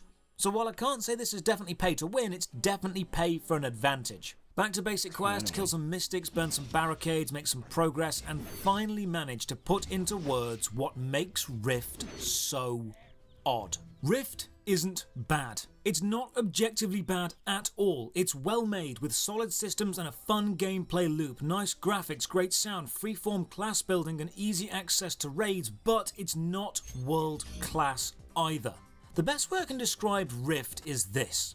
Imagine you're flicking through the TV channels because it's 1999 and people still did that, and you start watching an action film halfway through. You're not quite sure of the plot and the acting is passable, but you enjoy what you see. You likely won't remember it in the future, but your time watching it was enjoyable enough. That's Rift. If you've ever been walking around the shopping centre and heard some really good music playing in a shop somewhere, good enough that you stop and go, this music's really good, but not good enough that you actually go and find out what it was, that's Rift. If you've ever visited somewhere that's lovely and you had a great time and you'd like to go back again, but you're not actually bothered about actively making plans to go back again because it was good but it wasn't that good, that's Rift. Rift feels very safe. It wants to make sure the player has what they need. It does everything quite well. The equipment system is quite good. The graphics are quite good. The sound is quite good. It's the absolute epitome of quite good. And in the gaming world, that gets you noticed just long enough for something else to come along that's better. Rift is slightly above average cheesecake. It's the nicer bread at the baker's. It's just above average quality clothing. It's good. But it's not so good that you'll go out of your way to get it. I do more quests while I think of more ways to describe Rift because honestly I don't need to critique the mechanics or the design because they are solid. Rift's problem isn't a design one. It's an emotional one. Have you ever had a hobby that you really enjoyed but then one day you stopped and you just have no interest in returning? You don't dislike the hobby and you'll talk about it fondly, you've just not got any burning desire to pick it up again. That's how Rift feels to play. It's not bad, it's not fantastic, it's just an acceptable MMO released in a year when many acceptable MMOs released and a year before it was too released. I get a free mount from this gift box. It's a cool mechanical looking horse, but honestly I'm more interested in doing more raids. The fucking There's cast a theory in is game insane. design that if everyone likes your game but no one loves it, it will fail. Games need dedicated, dying. fanatical fans Oh to my survive, gosh, and dude. while Rift clearly has those, it just didn't create enough of them. Its release on Steam game. helped, but as is the problem with many MMOs, Rift slowly died. See, MMOs face a very paradoxical survival test. If no one plays your game will die, and no one wants to play a dying game. So the moment people suspect no one is playing your Should've game, TP'd. people leave because they think it will die. Ironically, this causes the game to die. Saying this game is dead can cause a self-fulfilling prophecy where people leave because they believe other people are leaving. Rift had to compete with Star Wars, Terra, and Guild Wars 2, and any hint of failure would have caused people to abandon ship, which is unfortunately likely what happened. The locations in this raid, by the way, are fantastic. This crystal chamber has a fully 3D rendered ceiling, even though it doesn't need to be rendered, and it looks stunning. That's another strength. A lot of things exist in this game, especially graphically that I've noticed so far, that don't need to exist. That ceiling doesn't need to be detailed. Almost no player is ever going to look up for any length of time, but they did it anyway. The original design team here were clearly good, so I have a sneaking suspicion it's a combination of bad marketing and bad business decisions that killed this game, not design choices. If you like the raids in World of Warcraft but you don't want to pay a monthly sub, Rift is a decent substitute. The bosses have mechanics, are well voice acted, there's a sizable community remaining. I mean, it found me a raid twice within seconds as a DPS. Clearly there are people playing. But even within that raid, people come, people go, the raid continues. There's no connection to my team here. I don't feel this is our victory. It's just a victory.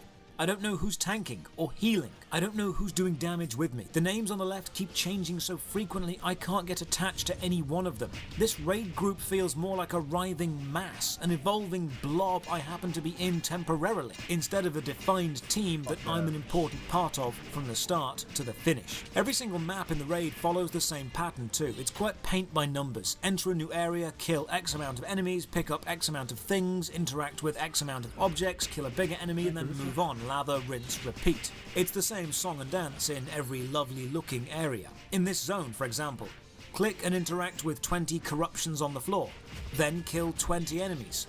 Now pick up 52 books, that's as a raid, not individually. This design isn't really gameplay because there's no time limit, so no penalty for failure. It's a case of success given enough time. It's just content to fill space. This scenery, again, steals the show. This looks like something out of Alien. I feel like I'm on the Nostromo. But again, the gameplay loop is kill stuff, then pick up stuff, then bomb stuff, then talk to some pillars, then go and kill some more stuff, then teleport away. I don't know where I am in relation to the world. I feel so temporal, so transparent. Part of me feels Rift is a dream and I'll wake up and remember playing it, but it never existed. Rift is the little MMO that couldn't. It's the MMO equivalent of making an MMO character with perfectly balanced everything. You can kinda tank, kinda heal and kinda DPS, but not do any of them world class, so no one picks you. It's the poster child for good enough to be fun, but not great enough to succeed. Oh, these objects you need to interact with in raid maps, by the way, they reset quite quickly, so sometimes the best thing to do is just wait by one for reset and sparkle so you can click it again. It's boring but effective. We kill the raid boss, then the raid restarts, I think. So I ask in chat, is this the start? And I get the perfect response back. Some guy just says, dunno. I leave the raid. Dunno. Another player is with me just going through the motions, killing the enemies, collecting the loot, never asking why, just clicking buttons and watching flashing lights and feeling no real connection because Rift hasn't made us feel a connection. I have a chat in the general chat now and I talk to some more experienced players. I ask, why Rift? What does this game have that others don't? And Ziloon responds with, I don't know, I've not played enough MMOs to answer that. So I can tell you what Rift has based on that answer. It has very well adjusted mature players who are confident enough to admit when they don't know something, which is goddamn rare. We chat some more. Another player called Lewis adds he likes the unlimited skill point system and the freedom the skill trees have, allowing two similar classes to actually play very differently, which I can completely agree with. I then ask, why didn't Rift succeed? And everyone again answers saying how they're not able to answer that because it's complex, and yeah, they're right. There's one more, Lewis man. mentions how Tryon used a difficult engine and the Steam released helped but wasn't enough, and again, he's right. So let me try and summarise the issues with Rift. Rift is made in the Gamebryo engine, same as MapleStory 2, Defiance, Fallout New Vegas and Wizard 101, and while it's a decent, versatile engine shown by those games, it's difficult to get the best from, so Tryon was setting themselves a difficult task from the start, but in their defence, they did a damn good job. They made a solid MMO with a decent gameplay loop and above average features for the time, graphically, sound and combat wise. But with so many other large scale and well funded MMOs released so close to it, Rift was swamped, and so player count went down because people thought player count would go down, a harsh paradox of MMO player bases. Then Rift was sold to Gamergo, and Gamergo don't care about developing games, only keeping them on life support while wringing them dry, fleecing every penny from every player. So Rift was hung out to dry with all the other unfortunate lot, Defiance, Trove and Arcade. Forever now doomed to be milked as a cash cow on life support until it dies, because Gamergo will make more money doing that than they will supporting and building it up. Rift was not a bad game, and despite Gamergo getting their grubby claws into it, it still isn't a bad game. But it's not a great game, and that is ultimately what led to it being forgotten within the annals of history. From a full physical CD release to being eclipsed by bigger titles and now fading away and milked dry. Rift is the song you liked as a kid but can't quite remember. It's the film you watched as a teenager but can't quite recall save for one or two scenes. It's a forgotten game that was and still is good, but it won't ever be good enough. So Rift is more than competent as a game, but it got crushed because other better funded, more popular games happened to be released at the same time. It's not a mechanical failure, it's an emotional one. To show you how forgettable Rift is, what was the bad guy's name? I said it at the start of the video. Can you remember? No. Exactly. Rift isn't bad. It's just not good enough compared to others that released around the same time. So to end the review, I award Rift Regulos. What is it? 0.05 out of 10. Cheers for watching. If you want more worst MMO ever videos, then drop a like or sub to the channel. And a massive thank you to all my Patreon supporters and Twitch subs who make all my content possible. If you're enjoying the series and would like more, you can support the Patreon from only £1 a month. Comment down below with any game you think deserves the title of worst MMO ever, then check the video description for links to the Patreon, Twitch, Twitter and Discord. And as always, have a great day.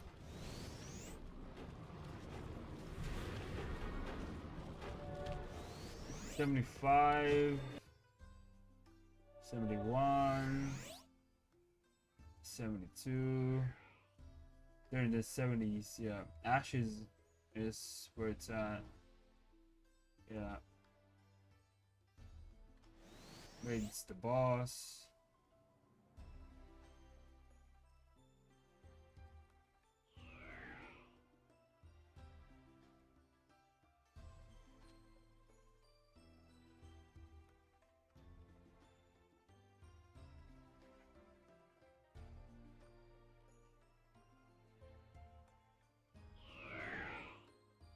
There's a flame part.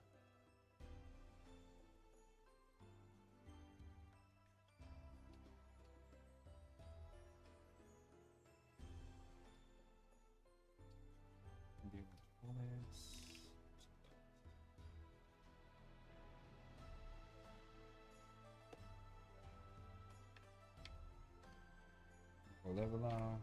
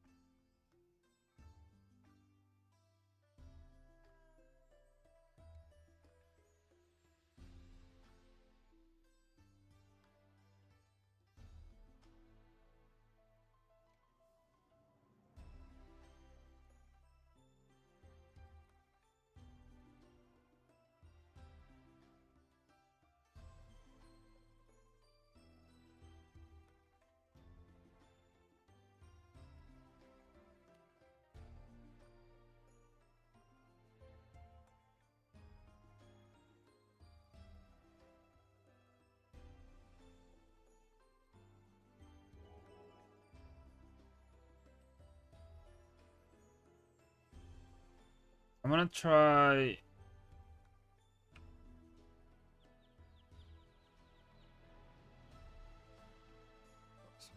Go buffs, go buffs.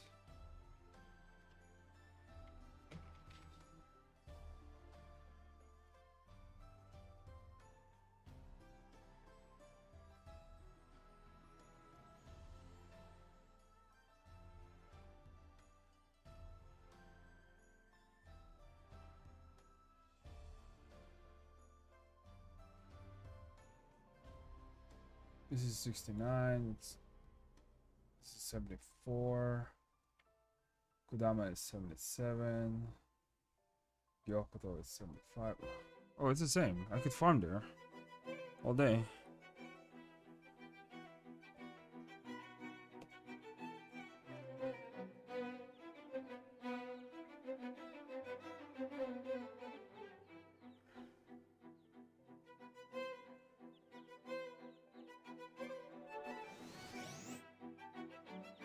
Buffs.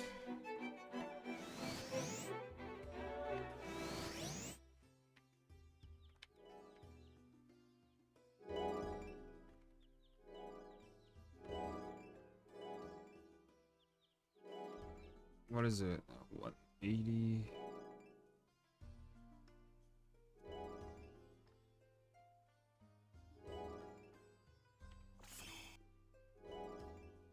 It's the same.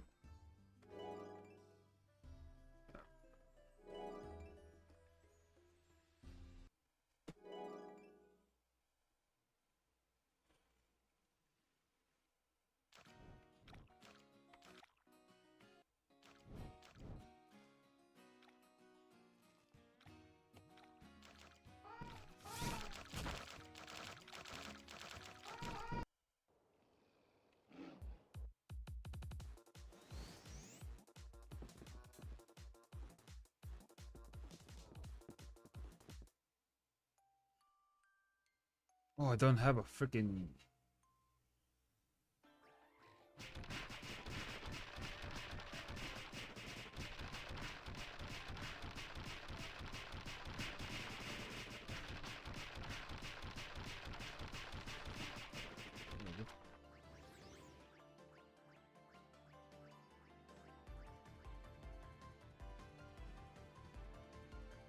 .7.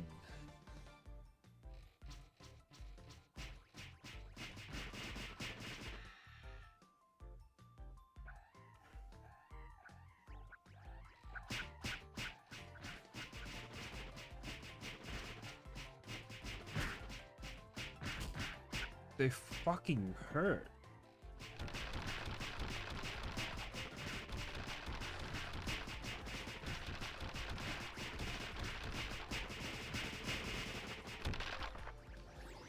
They just fucking hurt.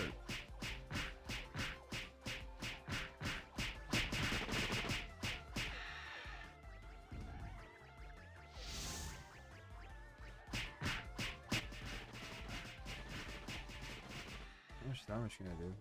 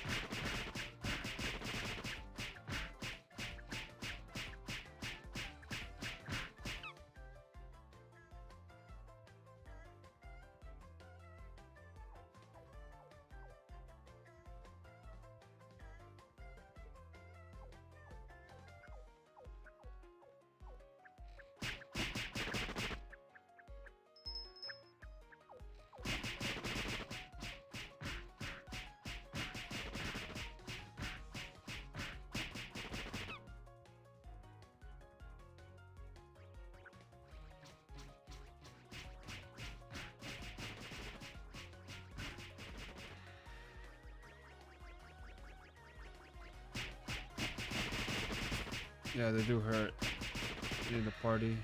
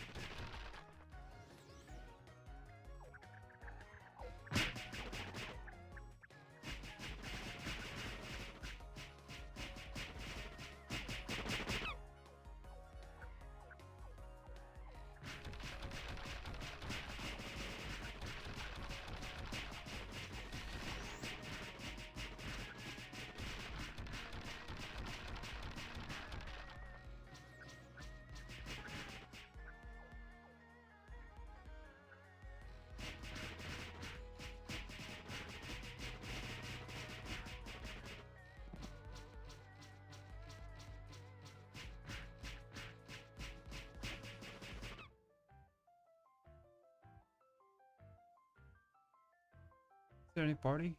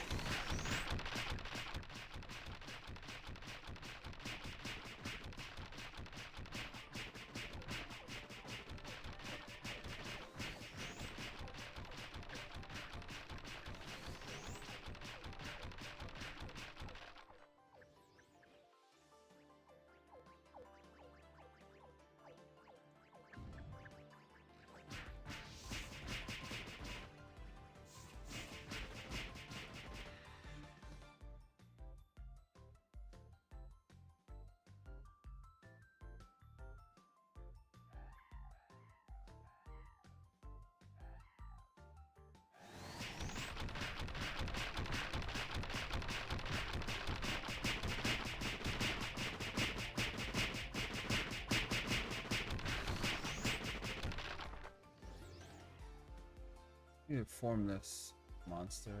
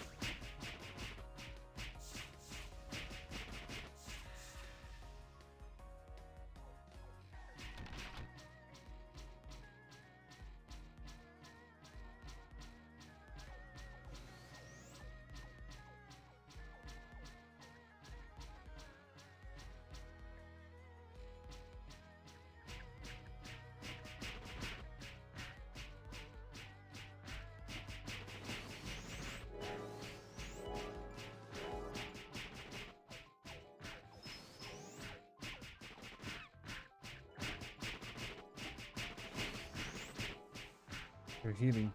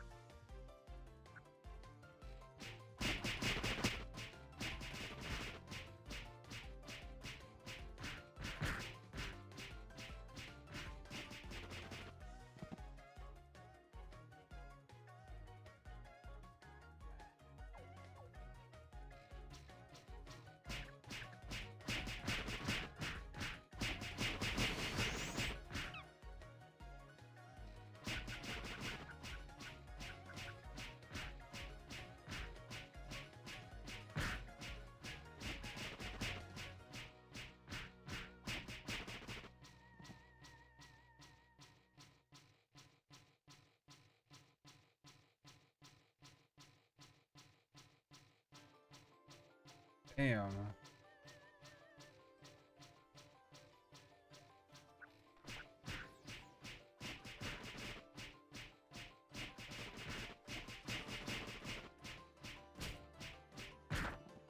God damn.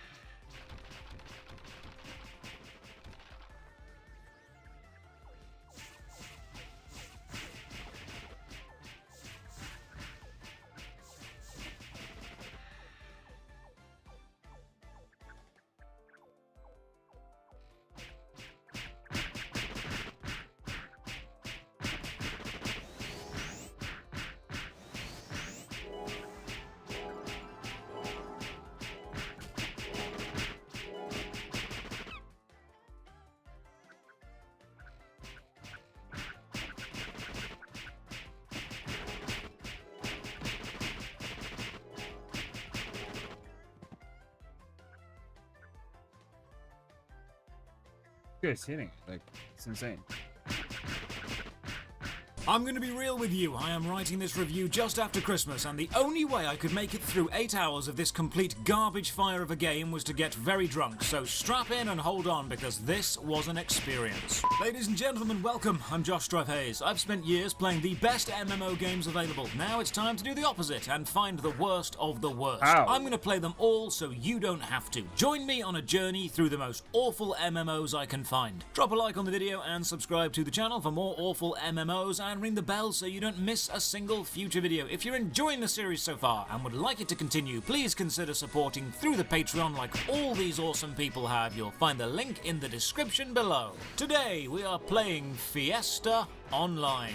I'm going to be 100% completely honest with you. A few days ago I got an email from an influencer marketing agency representing GamerGo, a company responsible for making loads of MMOs. They said they liked my channel and wanted to work with me. Well, Fiesta Online is made by GamerGo, and after this video I guarantee they will not want to work with me anymore. So, Fiesta Online is on Steam. The trailer video has rock music playing, which is odd and seems out of place, but it's only a 30-minute download, so let's get this baby downloading. So the launcher opens up, and just see if you can spot the very small issue, the same issue that I spotted. It's hard to see, but if you look closely, you'll notice the two website windows that should have opened up on the left have both 404'd. Two broken web page links in your own official Steam launcher. What a great start. Also, these wing particle effects are stuttering on and off, and the whole thing just looks bad. Coupled with the fact you've got a 10-second loop of generic music just playing over and over again, this whole experience is just not fun. But it's only a launcher, so let's just wait and hold out some hope. Right, this is what I was afraid of. The patches are applied in waves from version 1.0 forward. Basically, when you download a game, normally you get the whole game with the latest patch installed, but some older or generally worse MMOs do this thing where they download the base game, then they apply patch 1, then patch 2, then patch 3, then patch 4, because each patch requires the previous version to work and no one has optimized them into a single patch yet. So while we're waiting for this to patch, let's have a quick look at GamerGo's site. Remember, these are the people who apparently love my content and want me to promote their stuff. Now, thankfully, because of my Patreon supporters, I don't need to shill for games I don't actually play. So GamerGo have no real power over me. These guys actually do make some pretty big named games. Arcade, Rift, Defiance 2050, I actually liked that game. But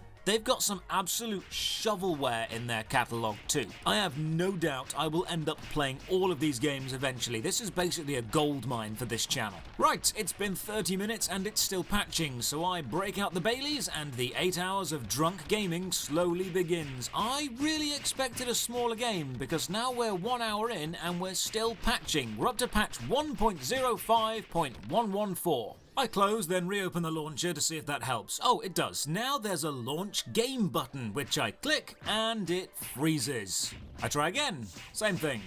I try launching the game from Steam. No luck. I launch as an admin, just constantly freezing. I also love how Steam says I've played 113 minutes of this game so far when all I've done is watch patches download and listen to a 10-second loop of music. I wonder if other Steam users are having this same problem, so to the discussion threads we go, and this fantastically titled question has the same issue and someone in the comments has seemingly solved it. Apparently the Steam version of the game launcher is connected to servers that are now offline, so you need to download the launcher from the official website. Wow. You know, I don't expect much from a game, but having the launcher actually, launch the game would be nice. I mean, even Bloodlines of Prima actually worked first time. So I go to the official site and download another launcher, which then also has to patch, estimating 22 minutes. And oh god, now I'm getting Reddit ads for Fiesta everywhere. They're on Hotmail too. Maybe don't consider advertising your game so heavily if you're not even going to maintain the Steam version, GamerGo. Finally, the launcher is patched and I try to launch the game and it launches in the wrong resolution. It doesn't have native resolution detection because of course it doesn't. So I do some technical stuff and now it works, kind of. I make a new account and it doesn't log me in. I am writing my account name and I'm literally copy-pasting the password from one screen to another, so there is no way this is wrong, but I am drunk, so maybe it is. Okay, fine, I make another account and brilliant, we are on. However, alt-tabbing from the game to the browser on the second monitor seems to have killed the sound, so there's no background music anymore. I'm not sure if this is better. Oh, before we go any further, very important notice. All GamerGo games download the Zing Code 3 anti-cheat software, which is an incredibly invasive program that gives itself way more permissions than it needs and is also found in Rift, Terra and Black Desert Online. So before this video ends, I need to remember to uninstall this and then delete the file using manual registry editing because it really is that bad. Found the first bug. Clicking on the drop down arrow for the resolution selection, I click on 1920 by 1080 and it gives me 1920 by 1440 every time. It does not allow me to have 1080. Nope,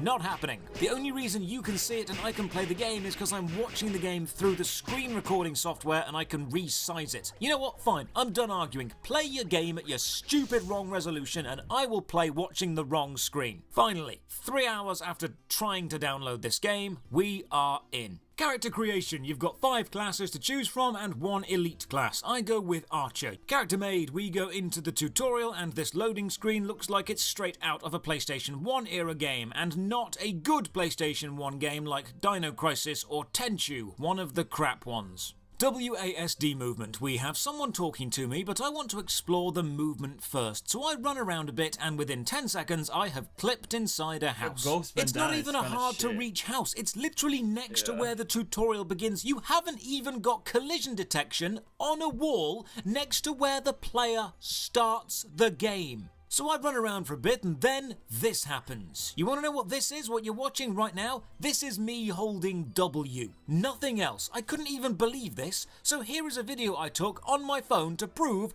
this is what happens when you run into a wall.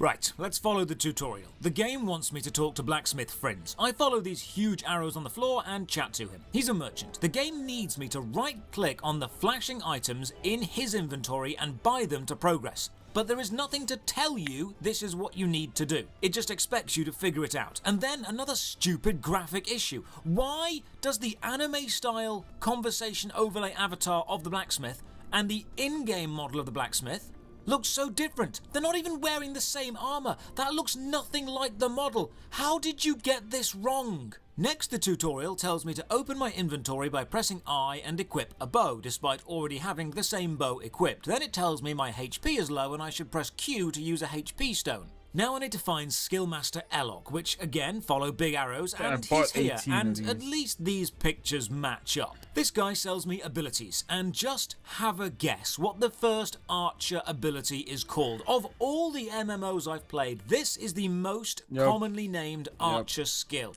Every game, without fail, has a skill called aimed shot, and I am glad to see the tradition continues. Now we go to the healer and buy HP stones. This tutorial is just sending me to people and explaining what they do in the most boring way possible. Now press C to open your character page and spend your points on stuff to get better. We already have some stats, so into strength you go, because I just want to power through this. Chat to Ezra and... how have you done this? You've managed to get the animation overlay and the in-game model perfect, but the colours are wrong. The model is red and the animation is green. How did this get past quality control? Did anyone check this? This is a super simple fix and you've not bothered to do it. Oh, also the quest dialogue boxes move around like comic speech bubbles. There's no main chat window, so you're clicking all over the place to continue any conversation. The game lets me know that Q uses HP stones and E uses mana stones. I can tell you right now, mana stones won't be relevant for this entire video. And here's something I just noticed. Why the hell is my entire UI Christmas themed? Why are there candy canes sticking out of places and tinsel and little Santa faces around everywhere? I don't mind this, but what I do mind is the fact that I don't have a choice. This is how the UI must look over Christmas, but god, that's not even the worst part of the UI design. Hover your cursor over the icons to the bottom right and you'll see the icon's name and hotkey for it pop up in a little tooltip. But instead of putting the hotkey in brackets like every well-designed game,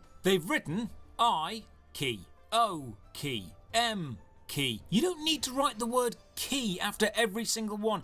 You've not even put a space between the apostrophe and the word key. Look, this isn't a mechanically game-breaking bug, but I'm quite drunk now, so I'm going to nitpick everything in this game. Opening the journal lists your quests, but the background has been updated with a garish Christmas-themed tiled pattern, which is ugly and stupid. Right, our first quest. Kill 3 guards and open 3 cages. Let's see how engaging the combat is.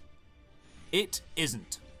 I kill every enemy in one hit, even with a basic attack, and the cages open instantly. Also, when you finish the quest, you don't need to return to the quest giver. You can just open your journal and get the reward there, because the game is probably designed for people with zero attention span. The next quest sends us off to kill a giant demonic demon, because the designers don't know what pacing is and decided that yes, this seems like a reasonable escalation of difficulty. Turns out I spoke too soon, because they neither know what pacing is nor what difficulty is, because you can kill the demon in a few seconds. How am I so powerful? Well, I suppose within 10 seconds of existing I did phase through a house, so maybe I'm a wizard. With the demon dead, we hear a message from the actual bad guy, someone who wants to be the supreme ruler, and this writing honestly is making the worst fanfiction look good. Everything in this game reads like a 12-year-old wrote it. If you gave an antisocial teenager with zero writing skills who only ever listened to the Rasmus and only ever watched edgy anime the task of writing an MMO opening, they would come up with something better than this.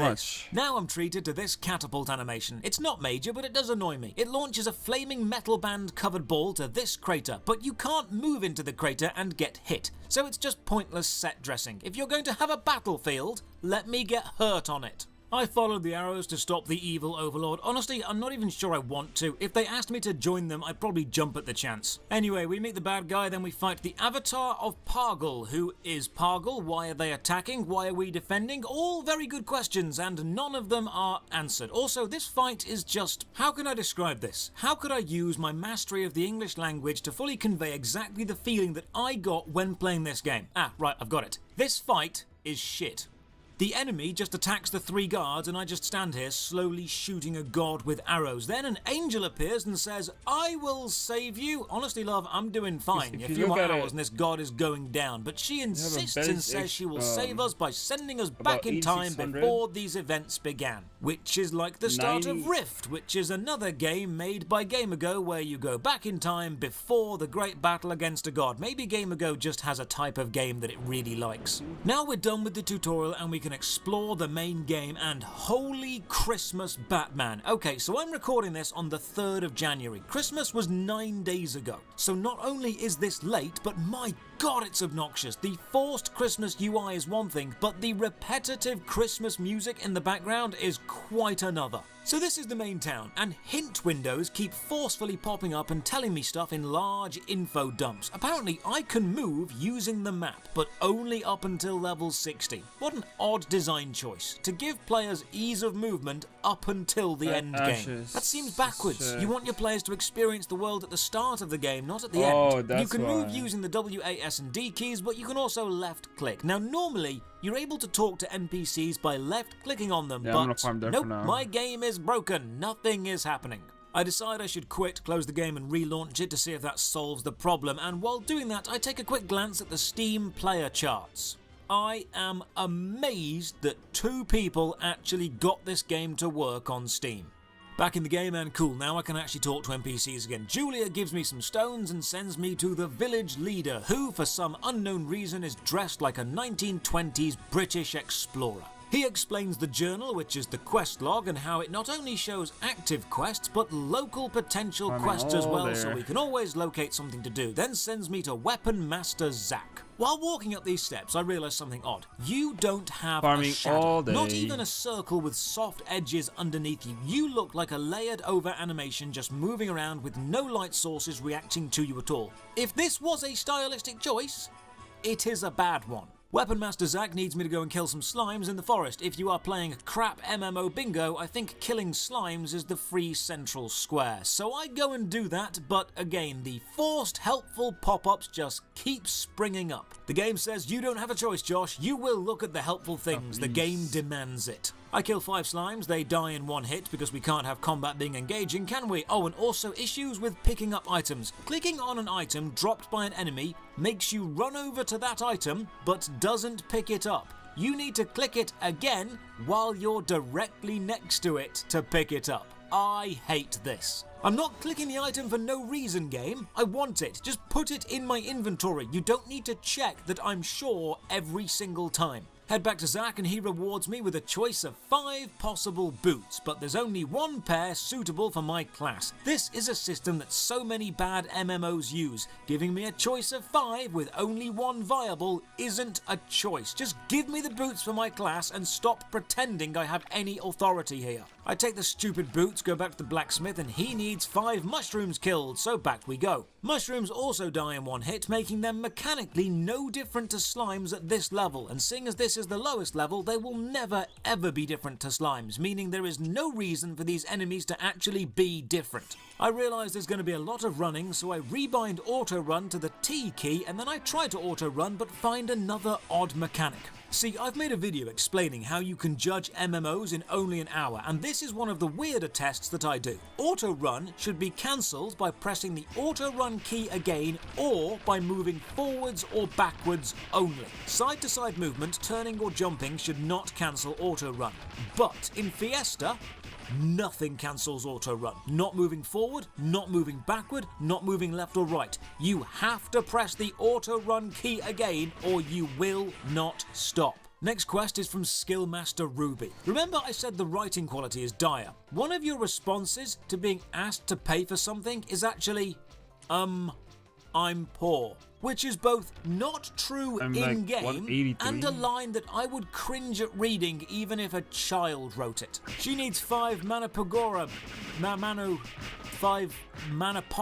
she needs 5 things killed, so off we go. I also need to mention the music, because it has been on a 1-minute loop since we got here. 60 seconds of the most grating Christmas trash. It has achieved the incredibly difficult task of being both intensely annoying and incredibly forgettable at the same time, and it just keeps looping.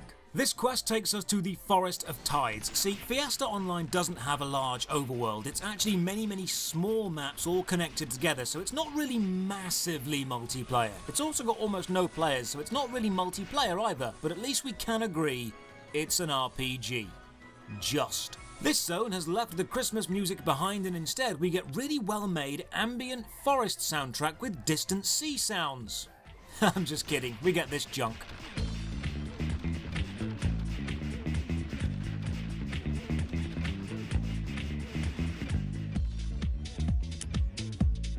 Who thought this works? Who said, yes, for our first adventure zone, a forested seashore, we need some 90s funk with a generic beat and it needs to loop every minute? If you told me the audio designer's 10-year-old son made this on a Casio keyboard, I would believe you. We kill 5 things and discover there's no easy way to return. You can't recall to town, so it's just running back all the way. And on my way back, the play help guide keeps popping up. I need to stop this, so I go into the settings and turn it off, which will hopefully also stop the horizontal line tip that keeps appearing in the middle of the screen. Finishing this quest teaches us about the quest alert indicator, the jeweled icon in the middle top right. Basically, you can click on that and see any local quests, then accept them without actually talking to the quest giver, then complete them, then hand them in, all through that interface. Because, you know, having an immersive world and player exploration is for losers. Just do everything through menus. Oh, but doing this still shows the quest conversation.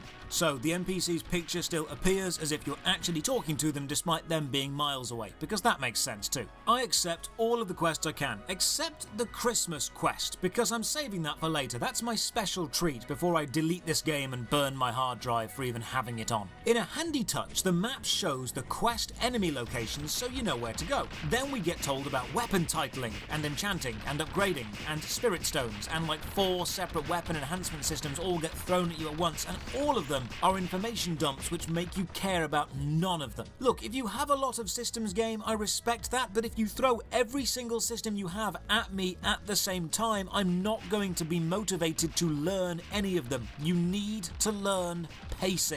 The game also tells me, for the 3rd time now, that I can open the map and click to move, or I can click an NPC to go straight to them, or click an enemy to find it. For the 3rd time I do it, and for the 3rd time it doesn't work. As far as I know, you cannot move by clicking on the map, or an NPC icon, or an enemy icon. The map movement straight up does not work. And why is this goddamn help guide still appearing when I turned it off earlier? Does the game just not listen to your choices? I tried to set the resolution to 1080 and the game was like, no, you're playing in 1440. Then I turned the help guide off and the game was like, no, help guide stays on. Well, I guess you know how I enjoy MMOs best, game. I finished the quest and now I'm told about the Holy Promise system, which sounds all mystical, but it's basically just a mentor system. Old players get gold for helping new players and new players get boosted experience. I'd happily sign up for it, but there aren't any old players around. As far as I can tell, I am the most experienced person right now. While killing this gang imp, another realization. I haven't adjusted the in-game audio at all, and this is what fighting sounds like.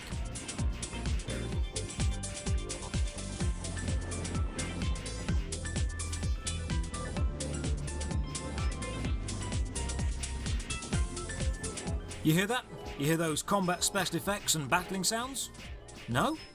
Exactly, there's no combat sounds. Or the combat sounds are so low compared to the music you get no audio feedback of the fight, no hits or deaths or heals. You are forced to listen to the in-game music, which isn't just bad, it's forgettable. It's nothing music, it's soulless. Honestly, try and play this game, listen to a few seconds, and then later in the day try and remember it. I guarantee you won't be able to. I promise you, no matter how much you listen to this music, it will not stick in your mind, because I am writing this script immediately after playing the game, and I cannot remember a single piece of in-game music. All I can remember was that I hated it. Another message from an NPC tells us that when we level up, we will be eligible to join the Guild Academy, and our character responds in that stupid, mindless, idiotic anime way of saying, Guild Academy?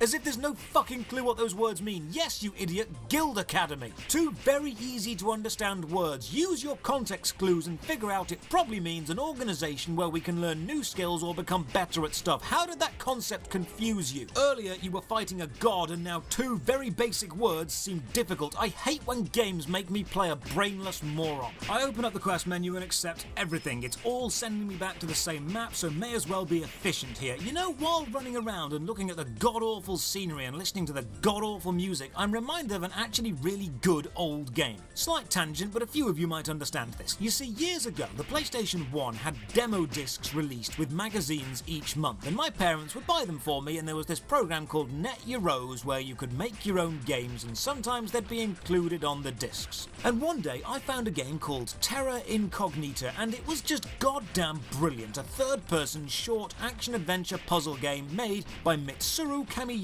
who, by the way, went on to be technical director on Dragon Quest XI and Final Fantasy Crystal Chronicles. Anyway, Fiesta reminded me of that because the scenery and music are similar, but Terra Incognita was full of heart and humour and made in 1996 by two people, and this is a pile of shit made by a multi-billion company. I mean, look at this. Palette swapping is the laziest way of designing enemies. We have discussed this in my 7 Sins video, and here we have crabs, and behind them, blue crabs. Literally called blue crabs. Same model, but a little bit more blue. This is dire. If you designed this, you should be embarrassed. Oh, and the item icons that enemies drop, they're not 3D models. They're 2D player-facing sprites. You can move the camera around and see them. You can even make them virtually disappear when you look at them from above because they only have 2 dimensions. I was going to say they look like something from the 16-bit era, but that's unfair because the 16-bit era looks good. These look like poo. Now for the greatest moment so far, we get our first mount. Now normally games like this give you a free mount to show you what you can expect, and the free mount normally looks awesome to tempt you into buying it. So what do we get here? A hobby horse. And not only is it a hobby horse, it's a hobby horse that clips into our character model so it looks like we've just shoved a stick up our arse. But amazingly, that's not the worst part. The worst part is the face, which blinks. They've just taken the head from a regular horse with giant blinking eyes and rammed it onto a stick. This is terrifying. If I have nightmares, this will be in them, but I've got a game to play. So with that sorted, me and my blinking horse head fly away with my magical arse stick. There is a forum icon to the bottom right. It is the only icon without a hotkey. I wonder what this does. Oh, it launches the forum, and it also kills the in-game sound whenever you're on the forum window. What great optimization. randomization we have. You can also see how popular this game is, when the hot topic of the week has 600 views and 0 comments. Here's something I didn't even write in the script and only noticed when I was actually editing the video. Look at the background of the message board window. See how it's the Christmas icons? They haven't bothered tiling or scaling it. They've just stretched the one graphic they've got to fit across the box, and it's pixelated all the pictures. This game also has so many overlays, and they all stack. If I just click around on every icon, I can get everything to pop open and stay open, and they all have various levels of transparency. But then I get to the help menu and I realise how badly designed this game truly is. You see, this is the help menu. A list of topics, and the last topic is guilds, but there's a bronze arrow at the top and one at the bottom pointing down, so this clearly isn't the end of the list. You'd think if I clicked on these arrows it would scroll the list up or down to help see the remaining topics, right? Wrong. Even if you click directly on the arrow, because the arrow is over the guilds topic, it just opens the guilds topic. And then you have to scroll through the rest of the topics by moving down one by one by clicking the link at the bottom. And to make it worse, see the search box to the bottom? They've missed a letter in the description text. They've missed the first E from the word enter, so it just says enter words. This is just bad. So far the game has been shallow and overwhelming, which is a combination that should cancel itself out, but it doesn't. And it's really boring, and it has so many systems that are so complex and yet so badly explained, and everything is just a giant info dump. And who is this game for? I do the only thing I can think of. I accept every quest and I just set off following the map to another issue. Dude. Initiating combat doesn't make you dismount. You can lock onto an enemy while mounted, you can even be attacked while mounted, but you won't dismount or retaliate. You have to press the mount hotkey to get off before you can fight back. But I wanted to make sure I was using the mount system properly, so I thought, you know what, I'm going to use the help box and try and learn something. So I typed in mount to the help box, I clicked search, and guess what it found? Nothing. So then I typed in the word mount, just singular, no S, and it found a topic. And guess what the topic was called? Mounts with the S. Wonder how the water affects the game. It doesn't. It doesn't slow you down, you don't wade, you don't even make a splash. There is no visual or audio clue you're even in the water. And you can clip the camera below it, and there's no camera ambience when below the water. I expected nothing, and I'm still disappointed. On the opposite side to water doing nothing, these stones do everything. You can't walk over them or jump over them. Truly, they are impassable objects, an insurmountable challenge we will never be able to conquer. So I finish every quest in this area and travel to a new sandy beach, and that brings with it its own new and equally awful music. Have a listen and see if this reminds you of the beach. It's like 90s. It's like 90s. I kill some enemies, get some honey, and find an enemy card. So Fiesta Online does have one system I actually really like. Any enemy can drop their trading card, and then you can complete your trading card collection. I like this system because it means even low-level enemies can have value, and I personally enjoy the process of collecting trading cards. I kill some wolves, then go to take a shortcut down this cliff edge, but nope, invisible wall. Very much like Dream of Mirror Online, you cannot move up or down slopes. It's a way of keeping map design easy. You can click the on-screen thing now to watch the Dream of Mirror review. It's bad, but it's not as bad as this. It is still bad though. You know, whenever I'm playing a bad MMO, I always try and find one reason to recommend it. One system it does well that players will enjoy. Just one thing I can say, yes, it's bad, but it does this really well. Now, Fiesta Online has got the card system, but so has Runes of Magic, so Fiesta Online is one of the few games that so far has nothing. There is zero reason to play this game, ever. It's not fun, it's not interesting, it's not memorable, it's not unique. Even Bloodlines of Prima, a game I thought was very bad, was unique, interesting, and memorable. And that was made by one guy. A guy who actually watched my video of me ripping into his game and even responded. One guy made a better game than a multi-million company. Functional errata to my Bloodlines of Prima video. That is not the worst MMO. So far, fiesta online is. I accept even more quests than ride the arse stick to my destination and just keep on killing things. Every quest I ever accept is just kill X amount of this. By now I've figured out I can also spam the spacebar to push through dialogue. But some quests are repeatable and don't tell you. So I've accidentally accepted a repeatable quest like 3 times and finished it 3 times. Some of the quest destinations are so far away that even with the otherworldly speed of my arse stick, I still finish an entire music loop before I get across the map to the new enemies. Into Echo Cave we go. I finish a quest by killing 1 skeleton and the quest rewards me with a bow, which is not as good as my starter bow. Why even have this quest, game? You know what bow you're going to give me. Why would you give me a worse weapon? You are deliberately making redundant items. Who is in charge of this game design? I've been playing this game for about 4 hours, and I like to be thorough with these reviews, so we've got 4 more left to play, so I refill my drink, knock it back, and settle in for 4 more hours of the worst MMO I've played so far. There is no way to overstate how immensely bored I am right now. The only saving grace of this experience is how it's Christmas and I have enough alcohol to get me through this. My next quest needs me to mine some copper, but to do that I need a mining tool. I need to buy those at a shop, so I might come back here later if I can be bothered or remember where this is. Completing all the quests here leads me to the next area, the Forest of Mist. So have a guess at what kind of music we're going to get. Maybe a spooky, ethereal ambience, maybe some high-pitched strings or natural wooden percussion. Maybe it's going to be horror combined with suspense, a misty forest. Ooh. Nope, it's house techno. I'm not even kidding. By now I'm drunk and I've given up even caring, so I spend an hour just playing to the beat of the music. Enjoy.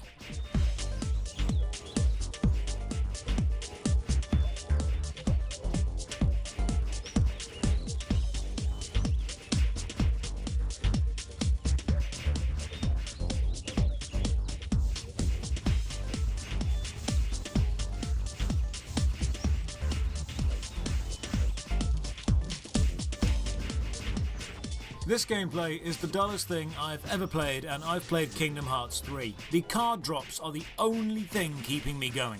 I'm even noticing inconsistencies in the UI. Look at this. The map UI shows the map overlay and has a green X in a square box to the top right to close it. But the attendance check, which is their daily login bonus page, has a red orb to the top right. These 2 designs don't match at all. You could find a UI designer on Fiverr who could do a better job. I foolishly take on a group quest, get piled by boars, and die. So now we can see how death works. You can resurrect at a local resurrection place or be resurrected by a player, but when you die, if you're over level 19, you will lose experience. It's an XP penalty on death game.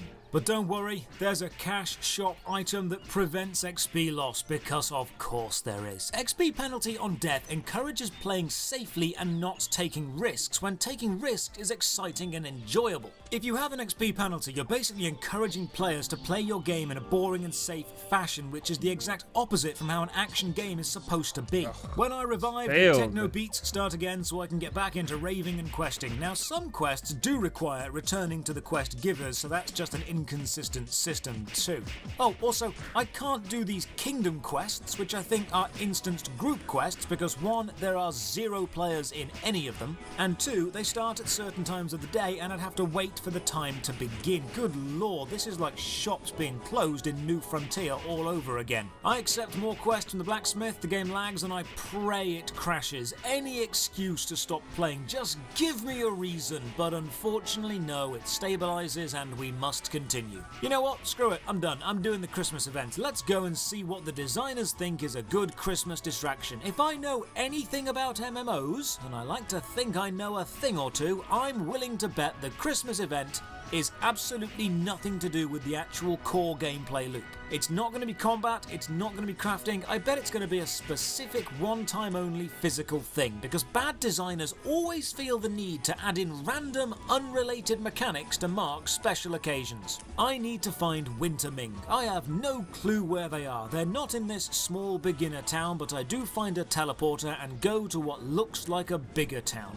Scour the map for a while and aha, there you are, spot Winterming, so off we go. She is standing by a portal which takes us to the Christmas event, a snowboarding race around a track. I frickin' called it. So I do the races and I do badly because it doesn't explain if you're meant to hit the coloured gates or slalom around them, so I try and avoid them like an actual race, when it turns out you should hit them instead, so I do it again. I finished the first race with 0 points, but I do check the rankings and it's only me and one other person. Right, I'm going to do this. So I click close on the rankings window and it doesn't even close the window. It just wipes the names from the board. You need to close the window with the top right X, not the close window button, because why would the close window button close a window? This game just doesn't know how user interfaces should work. I try the race again, and yes, you do need to hit the colour gates and you get a speed boost when you do so. Then you need to avoid the hazards, and after a few attempts I score some goddamn points. I do this race again and again and again. I spend about half an hour repeatedly doing this, and eventually I score 789 points, which absolutely eclipses your score, Lilu. I am the rank 1 snowboarder in Fiesta Online. All those hours in SSX Tricky have paid off. I am the Snow King.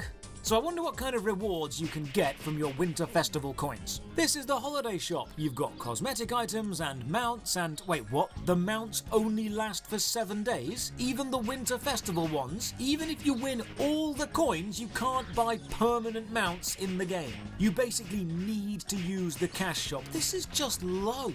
You know, for some players, there's no point in playing a special event if you can't get permanent rewards. That's why you've got so few players. In this main city, if you can call it that, there's about 4 people standing around and one guy called Levi Ackerman, because of course there's someone called Levi Ackerman in an anime game. You know what? Bloodlines of Prima had heart. It had soul. Even if that soul was remarkably weird and poorly optimized and impossible to understand, it was something that one guy made and did his best. This is a pile of crap. This isn't anyone's best. This isn't the best that a UI company could make, or the best that a music company could make, or the best that a quest writer could write. This is the very definition of phoning it in and making something that's barely passable. And when every part of your game is barely passable, it all adds together to become a massive pile of forgettable junk. Fiesta Online is the new 0. My scale from bad to good now starts at this game. This is the lowest bar by which all other games are now judged. I exit the game and I uninstall, both from Steam and from the official launcher. Then I go into my program files menu and regedit and manually remove all trace of the Zingcode 3 program, which is done by removing the X-Hunter files. I will link a guide below if you need to know how to do this. So Fiesta Online, the only good part of this experience was that I was drunk and don't remember playing it. If you like this game, then I won't tell you you're wrong, but I will tell you we won't get on. And if you're thinking of downloading this game, don't. Gamergo, if you still want to work with me after watching this video, instead, take all the money you would pay me and hire a goddamn UI designer to fix your broken, buggy mess of a game. To end the review, I award Fiesta Online the lowest possible score. Fiesta Online out of 10. Cheers for watching. If you want more worst MMO ever videos, then drop a like or sub to the channel. A massive thank you to all my Patreon supporters and Twitch subs who make all my content possible. If you've enjoyed the video and would like to see more, you can support the Patreon from only £1 a month. Comment down below with any game you think deserves the title of worst MMO. Let me know if you like Fiesta Online, then explain to me why on earth you do. Then check the video descriptions for links to the Patreon, Twitch, Twitter and Discord, and as always, have a great day.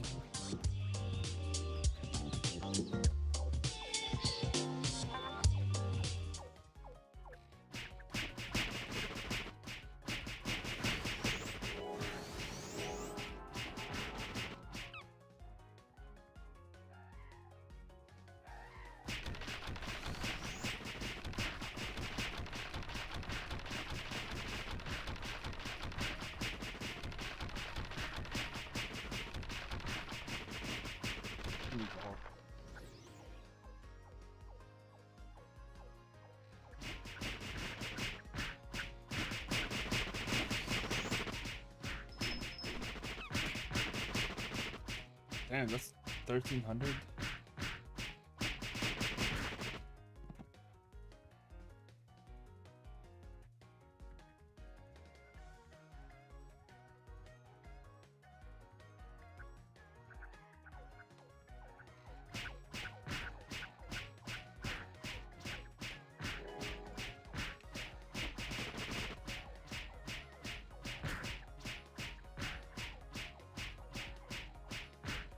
Oh, fuck.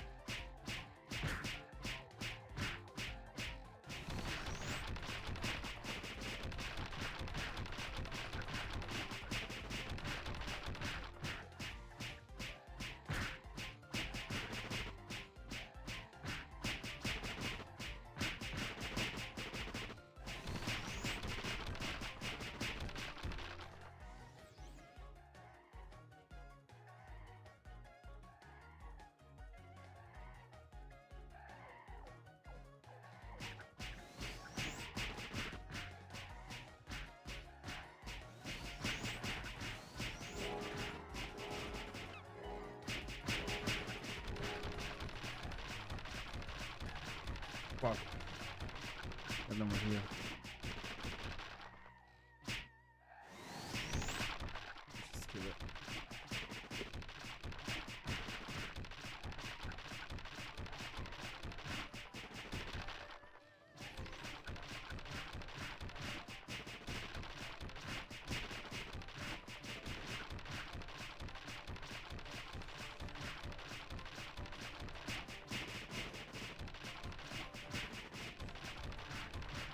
Awesome. I've reached the first dungeon, a suspended tile platform held in a red void, moving from room to room, killing enemies. Now all the rooms are the same shape and same size, but it's only the first dungeon. I'm sure it gets better and more varied as we go on. Oh, the second dungeon is an exact copy of the first. Well, okay, maybe it's a callback. I'm sure they're not all like this.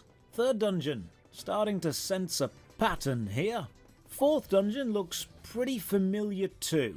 Fifth dungeon, okay, now you're just taking the piss. Ladies and gentlemen, welcome, I'm Josh Drive Hayes, and this is Worst MMO Ever, a series where I play every MMO game I can find in an effort to find the worst. Drop a like on the video or sub to the channel for more MMO stuff. Ring the bell for all the future notifications. As usual, a massive thank you to all the supporters on Patreon and Twitch who keep the channel alive. More on how you can support at the end. For now, let's begin. Today we are playing Nostale, one of the most frequently recommended anime MMOs. It's on Steam and it's free, so let's give it a go. When you launch Nostale, the first thing you'll notice is it's got some awesome music. Honestly, I can't fault the music in this game. It's done that thing where it's not diegetic or relevant to the area or the aesthetic or the ambient design at all. It's literally just background music, but it's so good I don't actually mind it. The game loads super fast and we get to character creation, which is really simple. No classes, nothing complex, just boy or girl, hairstyle 1 or 2, choose a colour, and let's go. Intro cutscene, Act 1, the Tree of Fanon. There is a strike in the Cobalt mining camp and we need to get involved for reasons never quite explained. Cobalt seems to be sentient dog and the translated English isn't the best. You've got lines such as, "The enemies is who will stop you. The resurrection of the Fernon tree that could throw the whole world into chaos. Now, this is only the first level." Look, don't try to follow the plot, it really doesn't matter. Game starts, top-down viewpoint with 3D rendered world and sprites of players and objects. Everything is bright and colourful. We have a chat with Mimi Mentor. She starts to explain the game and then a big white window pops up. Is this meant to say something?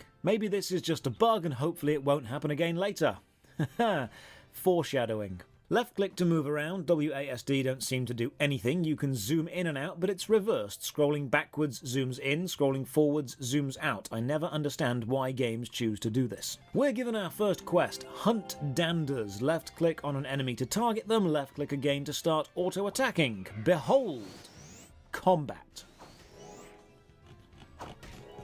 Now, Nostale is one of those games with huge packs of similar enemies all grouped together, and instead of left-clicking, you can just press spacebar twice to target the nearest and then attack the nearest. So it's a game you don't really need to pay too much attention to while you grind, and this is good because you'll be grinding a lot. Finishing quests brings up dialogue boxes. At the bottom you've got these arrows, either back to the start, back one paragraph, forward one paragraph, or skip to the end. And when you reach the end, you need to click End Dialogue on the bottom of the box, which is a little clunky. Just have the final arrow end the box. Get the quest reward. Right, how do I equip this? I opens the inventory. Does C open the character sheet? Oh no, C sits down. Ah, P, there we go, P opens the profile. Unfortunately, the equipment system is overly clunky as well. Right-clicking on an item opens a window showing its stats, but you close this window by clicking the little X to the top right, because right-clicking again just opens the window again. There's also no way to see a direct comparison between what you're wearing and what's in your inventory.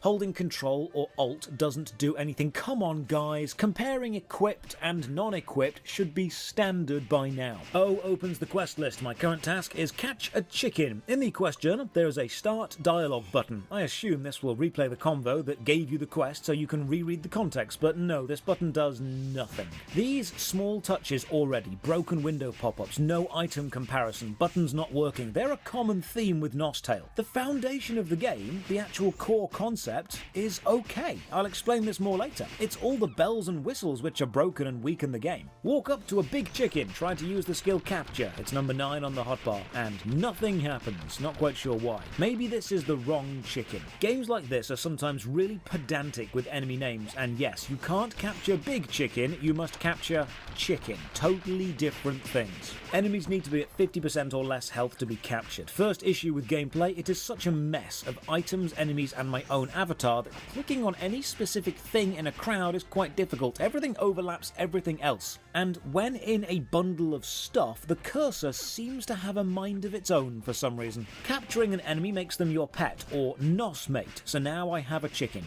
And another white window pops up. That's 2. Are these meant to say something? Am I missing information? Graphically, the game is actually lovely. Vivid colours, great music, a nice blend of 3D rendered environments and sprite players and items. Nostale looks good. It can be a bit chaotic and messy when there's too much happening, but this is not an ugly game. The next quest has us fight alongside the chicken, and when we win it asks, did you see your NOS mate in action? Well, no game, I didn't, because Sir Cluxalot got stuck behind a tree and didn't do anything for the whole fight. More quest rewards, and we go from using a wooden stick to a high quality wooden stick. Thanks, I feel much better equipped. Chat to Coach Calvin. He says, allow me to explain, and then another white window. Oh no, are these meant to be tutorial boxes? Are they meant to have extremely important words or pictures on them? Has the tutorial broken? Because this makes things a little bit harder. I managed to figure out the systems by randomly clicking things, and now we're off to hunt 5 danders, which are mechanically the same as hunting chickens, just click and wait. The opening section is basically talk to everyone in town and then do a small task for them, chat to the coach, and another white window. Now unfortunately this window should be explaining the skill upgrade system, which is not self-explanatory, so I do not know how this is going to work. Back to Mimi, she sends me to Malcolm Mix the Alchemist, another tutorial, and yep, another white window. Oh, I've just discovered the strange design that makes the cursor so annoying. There is a soft lock system whenever you hover the cursor near NPCs or items. It gently drags the cursor onto the thing and then just stays there. This is why precise clicking in a group is so hard. The cursor is constantly soft locking from one asset to the next. Next up, Top the Blacksmith. That's his name, not a command. He sends me to the market and even more white boxes pop up. I go on a lot about the importance of a hidden tutorial, a gameplay section where the players have to actually perform the important mechanics and see how they work in a real scenario. This is a perfect example of why that design is so important. This is a generic here's how stuff works tutorial, and it's broken, and it's not going into my brain. I'm not learning anything. If the game opened with a section where upgrading was actually needed and took me through it step by step, and I could see the impact that was having on my gameplay, I would understand it. and I would care about it much more. I am amazed at how many people are hanging around though. Game clearly has a sizable player base still. And now we're introduced to what will essentially become the rest of the game. The time-space stones. Rips in reality with monsters in them. Time-space stones are level-gated, and if you follow the main story, you'll always be at the right level, but not necessarily the right power to actually finish them. Each time-space stone has the word click above it, so we click and we go in. The first room is always the lobby. You can organise your team here, then you move through one of the 4 edges to advance to the next room. Each room is basically identical. The red wavy background, that's identical too. Sometimes enemies spawn and you kill them. You advance to the next room. Sometimes there are levers which open doors. Some rooms have you defending an NPC, and the whole thing is timed. You can see the countdown to the bottom left. You've got a 1-minute timer that counts down, and then next to that is a number of rocks. 1 minute uses up 1 rock. Run out of rocks and you die. Finish a time space, get a random reward. Return to the main village and get a tutorial about rarity, which means another white window. The village needs defending. This means go and do more time space things, so we head off. The minimap shows the local connections and exits to other maps. So we go to the meadows just north of the village, head to the next time stone, go in, and it's the same as the first. Right, I guess this is the game. Pull some more levers and... hang on, no, wait, go back. Why is that the activation animation? What is that? That's the dance that Joey from Friends does when he forgets the moves he's meant to be teaching to the other dancers. Finish the second time-space dungeon, hand it in and get told, awesome, go and kill 6 sheep. Well, okay then. Oh, I've also lost the red quest tracker arrow that did appear above my head. Guess I've just got to remember where the sheep are. If you're on the right map, the arrow points you to where you should go. If you're on the wrong map, though, tough. And the journal doesn't tell you which map you're meant to be on. It just says go and kill 6 sheep. So forgetting a quest location in Nostale is actually pretty bad, because there's no in-game hints as to where you should be or where the enemies you need to kill actually are. Your hit points refill outside of combat, so you can take on 1 tough enemy and then just kind of wait, and you'll be doing this a lot. One thing I do like about the game though is how the damage numbers are still relatively low, nothing over 100 yet. It's grounded in understandable, simple numbers. It's an anime game and I've been playing about an hour or so, and we're not hitting in the tens of thousands, which is nice. Finish the quest and get asked if I'd like to telly back, then we're told to go and catch a sheep. I mean, we were just at the sheep. You could have included that with the last quest, but okay, Nostale does this a lot. Do a quest, return, go back to the exact same place to do another very similar quest. A giant cabbage, so I click it. You mine the cabbage by dancing at it. What a time to be alive. If you fail to capture an enemy, even if it's below 50% health, there is a 60-second cooldown on the capture skill, and these sheep do not want to be captured, so this takes a lot longer than it should. With 2 pets, we're now sent to Miniland, a personal zoo of everything we've captured. We can only have 1 NOS mate active at a time, so this is where we swap them out, and unlike the rest of the game, you cannot swing the camera around in Miniland. It is a fixed angle only. Take my sheep, then get piled by aggressive peas and die, and that's a sentence I never thought I'd say. You can respawn where you are for free up until level 20 or respawn in town. I get sent to another time space, so I avoid the deadly peas and in we go. Here's something I absolutely hate. The text says there is an eerie silence, except no, there's still music playing. If you're going to attempt to set the ambience with your text, have the audio and visual match what you're trying to set. You're a video game. That's literally one of the strengths of the entire medium. You don't need to tell the player what's going on. You can have them play through the situation you want them to experience. Don't just say it's eerily quiet. Make it eerily quiet. Another issue I've noticed in these riffs, despite them all being the same, is how you can spin the camera around freely, and there's a map to the top right showing the room layouts and connections, but there's no compass to help you see which direction your camera is facing, so it's super easy to get completely turned around. You need to keep swinging the camera until you are running up in both the game and on the minimap, and that's the only way you'll know the camera is now facing north. Finish the rift, avoid the killer peas, and are there high-level players AoE grinding the peas? No wonder they killed me so easily. Hand in the quest, get told about crafting, another blank tutorial window pops up, so now I need to figure out how crafting works. Thankfully, it's just a load of double-clicking. And then another text issue. You can choose to craft something once, or continuous production. But that phrase, continuous production, is a little too long, so it doesn't quite fit on the button. It just says, continuous product. Small touches game, which make you look amateur. We get sent to Mrs. Styles, the fashion guru, and she gives us lunch to take to Callum, so we've gone from sheep slayer to Uber Eats. Callum teaches us about plus skills, and without the text dump tutorial, I actually can't figure out what they want me to do with this system. I click, double click, right click, click and drag, and I cannot figure out how it works. Malcolm needs 10 fruit. Does this mean we explore a farming skill, or go and pick fruit from a tree, or harvest it from a field somewhere? No, it means we go to the next identical time-space rift, kill identical enemies until they've dropped 10 identical fruit. Thrilling stuff. So on the map, red dots are connections to other areas, and blue dots are time-space stones. Each area has a lot of time-space stones, so is this the game? Is the bulk of the gameplay level up and move from rift to rift, with every rift being exactly the same design? In the rifts, the timer keeps on ticking down. When you lose a minute, the screen shakes and you hear a deep thud. And look, if you're not a fan of the gameplay by now, leave, because it doesn't get better. If you're not super excited to find the next time-space rift, then there's not much to keep you around. And the irritating thing is, Knot's Tale isn't bad.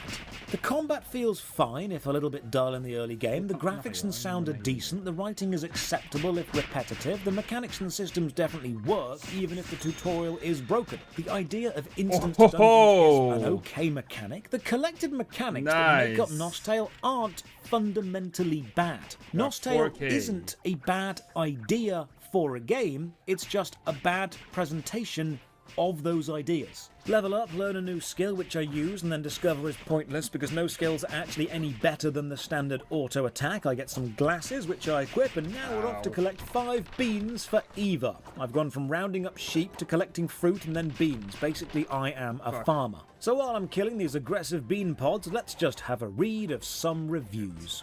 Pay to win, but fun. Hardcore pay to win. Devs make a new server every few months to kill the old one, so people move to the new one and pay because it's needed to maintain the economy. So they see success and scam everybody. Repeat. Awesome game, decent grind, friendly players. I really want to love Knot's Tale, but it's so pay to win it hurts. I don't even mind a bit of pay to win in a game, but when you're so pay to win you can't do content, that's a big problem for me. Would love if this game could get a rework, since it's such a nice concept, but because of its age, difficult to appreciate in current time if you don't have nostalgia from back in the day. Played since 2007, and all I can say is this: good game, but too much microtransactions. I used to play this game as a kid, and recently I decided to give it a try. It's good, old MMORPG, and I did have fun, but the later game is full of pointless, slow and boring grind and heavy pay to win. But I could possibly deal with that. The main problem is Gameforge making a new server every few months to make players move to it and spend money over and over again. I honestly regret playing it. It's such a waste of time. Dollars, dollars, dollars, NOS dollars, dollars, dollars, dollars. Lots of mentions of the monetization. Is it really that bad? So I open up the shop and oh hello there, Gameforge standard shop layout, I've missed you. Well, now I know we're dealing with a Gameforge game, of course it's gonna be pay to win. Let's just work out how pay to win. Want some spring water which instantly restores 3,000 health? That'll be 5 NOS dollars, so you can just buy health. Want a seed of power? A consumable item required for entrance into time-space rifts? That's another 5 NOS dollars, so you can buy entrances to dungeons. How about a wedding box for an in-game marriage? Because you earn more experience when you're married. That's 25 NOS dollars, but then when you inevitably want to get divorced because your partner finds out you spent money on this game, a separation letter will be another 25 NOS dollars. When you're upgrading your items, be careful because they might break, so buy a golden protection scroll for 25 NOS dollars, or spend 200 NOS dollars to metamorph your pet into a super powerful archdemon with better attacks and some enemy debuffs. Or to really flex on people, complete limited time events to earn jewels and then buy some onyx wings, but you best be quick because there are only 75 onyx wings per server, and they're powerful, so you'll want to make sure that you spend enough money to finish the events the fastest. So how do you get NOS dollars? Well, £5 gets you 70 NOS dollars, and £200 will get you 6,000 NOS dollars. Now, one thing Gameforge do very well, they've basically got it down to a science by now, is abusive pricing structures. Nothing lines up with the sizes of packs, so you're always buying too few or too many. See here, a tiger mount is 450 NOS dollars, but the packs you can buy, either 175 or 560, so you're either buying way under or way over what you need. Oh, Gameforge, you really do love money and hate players, don't you? So the shop is pretty much pay to win. No defending it, it just is. Next up, we're told there are some monsters in another time-space rift and we need to help the trapped soldiers, so off we go. Going into a time-space, by the way, costs 1 seed of power. I wonder how long it'll be until I'm forced to buy some. I wonder if they'll get so difficult that I always keep failing and need to try again, which burns through my current seeds. Here's also why I hate this design of being told to go and kill enemies. We get told the village is in trouble. We get told the monsters are bad. We get told the time spaces must be closed. But we never get shown why. We're never actually worried the village is going to get attacked or destroyed. We never get told why the monsters are bad or shown why they're bad. In fact, we've only ever seen monsters just kind of chilling, minding their own business until we come along and kill them. So from an objective point of view, we are the bad guys here. You need to give the player personal motivation from the start of the game to hate something, a reason to hate. You can't just say, you should hate these things because you should. That's empty, there's no personality there. So I finish this time-space rift and then I get told to go straight to another time-space rift. This is the early game, 8 hours of time spaces. I really hope you love grinding on small platform-based maze puzzles with red glowing backgrounds because it's what you're gonna be doing. Oh, there are also some emotes, so I have to play around. Some of the emotes are just emojis, and what the hell is that face? It's called Are You Kidding Me? This is the Are You Kidding Me face in Nostale. This is cursed. Now, this emoji needs a bit of explaining, not from me, but from the company. Maybe this was just lost in translation. Maybe they didn't quite get this, but there's an emote called Gotcha. And when you use it, it shows a little animation of someone fishing with the letters KKK above it. I think you might need to speak to your localization team about this, because this isn't great. Oh, I'm level 13. Didn't even notice. The gameplay feels exactly the same. Nothing feels different. I've got stronger, so have the enemies. Combat hasn't changed. Early game Nostale is like eating one endless piece of spaghetti. It's not offensively bad, it's just not really that enjoyable. Next quest, kill 10 sheep, 6 hamsters and 3 pea pods. The enemy desires clearly had no real narrative structure of the area, or they just based all their enemies on a stroll through a farm. Then I hear a doorbell sound, which is unusual because I'm in the middle of a field, so I look around and notice a small flashing icon to the bottom right. I click it and it joins me into some instanced combat. Cool! I get teleported to a mass battle event. It seems that we're all waiting around for the enemies to spawn and then they flood in and... Oh, it's the miners from the intro movie. I forgot we were meant to be following some sort of plot. I don't mind this though. It's quite fun to have a big battle with everyone working together. So I think, you know what, let's get to know the community, see how friendly people are. I say hi, and then I get a reply. Well, guess that about answers that. I die and get sent back to town. Also, I've seen...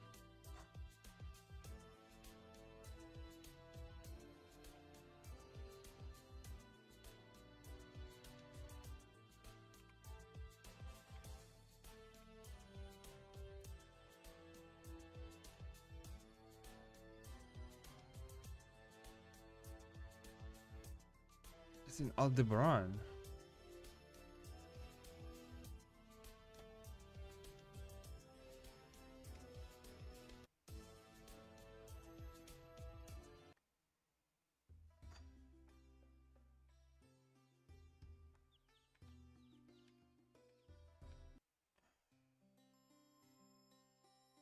Where is that?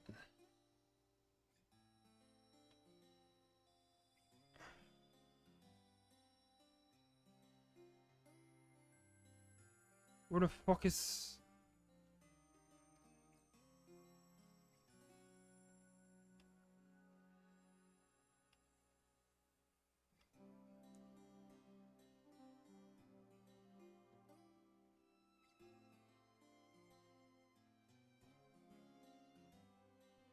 Oh, it's on the side.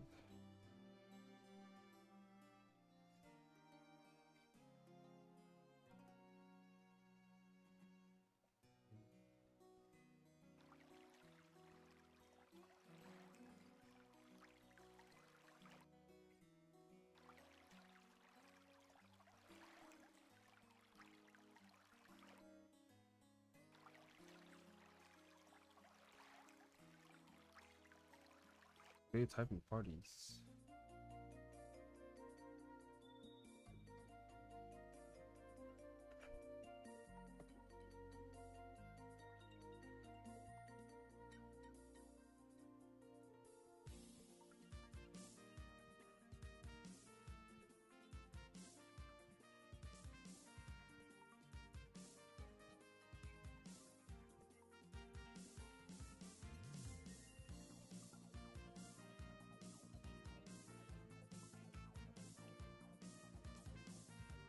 Yeah.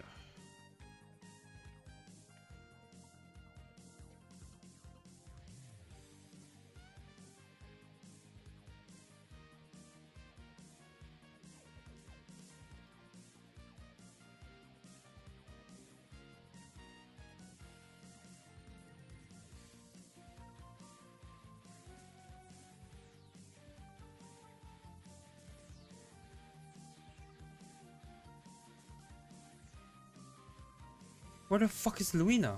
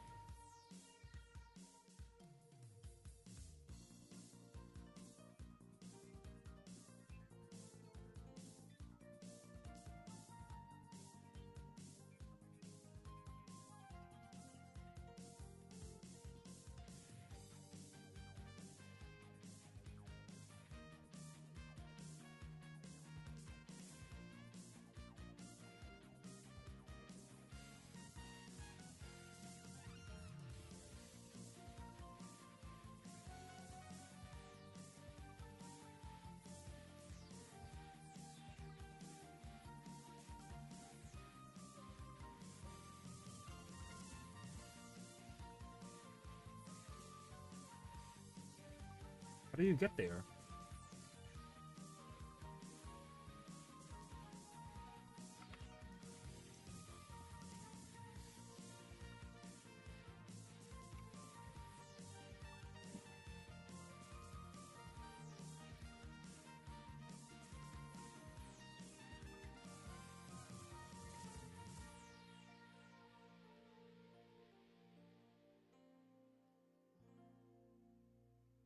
I'm gonna get kicked again.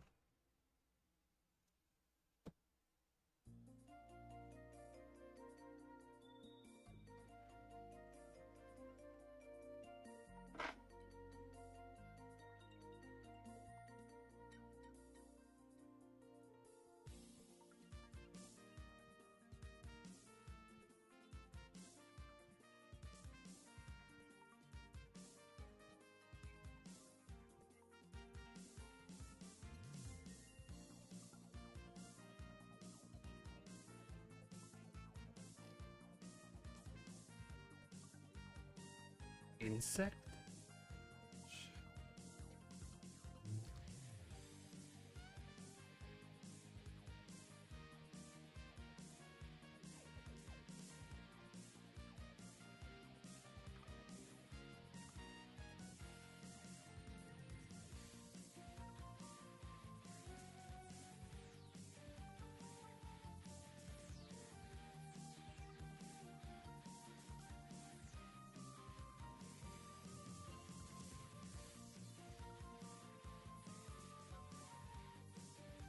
Alt Guild.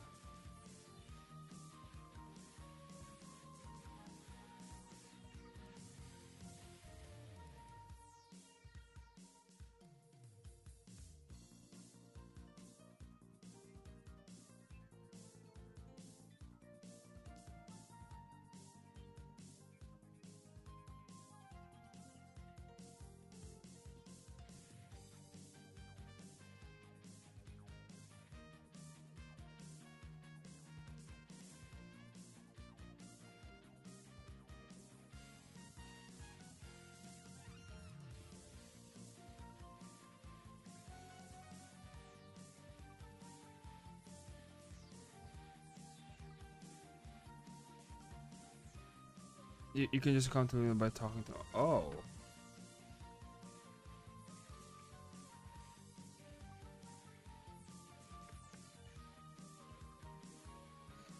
fucking kidding me, man?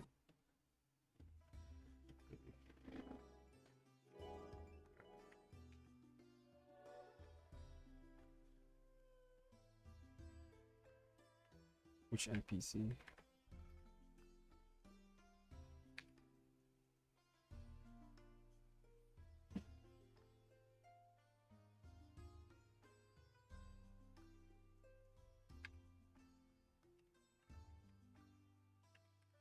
Which Luina? Oh. What?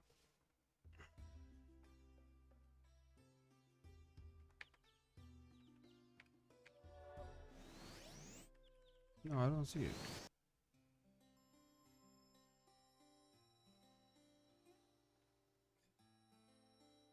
Which one?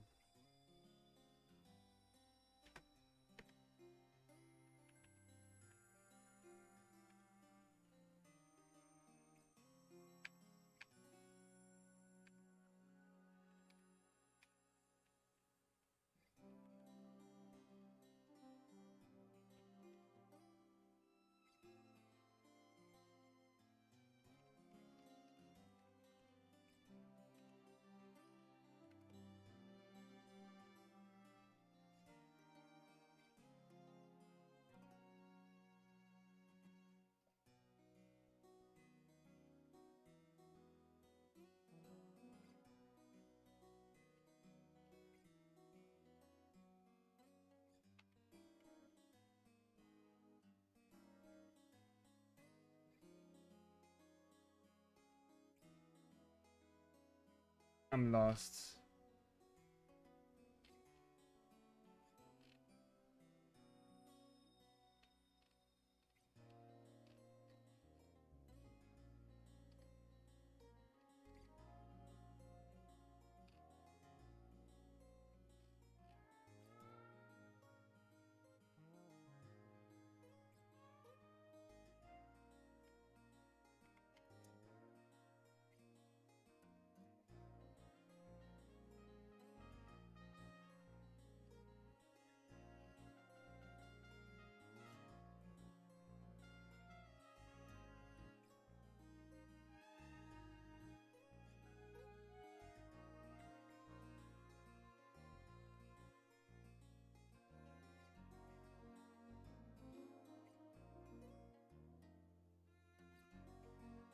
Okay.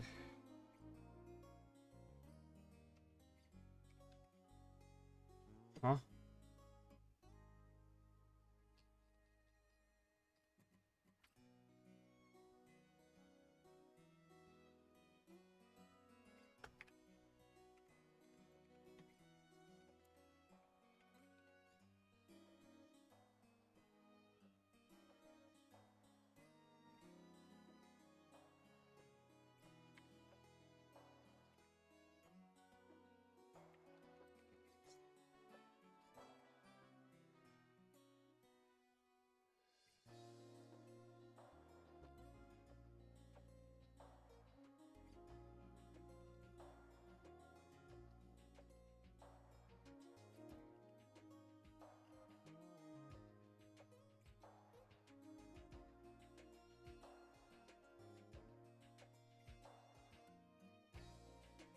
How do you talk to people? Oh my gosh.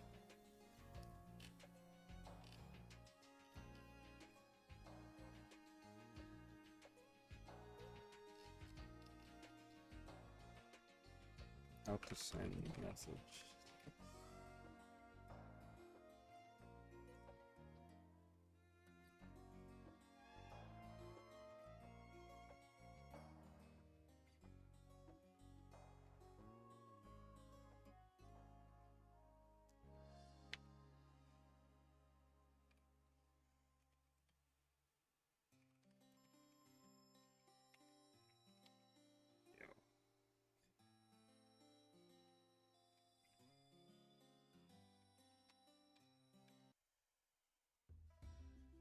Where is he?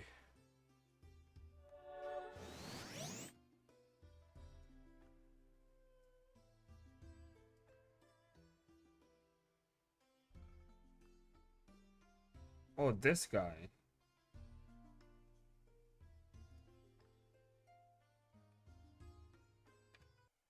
Okay. Yo.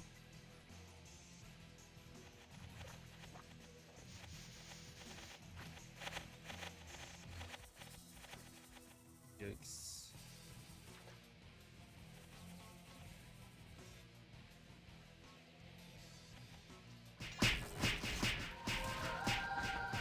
Oh, fuck. I use silver arrow for this. Instead of...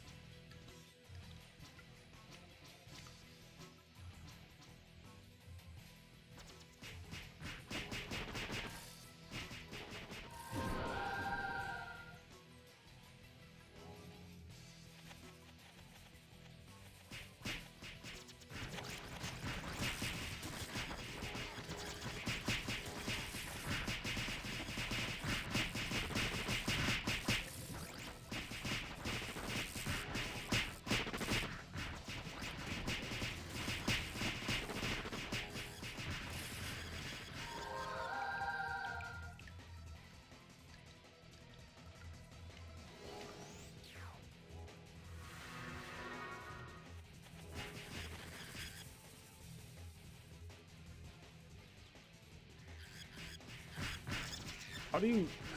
you fucking said message.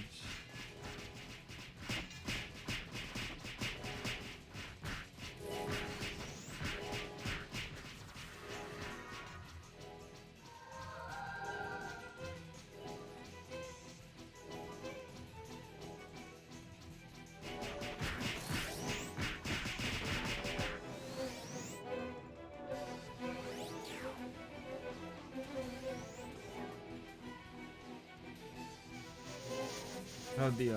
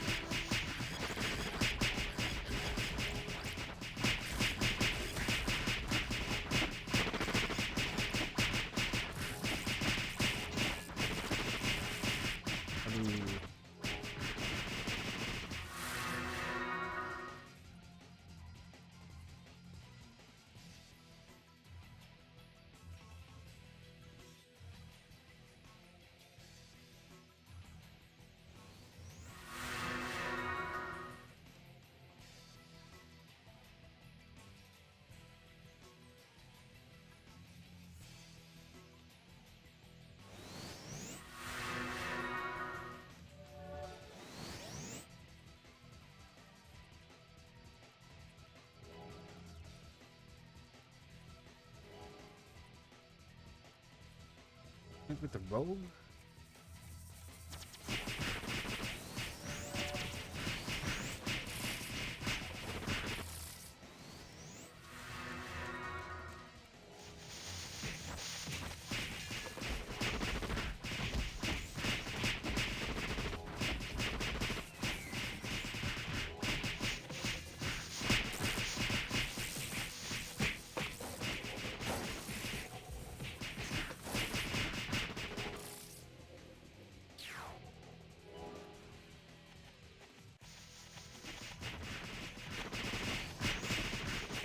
Didn't have a fire arrow.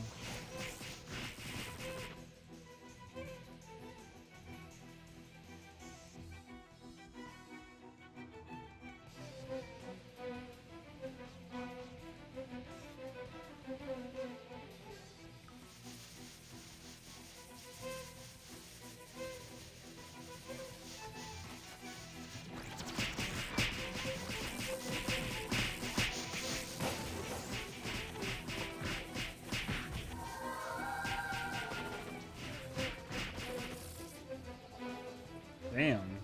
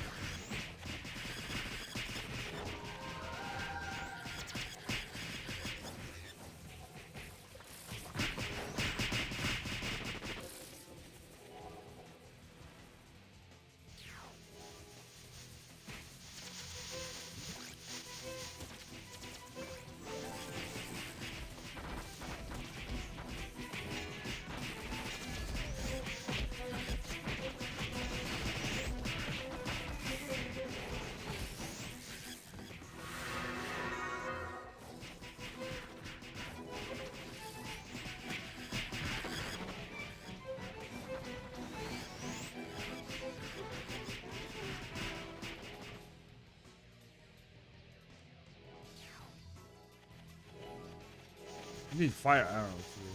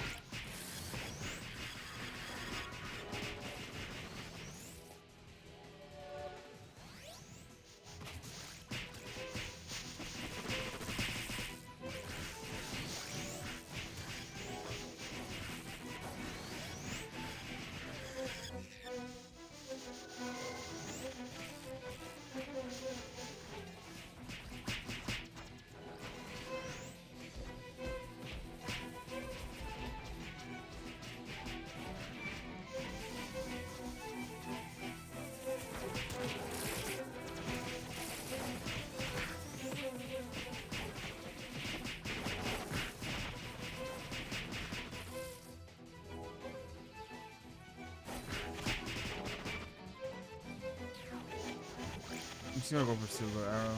It's fast anyway.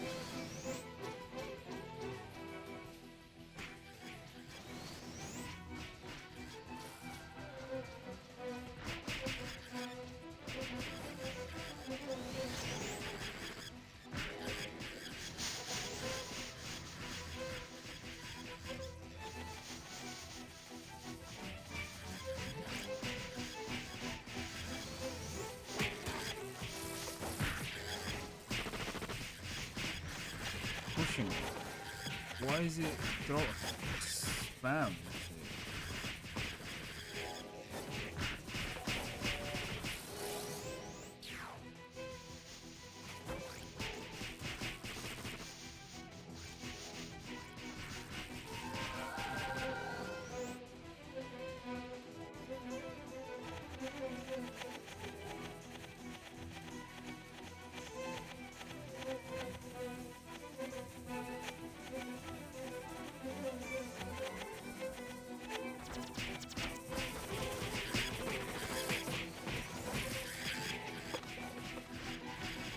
He's using arrow shower.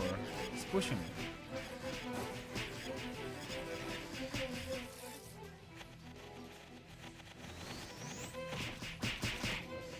He's using storm gust. This is a rogue.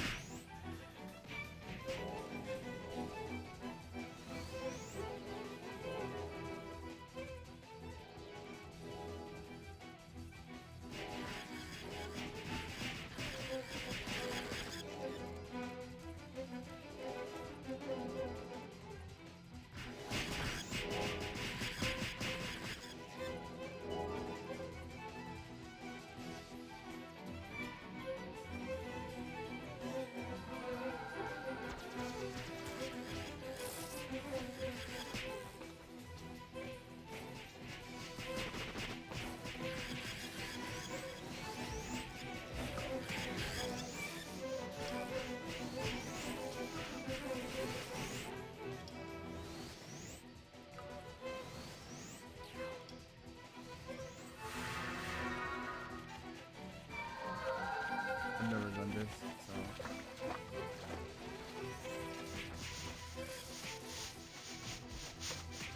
Just look at the Holy Trinity, dude. It just worked.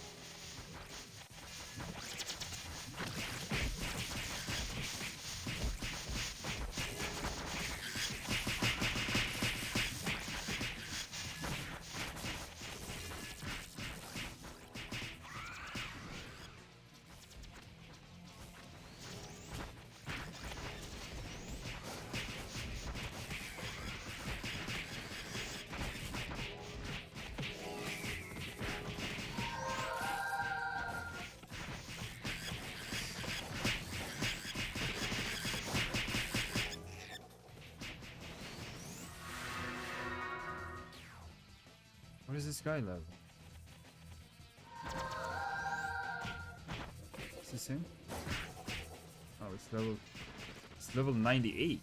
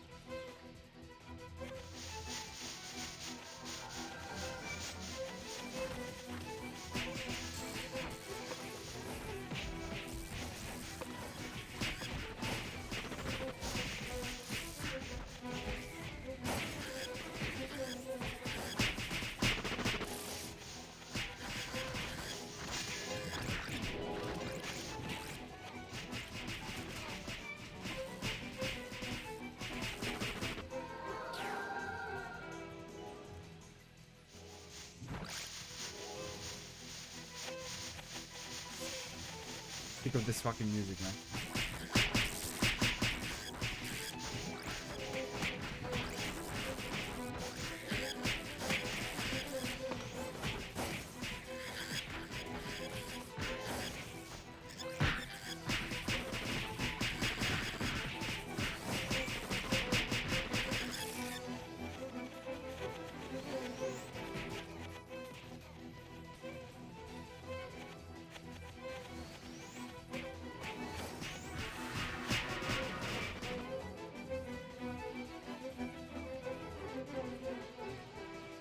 Already like 56%.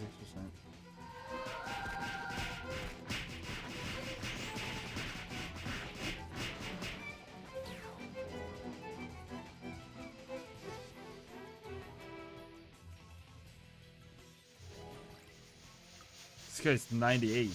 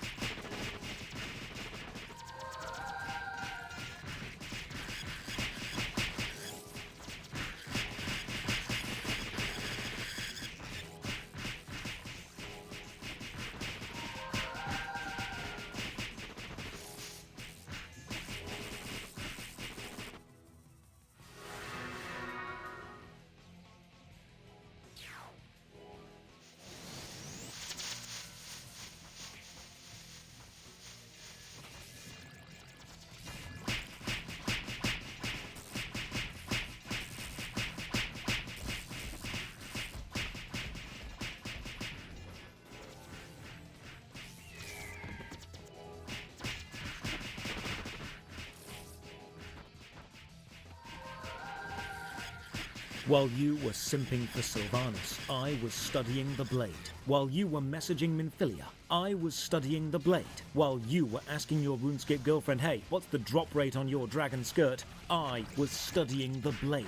And now that the world is on fire and the barbarians are at the gate, you have the audacity to come to me for help? Nothing personal, kid. Ladies and gentlemen, welcome. I'm Josh Dreyfus, and this is Worst MMO Ever, a series where I play every MMO I can find in a search to find the worst. Drop a like on the video or sub to the channel for more MMO stuff. Ring the bell for all the future notifications. As usual, a massive thank you to all the supporters on Patreon and Twitch who keep the channel alive. More on how you can support at the end. For now, let's begin.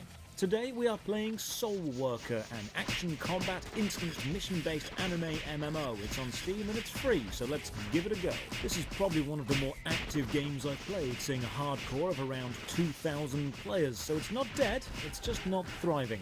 Oh good, there's our old friend Zing Code 3 anti-cheat invasive spyware. I'll have fun removing you later. Again.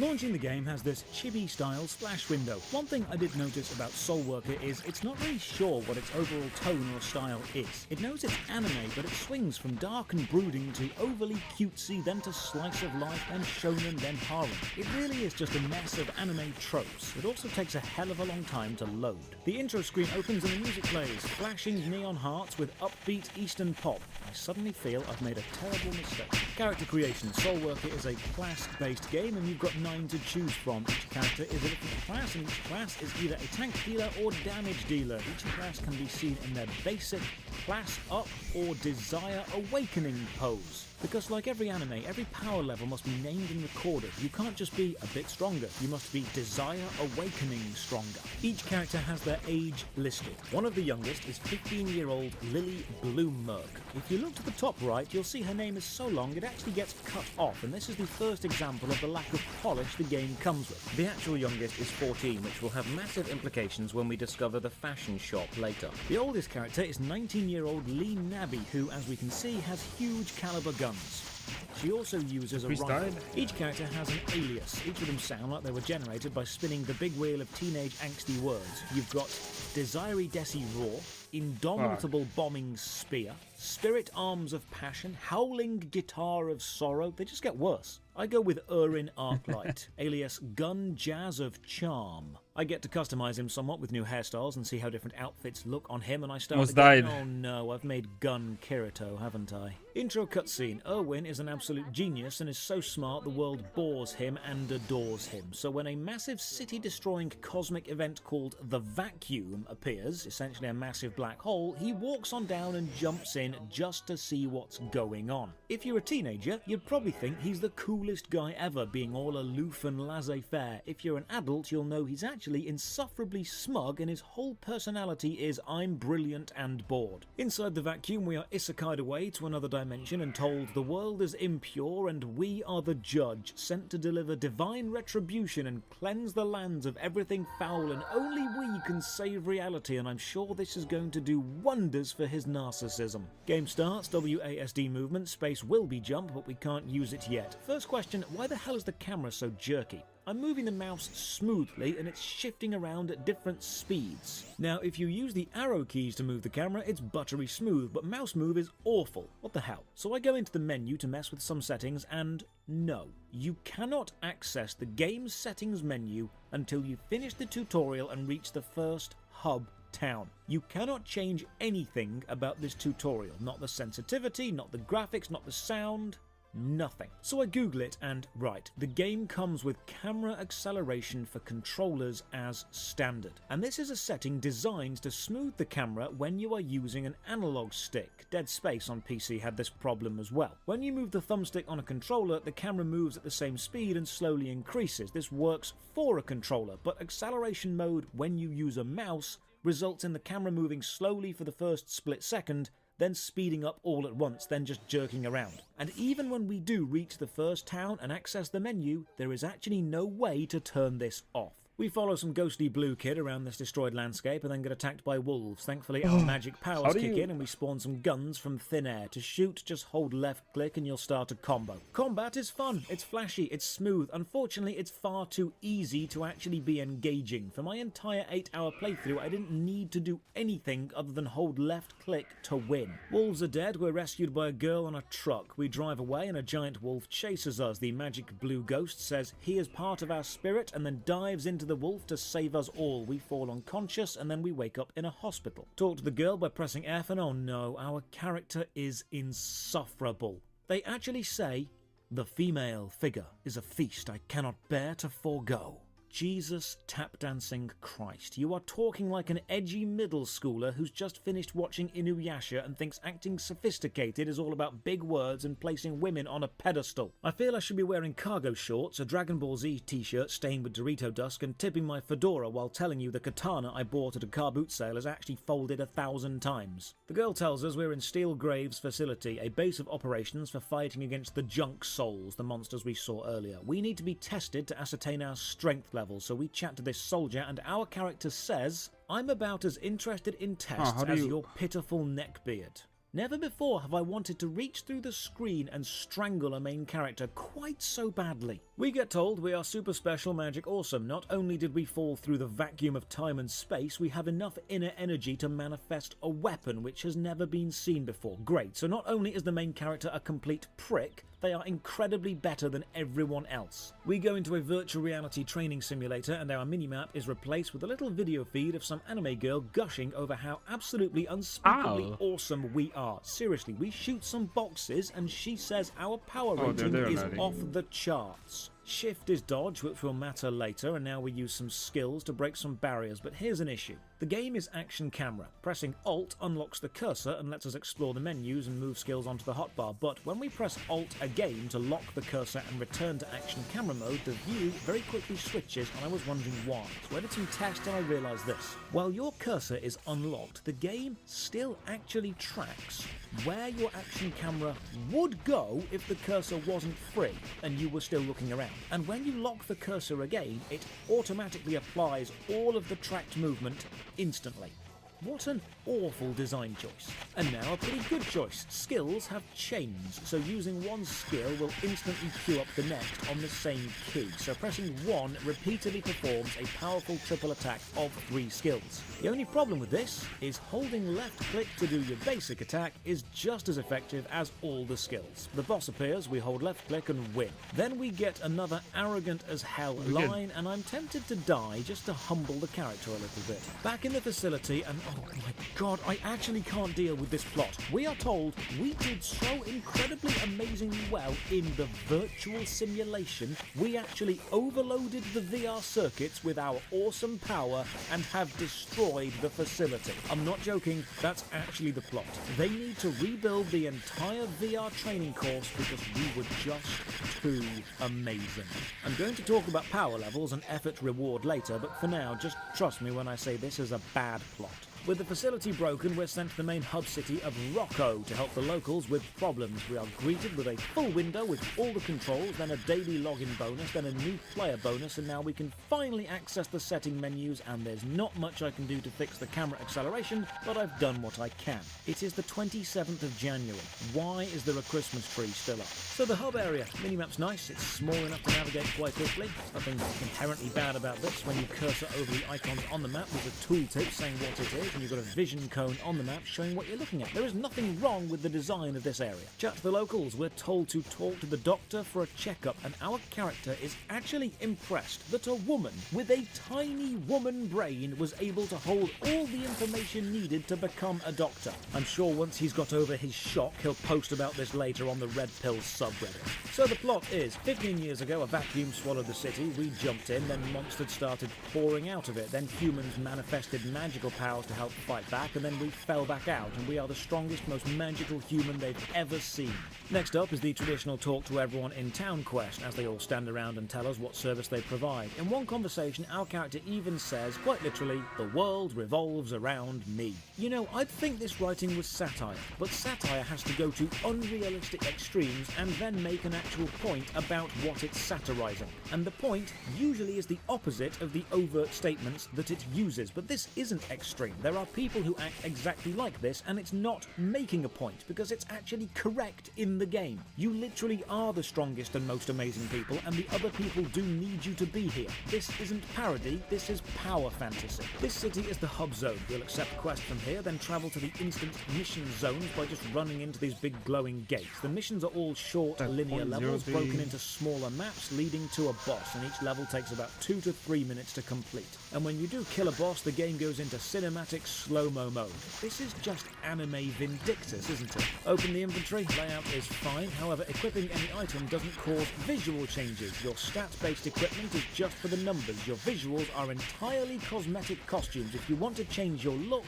you must buy a costume from the shop, and we'll have a look at that later. Slight UI issue, when you have a skill chain ready to go, there's an icon on screen with the letter Z, hinting press Z for the next skill, but it's not Z, it's 1. They're showing you the wrong key. Kill the boss, then the spirit kid from earlier melds himself onto me. This event proves we are a soul worker. As with all animes, the level of power and abilities need to be given increasingly intense sounding names. We relay this information back to the main girl, and then our character actually says, "Does that mean I can finally start building my own harem?"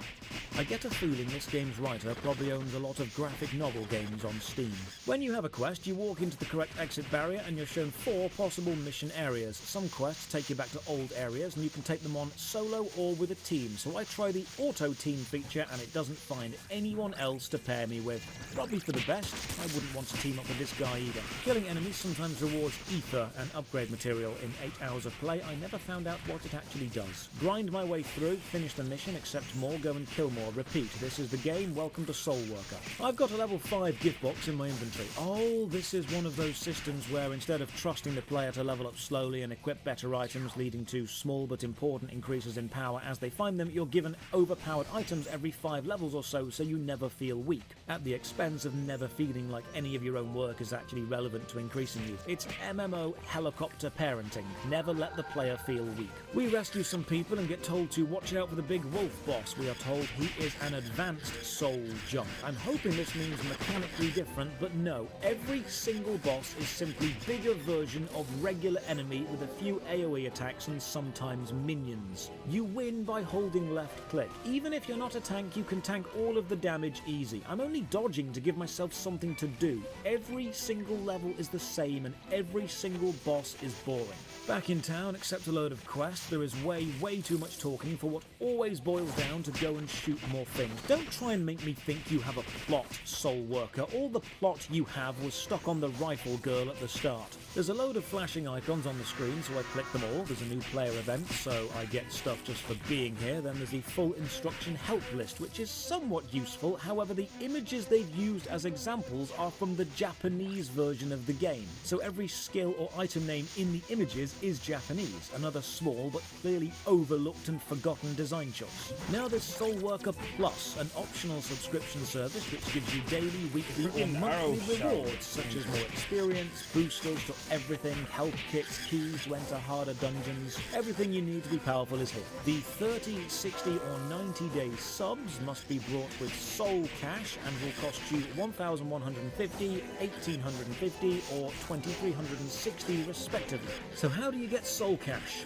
You know what, before I even check, I'm going to guarantee it will only be viable in awkward packet sizes, which makes affording these subs mathematically abusive, so you have to buy more than one packet, or overly complex and you end up with too much, and you know what? I was spot on. 112 Soul Cash costs $1 and there's no discount for bulk buying, so spending $10 gets you 1,120, which is 30 shy of the 30-day sub, so you're encouraged to buy the next slightly bigger than you need pack. So I check out the shop. Here's an item which alleviates decreasing stats during the upgrade process. Oh, I see. It's one of those you must upgrade your items, but if the upgrade fails, your items get worse games, so of course they sell you the safety net of not losing your best gear. I have a browse of the costumes because you tend to find most anime games are just advanced dress-up simulators with an MMO on the side, and what the hell?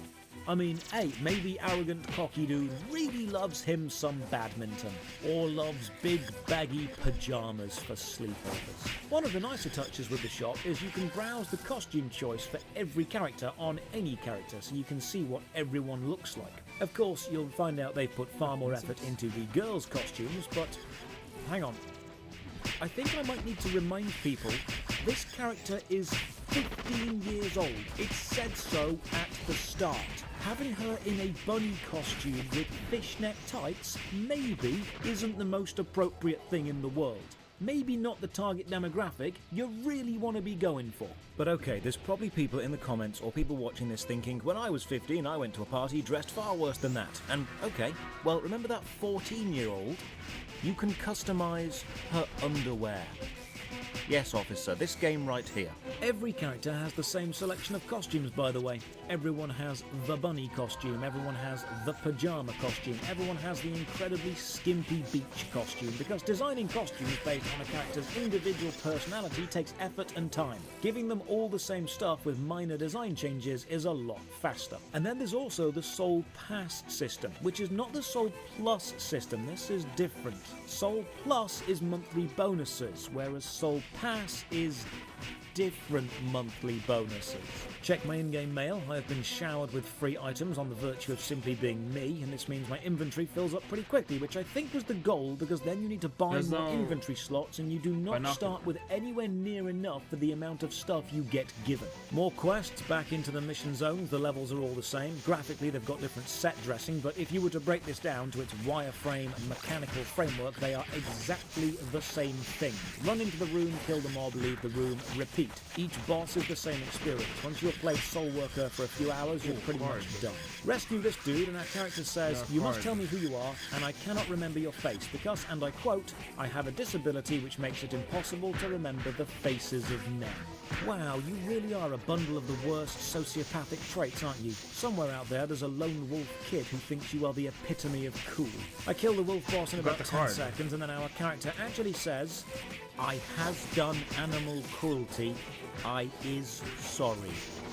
This character is the power fantasy of your mid-2000s 14-year-old non-showering, MySpace-having, meme-quoting, Bebo-loving, IMVU-using, anime convention glomping edgelord. This is the exact kid who would prank someone by kicking them, then do the troll face and ask problem in real life. I guarantee they keep a diary of self-written philosophy, and their favourite film is Donnie Darko because you don't understand how deep it is. Back at town, I talk to everyone, accept every quest, and throw myself against this endless wall of edgy grinds some more.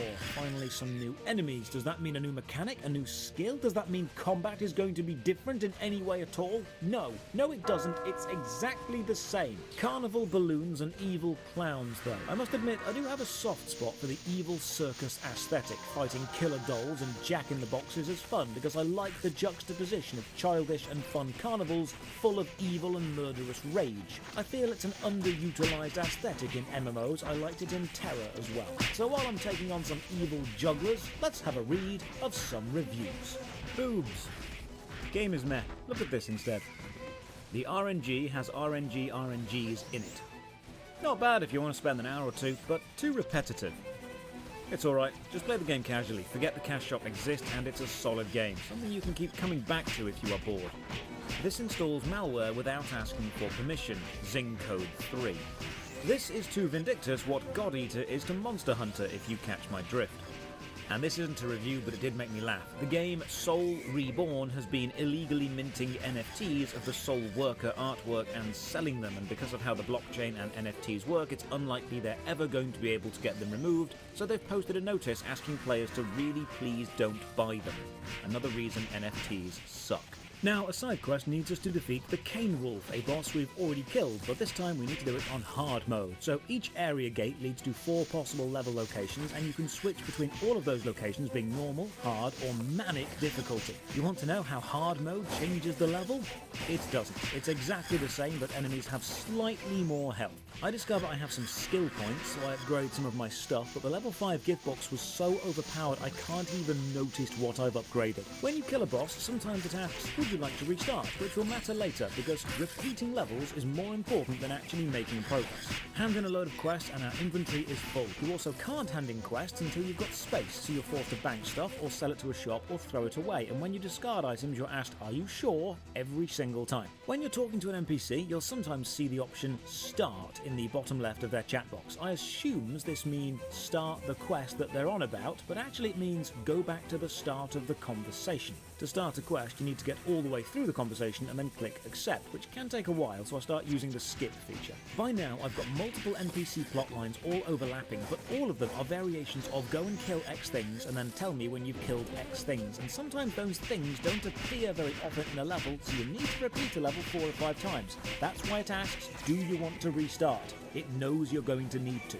Janice has a crafting line for us. She gives us a box, we open the box and get some souls. We interact with her and use the crafting to turn the souls into another better soul, and then she gives us a blueprint and we use the crafting menu to combine the blueprint with a soul with a gun to make a better gun, and it's still substantially worse than the gun we got given from the level up gift. Developers, stop doing this. If the first experience a player has with your crafting system is, wow, this is a lot of effort and this is crap, then they're not going to want to return to it.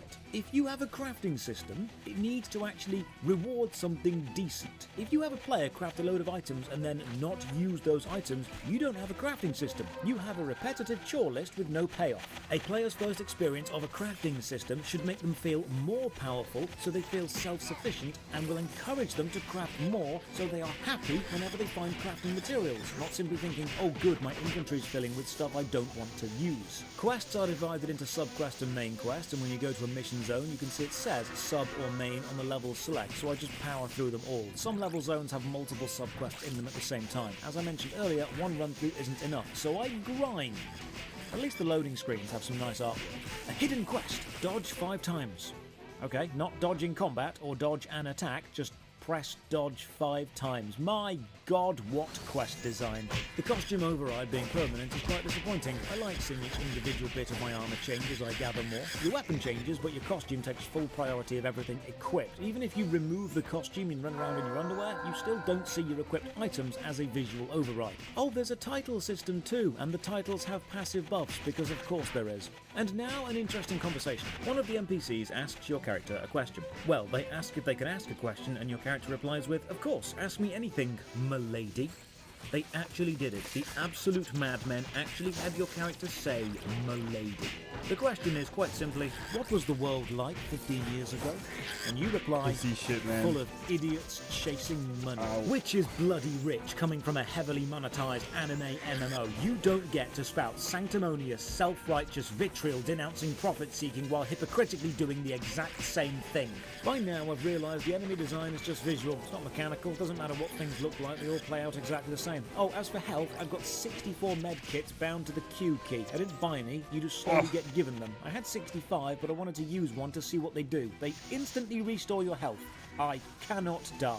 There's a Yo, cutscene of a big there's puppet so storming much. through the city, killing some soldiers, then we go and hunt for it, and some random clown dude shows up and talks at us and probably sets themselves up as a mini-boss for later. Did the, Hand in every priest single die? city quest and then accept more. Look, Soulworker isn't bad, it's just repetitive. The combat is fine, it's just shallow, the world is pretty, but looks really don't matter. The gameplay is identical wherever you are. It's a roller coaster. It's fun once, and then you've seen what it has to offer, and then it's just more of the same. Fast, flashy, loud, and obnoxious. It's the type of game you play in small bursts when you don't want to think too much. Oh, there's player housing as well. Pressing H lets you buy one. They cost 5,000 zenny, that's the name of the local currency, and then you can teleport there. Your house is a top-floor penthouse with a rooftop terrace garden. Because anything less than the absolute best, and your character would probably throw a strop and scream until they got their way. You can grow plants, but only if you've brought the correct trowel for each pot. You can, however, see a ranking list of other people's houses, seeing how many approvals each one has, and then you can go and visit them. So I visited this house. It's the same framework as your house, but with soft furnishings added. So I explore around, sit on the sofa, and then soft lock myself.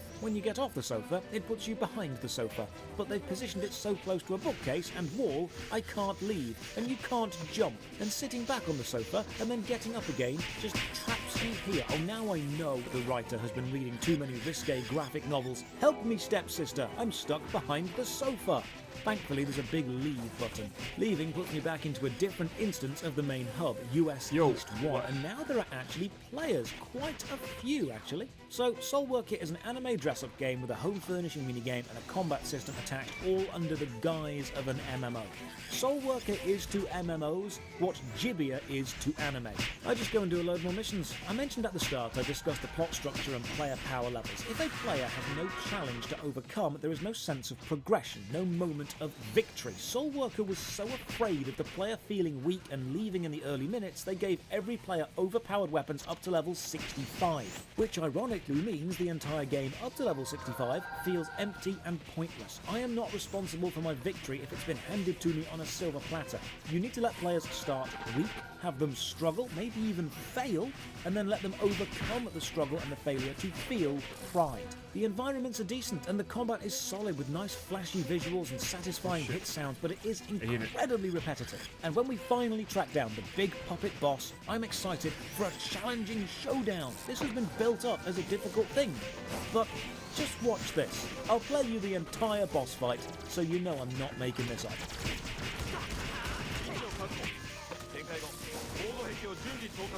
Must die so good. ビッグパペットを完全に閉じ込めるので時間の間制御に異常発生防護壁透過タイミングを制御できません作戦を中止します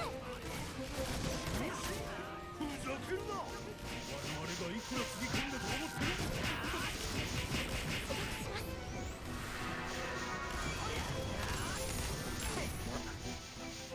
こういう終わり方も悪くねえか How incredibly disappointing. Such an underwhelming moment. And if you want to know why it's underwhelming, just look at how powerful the free gift armor I've been given is.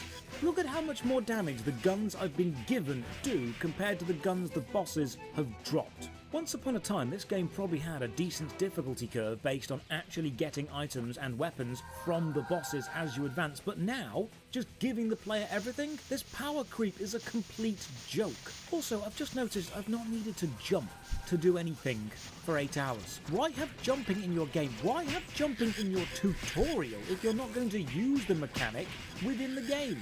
Each quest has been rewarding so much stuff between the drops and the hand-in items. I'm having to empty my inventory between each one, and then the worst design choice of all, something literally unforgivable. You cannot pet the dog. Soulworker. It's a relatively competently made dress-up and homemaking simulator with a flashy combat system attached and an MMO on the side. The levels are short and linear and extremely similar. They're repetitive and there's no challenge at all in the early game. The main character is more repulsive than a basement shop room after an all-day Magic the Gathering tournament, and the monetization is classically abusive. It's the beach episode of an isekai anime made into an MMO, so to end the review I will award Soulworker You Cannot Pet the Dog out of 10.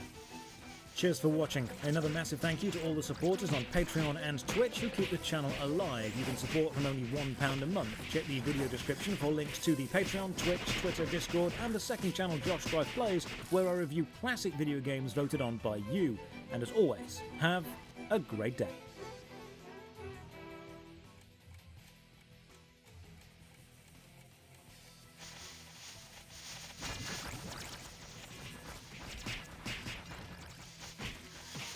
Everyone is lying to you. The government has secrets they don't want you to know, like how the moon landings were actually filmed on a soundstage on Mars, how birds aren't real, or how they're putting chemicals in the water which are making the friggin' frogs listen to Ricky Martin. At least this is the general world feeling while playing the Secret World Legends, a modern-day MMO set within the three-way battle for global domination between the Illuminati, the Knights Templar, and the Cult of the Dragon, with all the factions teaming up to take down Lovecraftian-style monsters. It's an MMO about conspiracy theories, and it's got a fun few unique touches to it, like the investigation missions or the Hollow Earth transportation system, but unfortunately the actual build quality of the game itself, from the floaty and empty feeling combat to the sporadic intense lag, the many movement glitches and more random crashes than you can shake a Freemason stick at, combined with incredibly repetitive kill and fetch quests, the Secret World Legends is a great overall idea, poorly forced into a bland MMO model. Ladies and gentlemen, welcome. I'm Josh Strife-Hayes, and this is Worst MMO Ever, a series where I play every MMO game I can find in an attempt to find the worst. Drop a like on this video or sub to the channel for more MMO content. Ring the bell for all the future notifications. As usual, a massive thank you to all the supporters on Patreon and Twitch who keep the channel alive.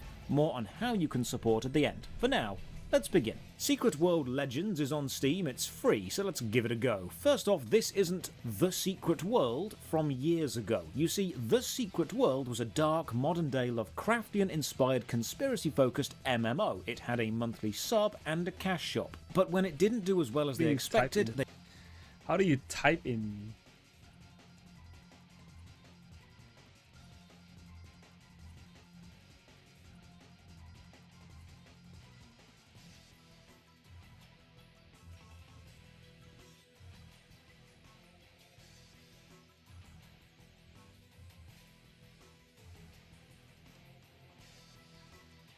Damn.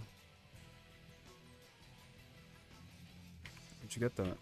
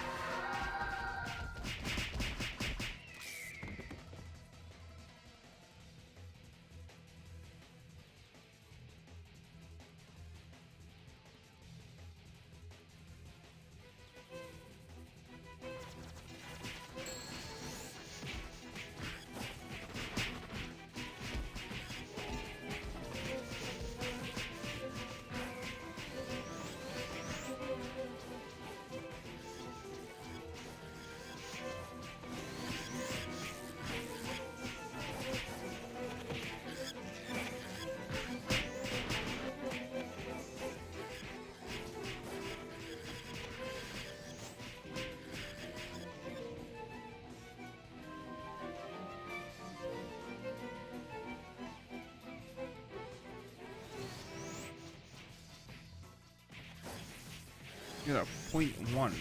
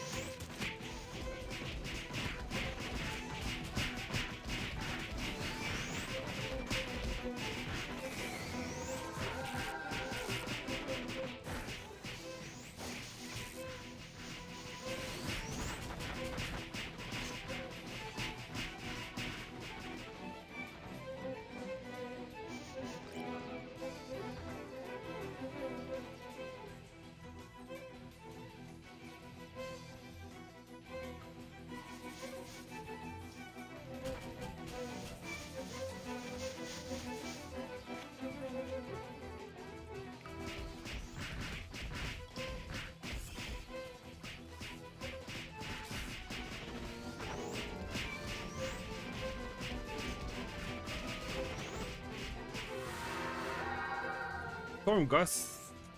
Dude, Storm Gust is just... I can't see shit, man. It's like too much.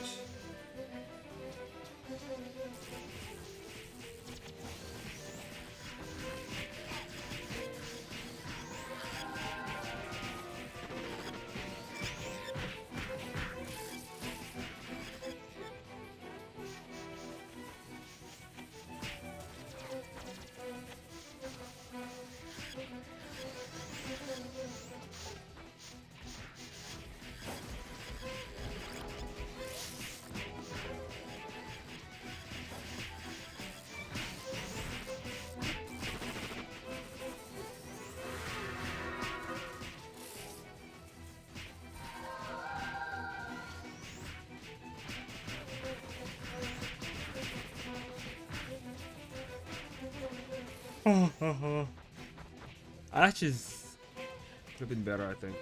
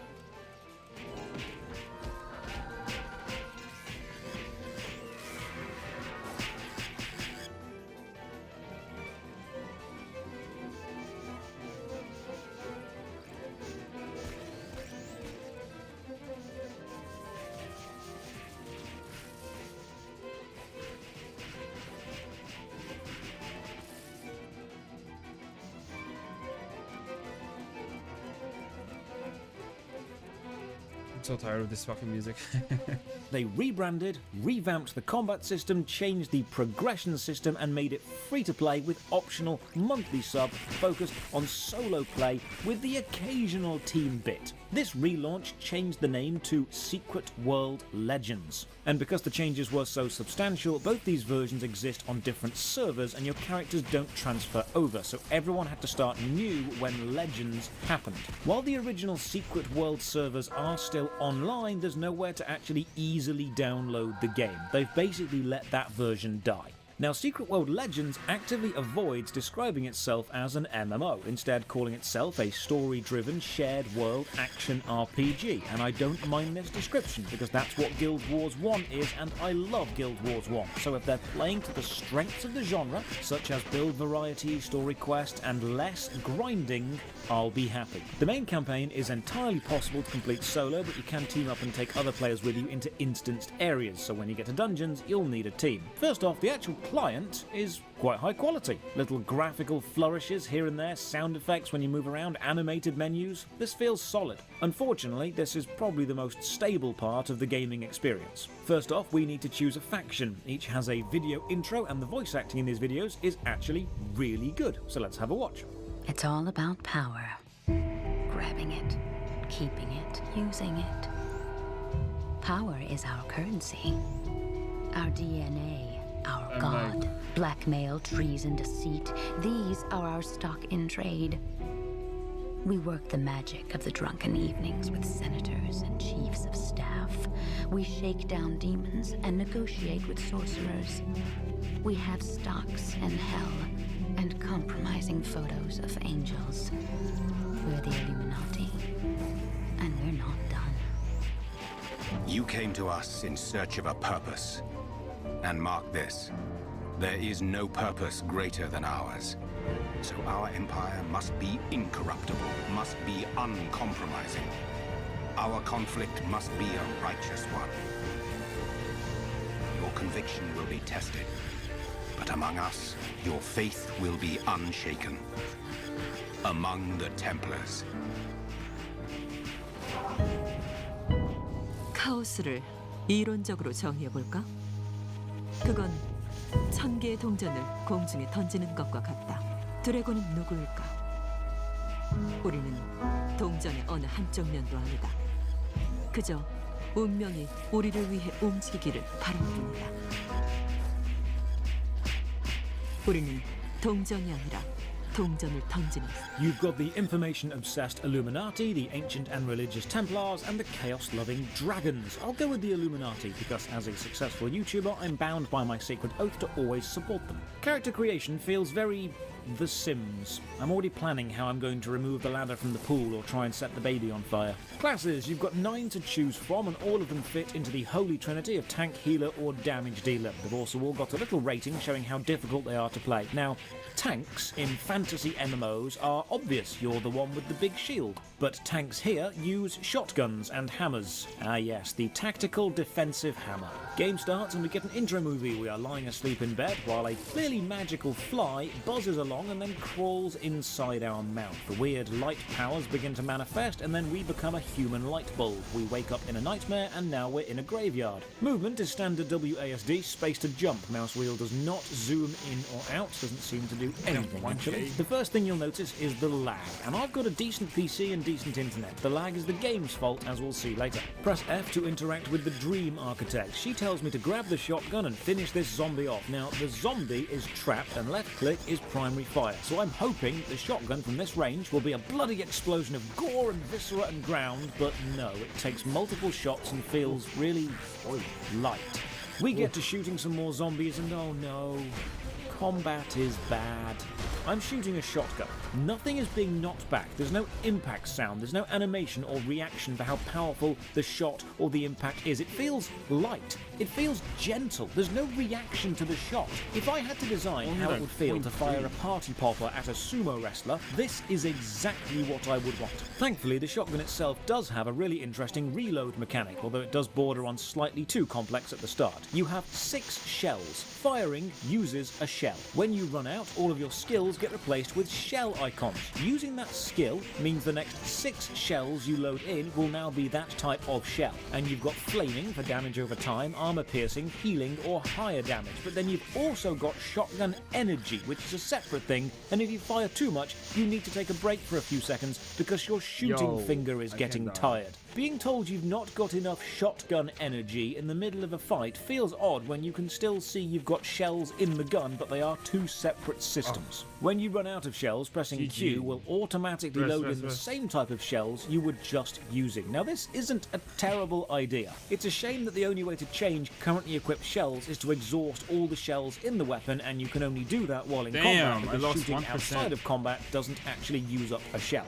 Also, the best shells are the ones that do more damage in every situation. Kill this Reaper dude and then get a text from the Illuminati which says, "Well done for killing so many zombies." It also has a necklace attached because this is how texts work. Deeper into the dream we go. I have a slight concern this design will do what a lot of opening sections do, which is be short, concise and fun and then never be relevant again. And while I'm worrying about that, the game crashes. And here we shall begin the counter.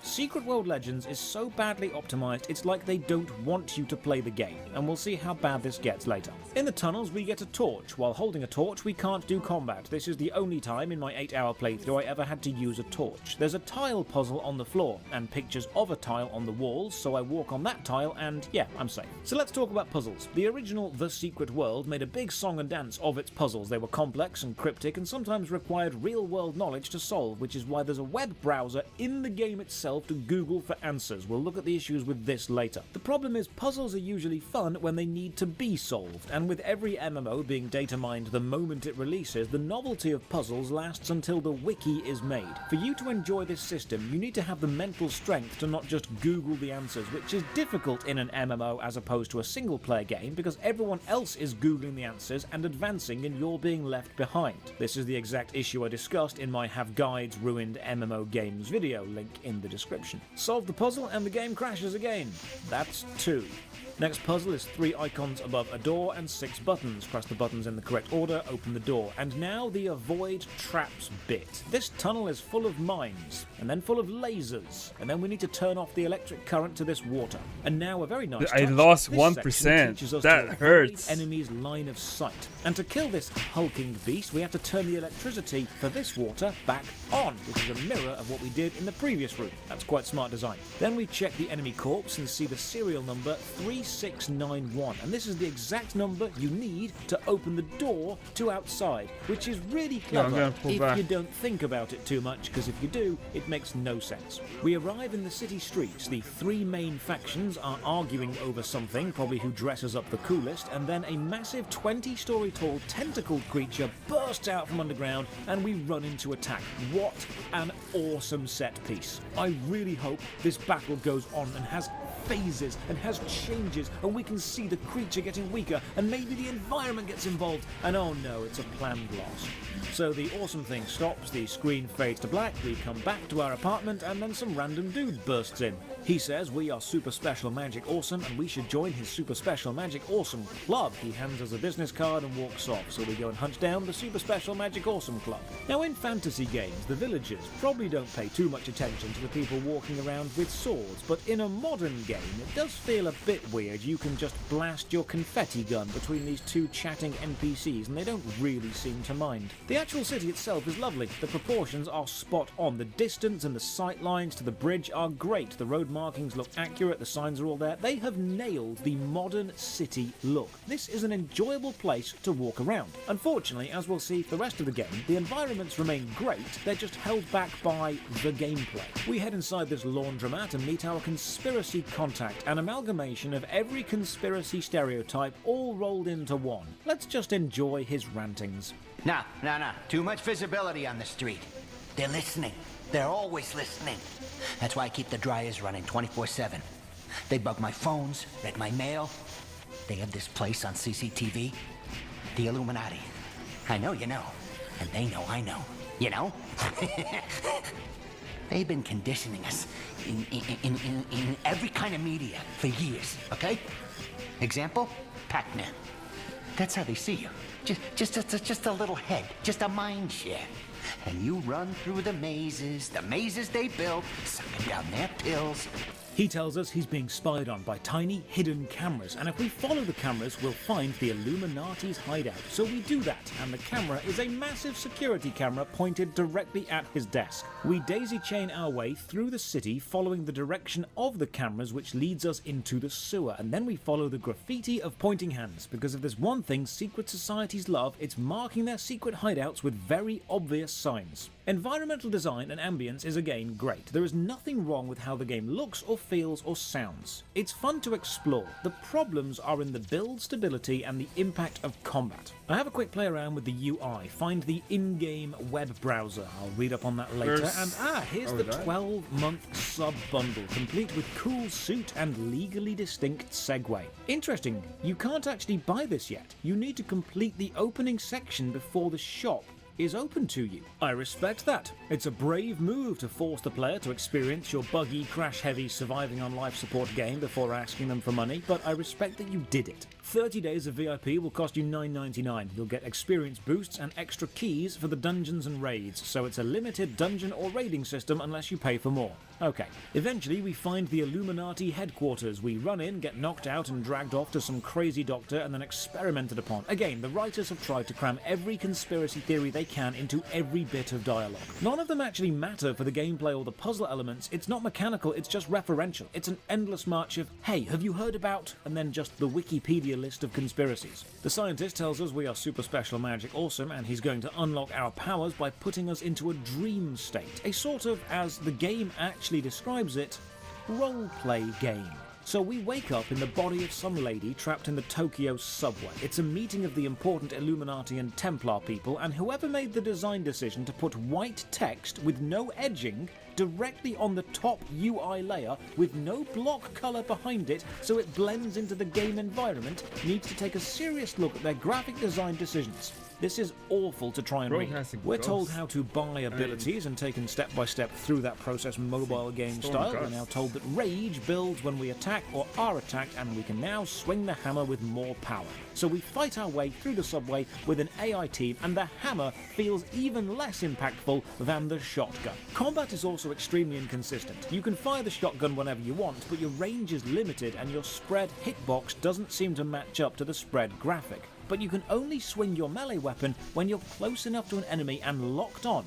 The swing animation only happens when you are guaranteed to hit, not when you press the button. So you can be spam clicking and doing nothing, and then you'll randomly swing once an enemy runs in front of you. There's a real disconnect between clicking to attack and actually seeing your character do something. Buying passive skills makes the shotgun better. There's a lot of passive skills, not sure how buying upgrades works while I'm technically in a dream of someone else, but the plot does take a bit of a downward turn from here. Fight a mini-boss, they drop a healing item. We can equip it and use it with C. There's a 30-second cooldown. I like this mechanic of having a rechargeable healing item. It means you can rely on others for dangerous fights, but yourself in any solo adventures. Take on a boss, and look, the problem with dream levels is, while I can appreciate the mechanics of the game, I don't have any emotional attachment to this event. It's already happened. It wasn't me involved. My actions here won't change anything. Nothing needs this to be me. It's the and then they woke up and it was all a dream ending, but we know it's going to end that way. This is a real narrative risk this early in a game.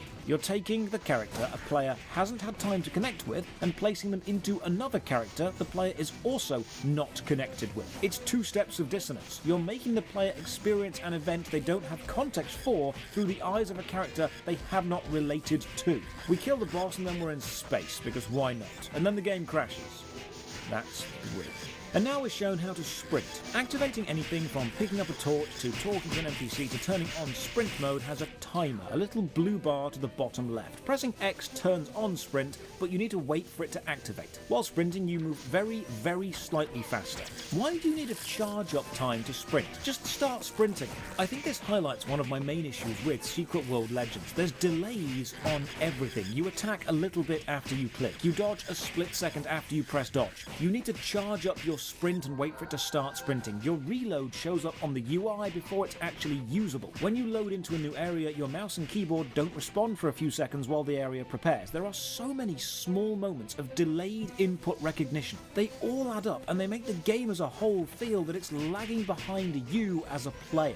I say hello to the general chat, there are no replies. Steam tells me there are 44 people online. That's actually more than I expected. Those 44 must be some hardcore players, because there is no way someone new is downloading this game, crashing 3 times and not uninstalling. Pop into this test chamber, get given a cell phone and shown the text message icon will pop up whenever our Illuminati handler wants to talk to us, and now we get the upgrading weapons tutorial. The inventory and upgrade UI is very clean, if slightly soulless. You place a weapon you want to upgrade into the box, then throw a load of crap weapons in as fodder, and they get destroyed to make the chosen one better. There's also some stats and numbers and stuff, but you don't really need to pay too much attention to this in the start. And now we're sent to meet our primary contact, and this scene is filled with so much cringe I almost imploded.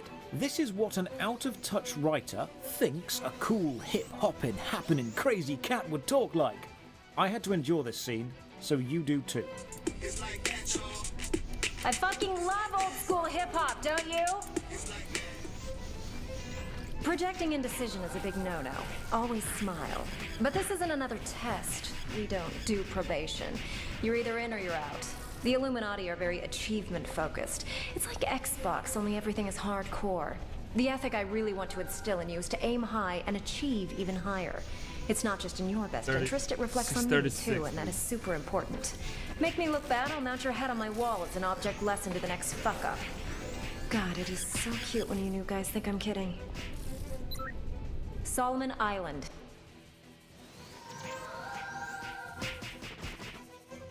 Yes, of course, a high-ranking Illuminati commander is just a young laissez-faire, chilled-out, hip-hop-loving rascal who's got no time for your silence and needs you to know they're sassy. I should have joined the Templars. Now here's a real conspiracy. I've had the pop-up notification to tell me the program has crashed again, but if I ignore it, the game seems to carry on working. Sort of like a Schrodinger's crash. I'm going to deal with this the same way I deal with most problems in life. I'm going to ignore it and hope it kind of fixes itself. We're sent to the garage to find the entrance to the Agrapha, an underground travel network linked to a giant tree. So we pop on inside and hey look, it's the conductor from the Polar Express. This is your central travel network. Secret World Legends is a hub-based RPG, and this is the hub, the Hollow Earth Conspiracy combined with the Giant World Tree Conspiracy. The tree branches have portals on which will whisk you away to different occult places. With this being the main hub, I'm hoping I'll find some other players, but what I actually find is crash number 4. Side note, while I boot up the game again, the YouTube channel Accursed Farms has the fantastic Game Dungeon series where Ross plays through old games and critiques them in depth. He has a full video on the Secret World, and I'd highly recommend you go and give it a watch. There is a link in the description. He is probably one of the best long-form content creators on YouTube. Right, we're back into the game in the World Tree, and it crashes. 30 seconds. The game lasted 30 seconds before a crash in a more demanding area. There were 3 players around me, and it couldn't handle that. That's 5. So, graphics on low, try again. Also, watch this. Is it me, or is there a window pop-up which instantly closes? I don't know what that was. We're sent to investigate Kingsmouth because stuff is getting a little too culty for them. Anyone familiar with H.P. Lovecraft's work will recognise the name as a play on Innsmouth, and just like Innsmouth, there are shadows over this sleepy little fishing village. The first character we meet is a cowboy, because the writers paid a lot of money for the big book of cliches, and my god, they are going to use every last one of them. Oh, don't worry, kid. You haven't gone back in time. I just happen to be the last of the cowboys. Got your southern welcome right here. Mesquite beans, Texas style. Good ought to face evil on a full stomach.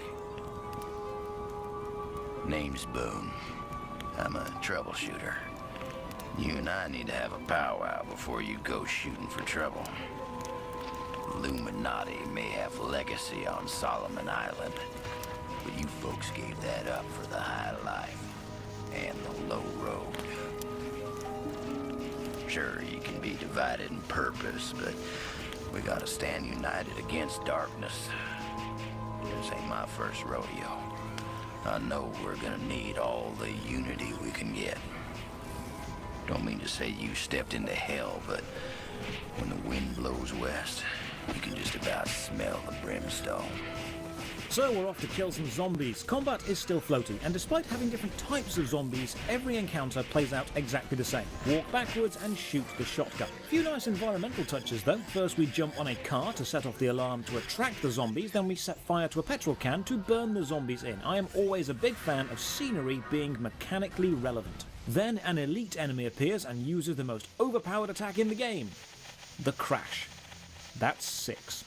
Maybe it's a DirectX 11 issue. I'll drop it down to DirectX 9 and see if it helps. You'd think if that was the case, they'd fix the DirectX 11 issue, or they'd have the game use DirectX 9 as standard. When a game company shows more interest in milking their currently enfranchised players than they do making the experience playable for new players, I think you know they've given up trying to get new players.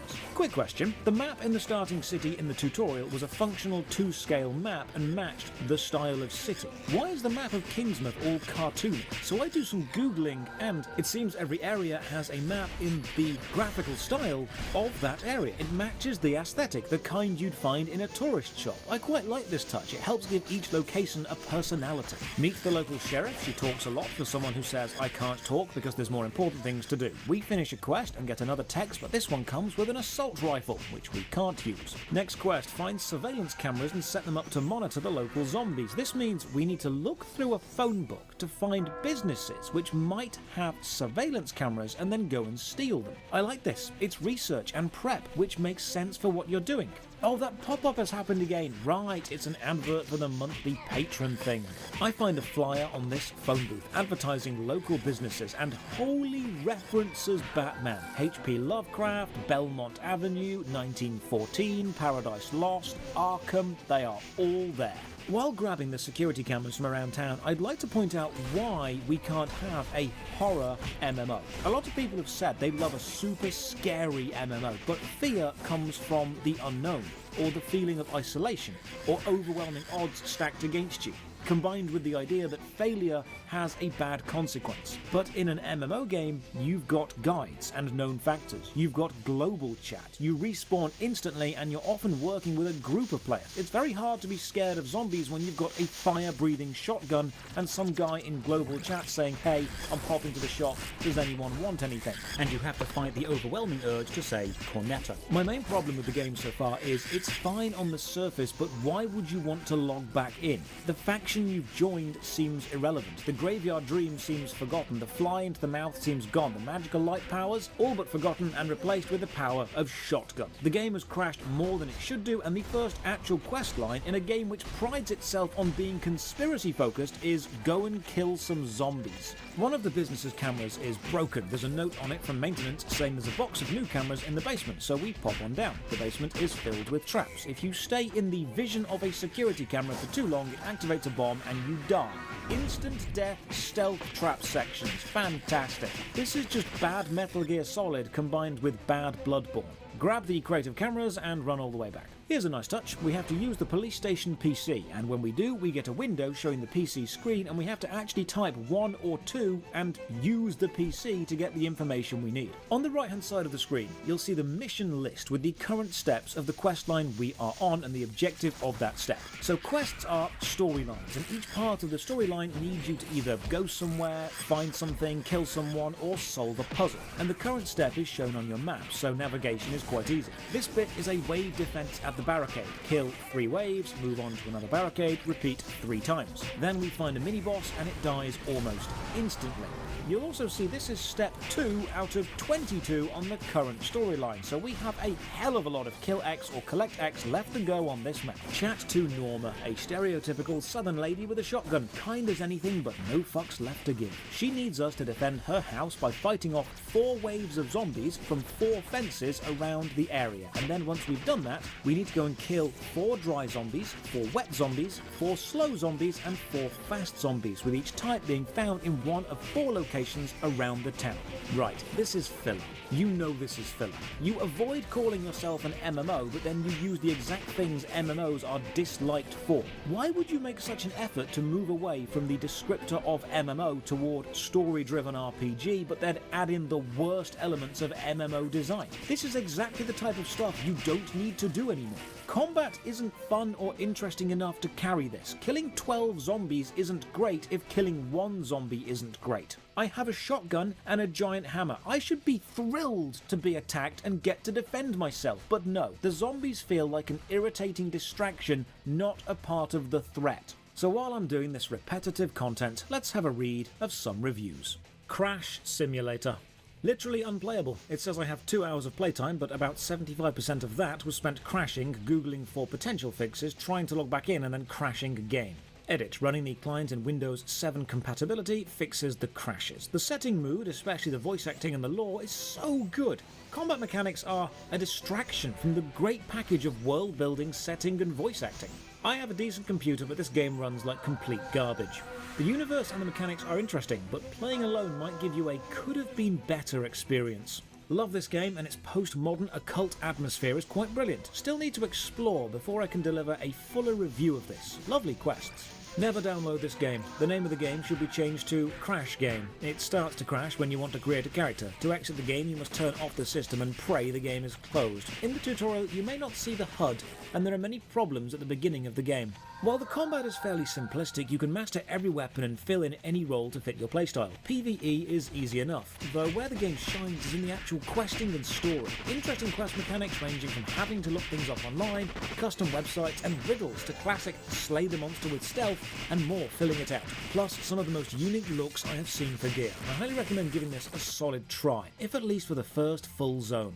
I completely agree and understand the general feeling of could be better. It feels like they've got a really good cosmic horror game here, which is actually held back by trying to be an MMO. If you reduce the number of enemies but increase their power substantially, a single zombie becomes a challenge. If you reduced the collect X or kill X quests to go and do something substantial to move the plot forward, you'd have a more direct story. The zone itself is lovely. The story is fine, if somewhat derivative of earlier horror works. The only problem is the online game aspect seems to be actively harming what this game could really be. The worst part of this Lovecraftian investigation-based conspiracy MMO is the fact that it's an MMO. I've gone on at length about the importance of your opening section in any game, how players won't get to your 100-hour-in amazing dungeon if they don't have a great time for the first 5 hours. Secret World Legends advertises itself as a conspiracy, puzzle, occult, modern RPG, and what you get is a crash-heavy zombie killer with no context as to who we are or why this is happening. On the quest list, I see a pause quest option. I assume this means remove this quest from my heads-up display, so I pause it. But when I unpause it, oh, I see. It actually means remove all progress I've made from this step. Fantastic. I'd killed 4 types of 4 zombie, but now I need to go and do it all over again because pause doesn't mean pause. Investigate some fires, kill 8 cultists, then get shouted at that I'm leaving the mission area. I have 10 seconds to return. But it doesn't mean the main quest mission. It means this randomly happening mission that I've stumbled into. But the warning doesn't mention which mission. Whenever you do stumble into a random mission, you'll hear a computer voice tell you, "Additional assignment received. Initializing." I'm not sure where I'm hearing that from. The game made such a show of giving me a phone because it's a mechanic and it wanted to have a realistic explanation of how it happens, but now we can just hear magical Illuminati lady whenever she decides, oh, there's more stuff to kill. Like 4 fires on the beach to complete a cultist ritual and summon a big boss. What do you think it will look like? How will I defeat it? It looks like a regular cultist model, but bigger, and I defeat it with the ancient and powerful art of shotgun. What an anticlimactic fight. On to step 3 of 22, investigate the boat the Lady Margaret. At least the game hasn't crashed in a while. Silver lining and all that. On the boat, find the captain. They've been very slightly zombified, so we fix this with liberal application of gun to the face, and they drop a note saying Dr. Bannerman knows more. I like how in the note, the important bit, Dr. Bannerman, is slightly sharper. It draws your eye to it. Good graphic design. Talk to the good doctor about the boat, and nothing happens. The quest doesn't update. He gives me no leads, no info. die? The journal tells me talk to the doctor until I get more info. But when I interact with him, the option to discuss the Lady Margaret boat is greyed out. There's nothing I can click. There's an item on the desk, but that's for a side quest. Why can't I progress? What am I meant to do here? Hang on. Maybe this is one of the puzzles. Maybe the game won't just give me everything. Maybe it's given me everything I need already. I need to think. Hang on. The flyer on the phone booth from earlier. That shows me the address of Dr. Bannerman's clinic, 9 Belmont Avenue. And hang on. The tourist map I have shows street names. Oh, it's all coming together now. The good doctor knows something but won't tell me, so I need to break into the clinic and find the notes. Okay, I am on board with this. This is a great bit of design, needing the player to think just enough to add the pieces together of the clues they've already been given. This is a well-designed puzzle. So I arrive at the clinic and it's locked. Okay, not a problem. Maybe there's a skylight. I find a ladder around the back and I glitch onto it. I can't climb up or down. I'm stuck. Okay, not a problem. I wiggle around a bit until I make it to the roof and there's no skylight. Okay, now I'm stopped. I was actually quite sure that I'd figured something out. So finally I give in and I check a guide and wow. You are meant to go to the clinic, but you can only go in once the doctor has mentioned it. And my game glitched, so the original conversation didn't end correctly, and they didn't mention it. So I restart, talk to them again, and oh, now the clinic is highlighted. Well, I guess that'll teach me to try and think outside the box. Don't use the clues given to you. Don't do your own research inside a level set to a classic research-heavy story. Don't read notes or maps. Don't explore or try to be clever. Just follow the glowing arrows. Inside the clinic we find a CD on the floor, Vivaldi's Four Seasons. Then a smashed picture frame of some fireworks with the words set to the Four Seasons. And then a note saying, I bought you that new Vivaldi CD. Then we log on to the clinic PC and it's password protected. The hint is my favourite composer. Maybe it's Vivaldi. Yes it is, and now we're in. Now a quick note, that puzzle may seem a little heavy-handed, having 4 references to Vivaldi, but originally you only had the picture and the hint, and you were expected to use the in-game web browser to research who composed the Four Seasons. But they had to add more in-game clues because that web browser doesn't work anymore. And even when it did work, it was terrible. It wouldn't save whatever page you were on last and had very little security, and none of the bells and whistles of any other browser. I can see the novelty, but this just wasn't practical. And now it's not working. One of your main novel ideas and draws to your game, the thing that makes it stand out, isn't updated. That is a major sign of a dying game. The clinic records go on to speak of Derek and Lauren. I need to go and find them, but honestly, I'm bored. Not of the story, that's actually quite good. I'm bored of the gameplay, the zombies slowing down progression, the boss fights being the same, the dialogue being ridden with cliches. I want to experience where this goes, but I don't want to go there the way the game presents itself. Secret World Legends mixes genres a little too much. It's an RPG, but it's also an alternate reality puzzle-based game, but it's an online co-op shooter, but it's also an MMO, but not really. It has started so many disconnected story threads that I've actually stopped really caring about any of them. Who am I? What was the fly? What did the Illuminati want with me? Who was the doctor? What was the RPG dream? Why are there so many cultists? It's story overlap, and I feel that I don't know why I'm doing what I'm doing. I'm sure they all loop back round and be relevant, but the gameplay experience of following the stories is subpar. I can see why you'd be interested in this game. The setting is cool. The idea of exploring conspiracies or occult references is neat. It's unique in the MMO setting. The modern day is something we don't see much in the online RPG space. But all that is just surface level set dressing. It's the icing on the cake. But the cake itself, the gameplay, the terrible program stability, the lack of combat variations, sporadic lag on interactions and movement, the floaty, gentle, generic feeling of every encounter, it's just not good. The mechanics of this game do not do the environments and the overall design of the game justice. So, to end the review, I will award Secret World Legend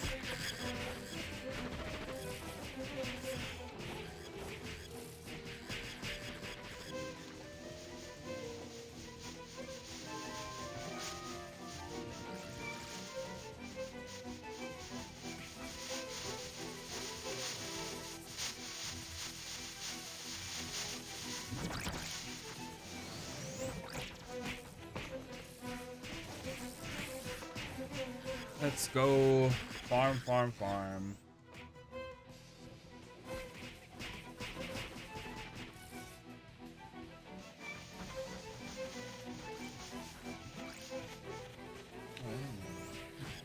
GH is back, it's April 14, and here is your MMO news of the week. Timestamps, let's not waste any more time.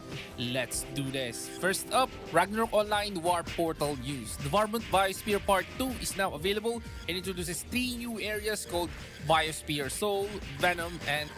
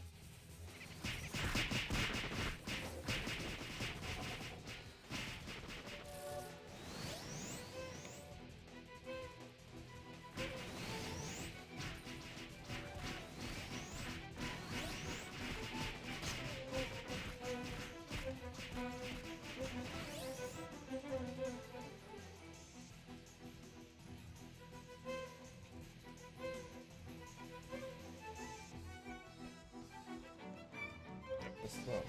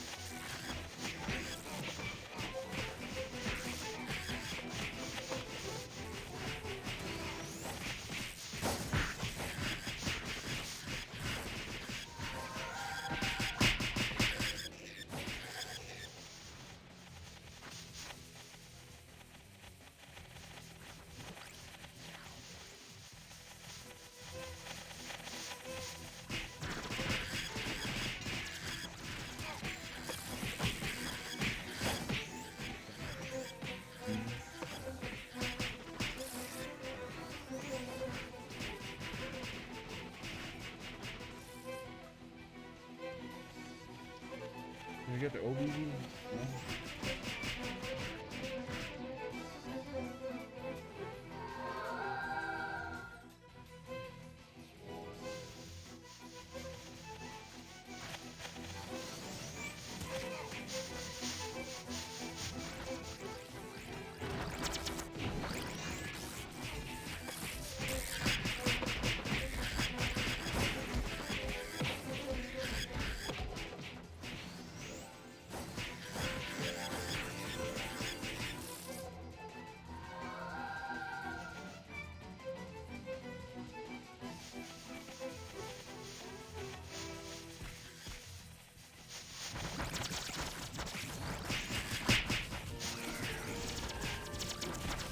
Yikers.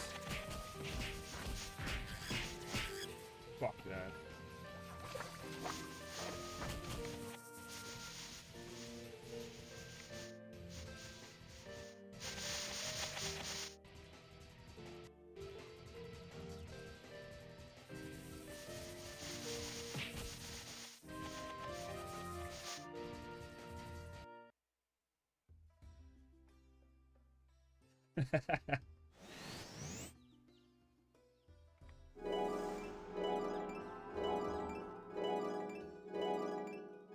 What does this get? Oil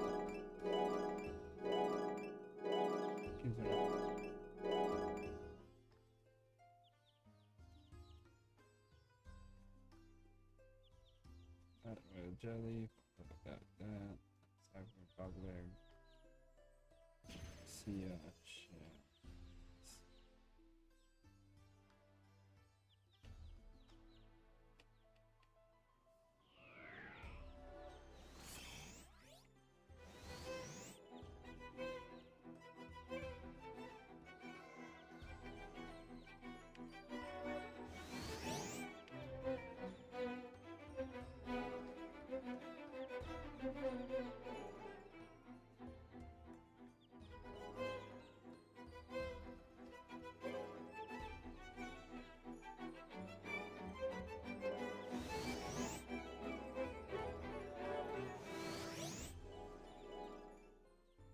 7K.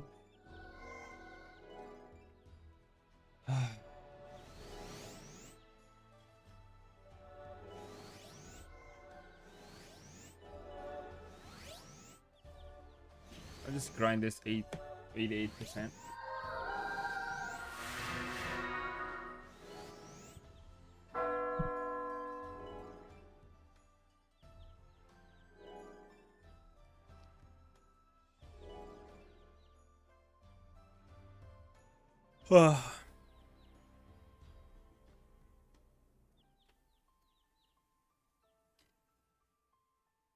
How do you type in chat?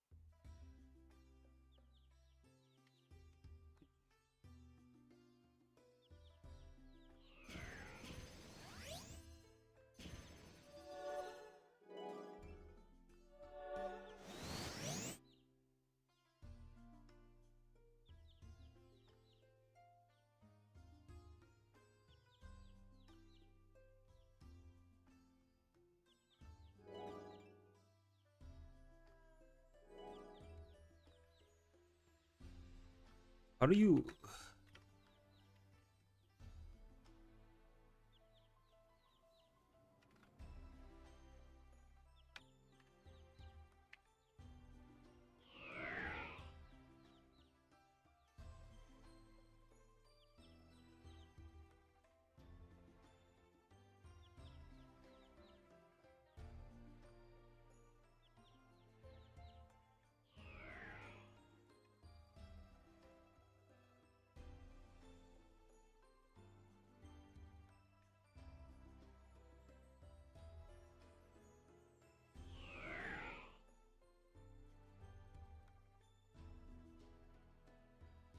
You got 88%. I'm gonna level up. You know, finish up.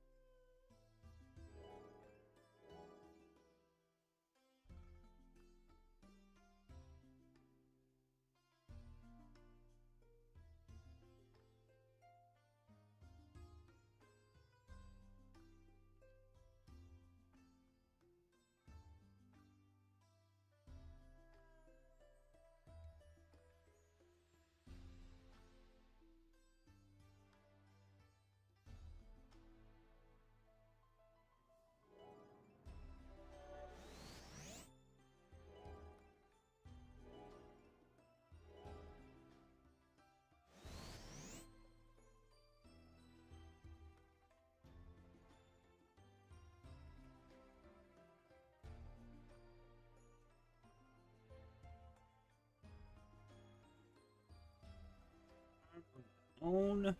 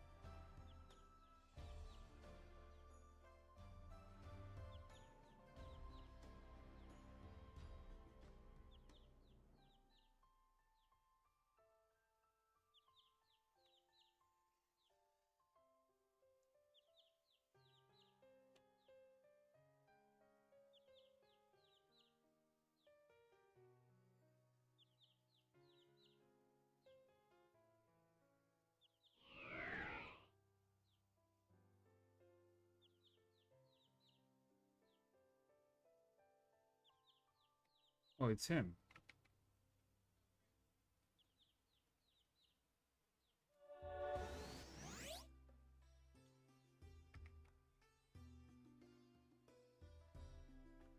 Gonna find.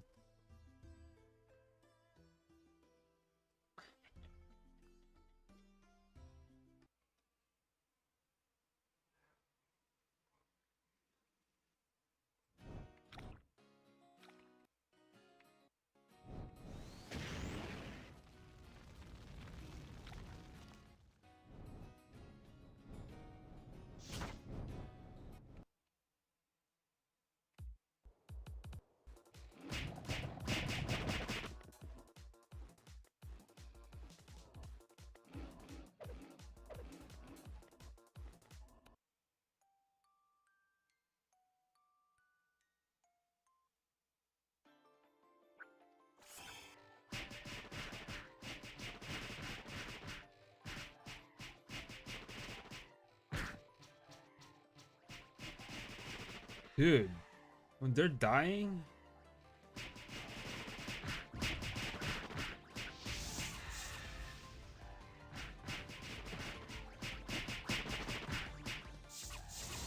What? No.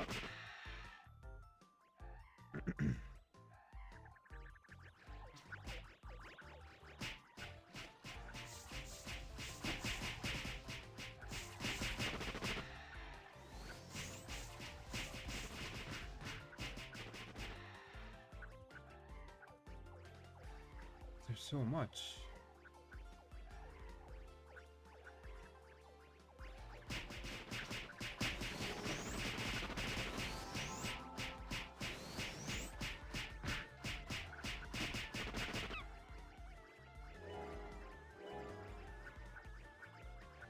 I see me.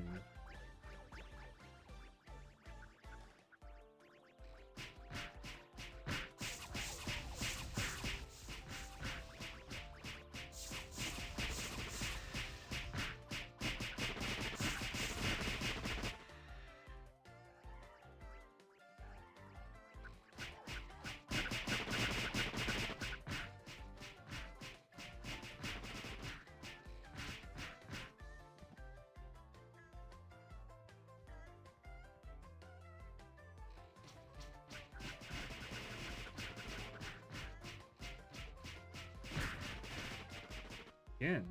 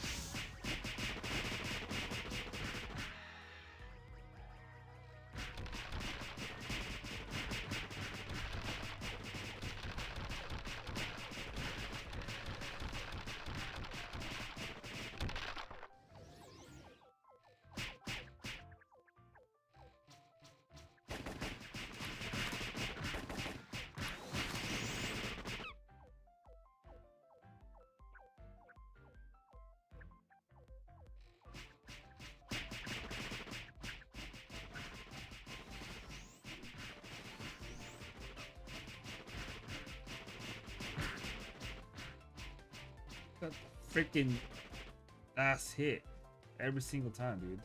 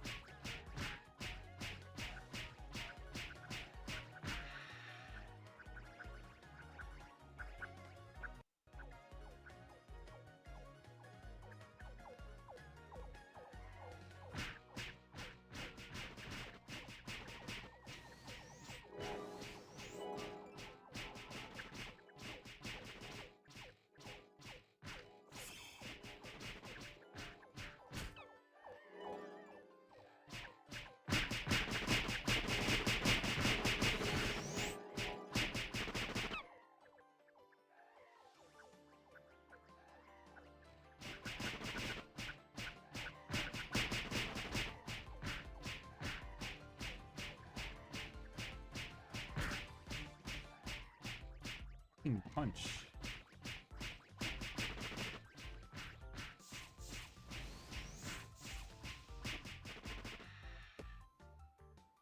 Oh man.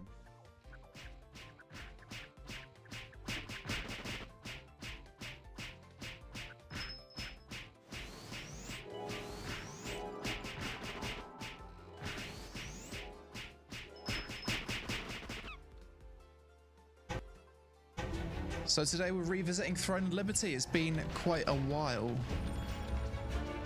50 days ago was the last time I logged in. The reason it was 50 days ago is because I logged in to try and prepare for the expansion, then I logged out very quickly after. Apparently they've got a returning players event. Let's see, I bet my character's super out of date now. Right, this place used to be super busy. Actually, it's probably not busy now because there's a new expansion and there's probably a new place where everyone hangs out. Alright, we'll have a look regardless. There's a few players running around. It's not dead.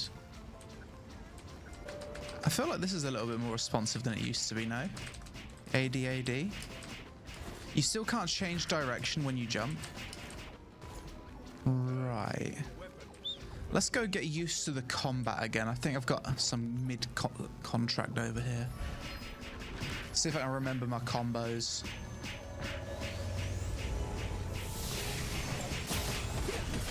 Oh, they've changed the numbers. Holy, that's different. And I'm instantly level 51.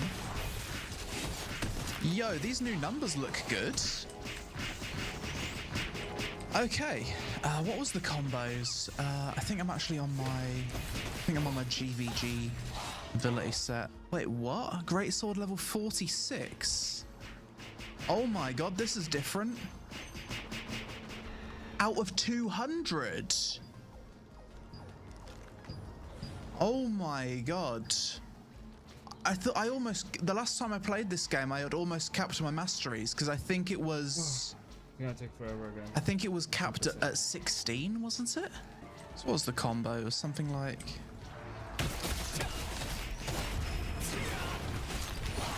So apparently I can move and attack at the same time without being slowed down. So I've heard.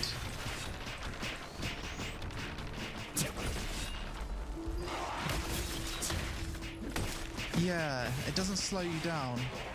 But it does keep you moving in one direction for like a few seconds longer than you'd want to. Like when I cast my X ability.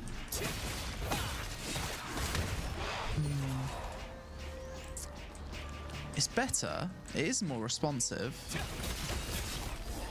You can move and attack without inertia now. It's still a bit buggy. When I use Cruel Smite and I move in this like one direction, when I stop moving in one direction, it continues moving on one direction until the ability has finished being cast, which is a bit odd.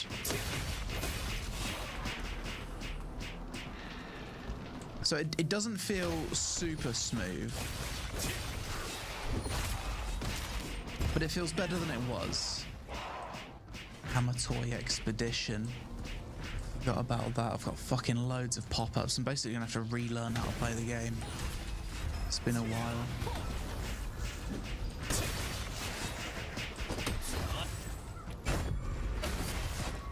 Yeah, the new numbers are really nice. I approve of those. Are there any new weapons? Yeah, there's a spear. That's relatively new since the last time I played. I've never tried the spear. Oh, you've got a new Amatoy Expedition for Talandri as well. Okay. Send it. I'll look at PvP. I'm going to need to get to level 55 first, so probably not. I'm going to get dumpstered, aren't I? Returnee benefits. Okay. So let's start the new expansion content, I guess. I guess this is the MSQ. Let's begin. What was my favourite content in TNL? It was actually the dungeons. I really enjoyed the dungeons in this game. I suppose I should spec something? Oh my god, logging in and having like a whole new weapon mastery system. Like before, I was really happy that it like level 16 weapon mastery was the cap, because then I thought, okay, I've soon maxed out the mastery on my weapons. I can then start leveling up new weapons and then like switch between them and have multiple sets per class. I'm honestly so fucking sad to log back into the game and they've expanded the weapon mastery even more. So you're even more hard locked into your weapon. Like, that's how it seems to me on the surface. I don't know if that's actually the case, but fuck, I hate to see that. I liked the nice simple system that it was before. It's just lots of new progression systems. Will it add anything fun to the game? Absolutely not. Highly doubt it. Heavy attack augment. Holy fuck, we've logged into the game and we're instantly overwhelmed. Wow. Okay, I think we've spent that okay now. Now we can finally play the game. Right, has that increased my gear score at all? Out of curiosity. Gear score 3.6. That's probably horrible nowadays. Because I haven't played since the rune system was introduced. So my character has no runes. However, that works. I've got tons of mats because I kept grinding even when I had nothing to grind for a long time at launch. Plenty of stuff in the storage. Okay, let's just crack on with some MSQ. I'm not gonna lie, I'm not looking forward to the leveling of this one because I remember leveling from like 35 to 50 in this game had some really awkward quests, like jumping puzzle quests. And it was quite dodgy, I remember, back at launch. I didn't enjoy the leveling too much. Hopefully the leveling and the questing on the expansion is a bit better.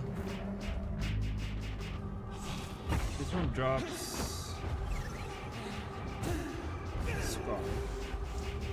Oh yeah, he died, didn't he? Clay died, if I remember correctly. Yo, what the fuck? That's where it ended.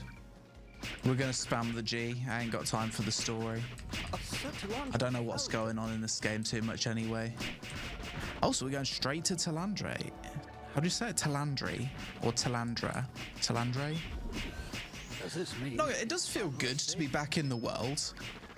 And my character does look really cool. I always just enjoyed existing in the world of Throne. Zamir, is the movement a little bit more smooth in travel form? The animations on the turning in travel form seem better. Did they improve this? This feels good. I remember this feeling a lot more clunky. Take a screenshot. Beautiful. Another thing I really do love about this game is the colors. It's got like a realist. Fucking hell, that is gorgeous. Oh my god. Hang on. I need to take a screenshot. But I mean, graphics were never a problem that this game had. That's the thumbnail. It's 100% what I'm thinking. The YouTuber part of my brain just fucking lit up there. Just seeing that thumbnail potential. Oh no, they didn't fix the fucking... I swear to God, if I have to play one more sandbox MMO that screams, do whatever you...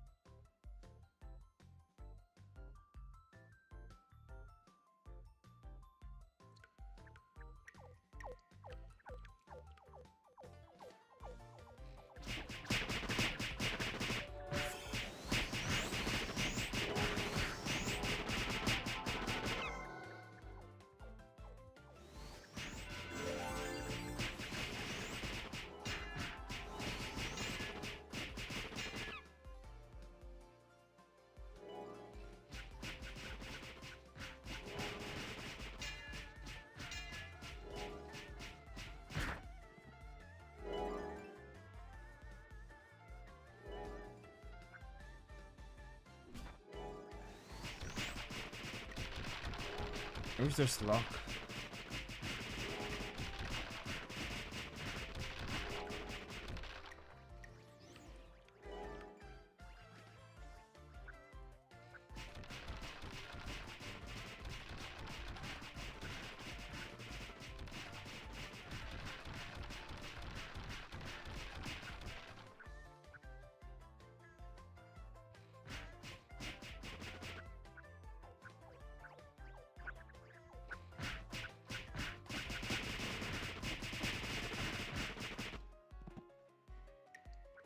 Shit, it's not.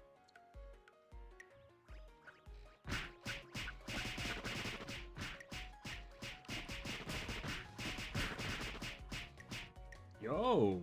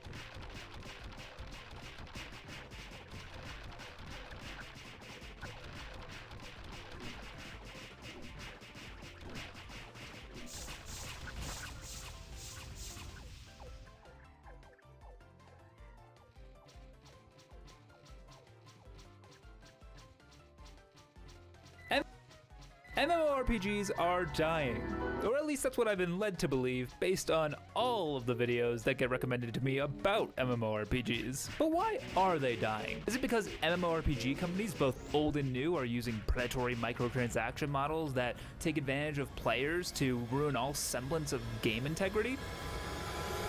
Yeah. But it's also because there aren't enough new players coming to these MMORPGs to compensate for the natural burnout of veteran players. Hi, I'm Idle, and as you can probably tell by my office, I'm the newly elected president of MMORPGs. So everything I say in this video, including my opinions, is factual, and you cannot disagree. MMORPGs are extremely complex, and the rise and fall of their player bases can never be pinpointed to one singular factor. But I do think that one thing over the course of many years has been a driver in the fall of MMOs.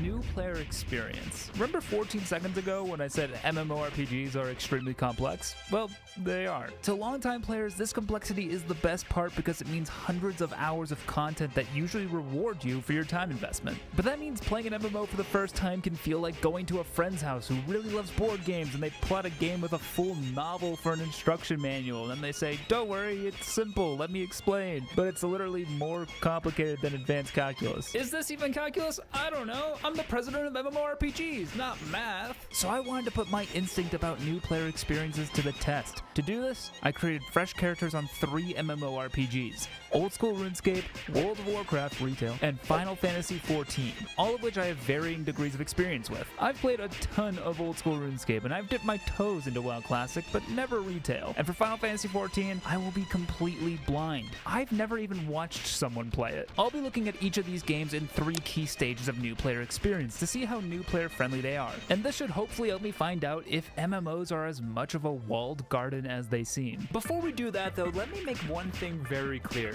I am not reviewing these MMORPGs. I'm not trying to invest tens or hundreds of hours to figure out which MMORPG is best. I'm only looking at the first handful of hours that a new player will experience before deciding if they'll invest all that time. So when I inevitably say something bad about your favorite MMORPG, just remember, I'm bald.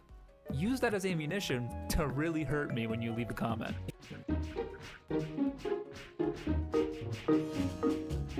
First impressions are extremely important in video games. In a day and age where people like me can't get through a movie without Subway Surfers playing to the side, it's crucial that the character creation, opening cutscene, menus are all easy, intuitive, and engaging. If it's even a little difficult or annoying to get through these steps, there's a really good chance you're going to lose a new player. World of Warcraft is pretty straightforward. You need to use the Battle.net launcher to run all of their games, which can be annoying, but there's very little friction in signing up and launching the game. On your first launch, you get a pretty badass opening cutscene of a battle between the Horde and the Alliance. It feels like this cutscene is really geared towards veteran players since I don't know who any of these people are, except this lady.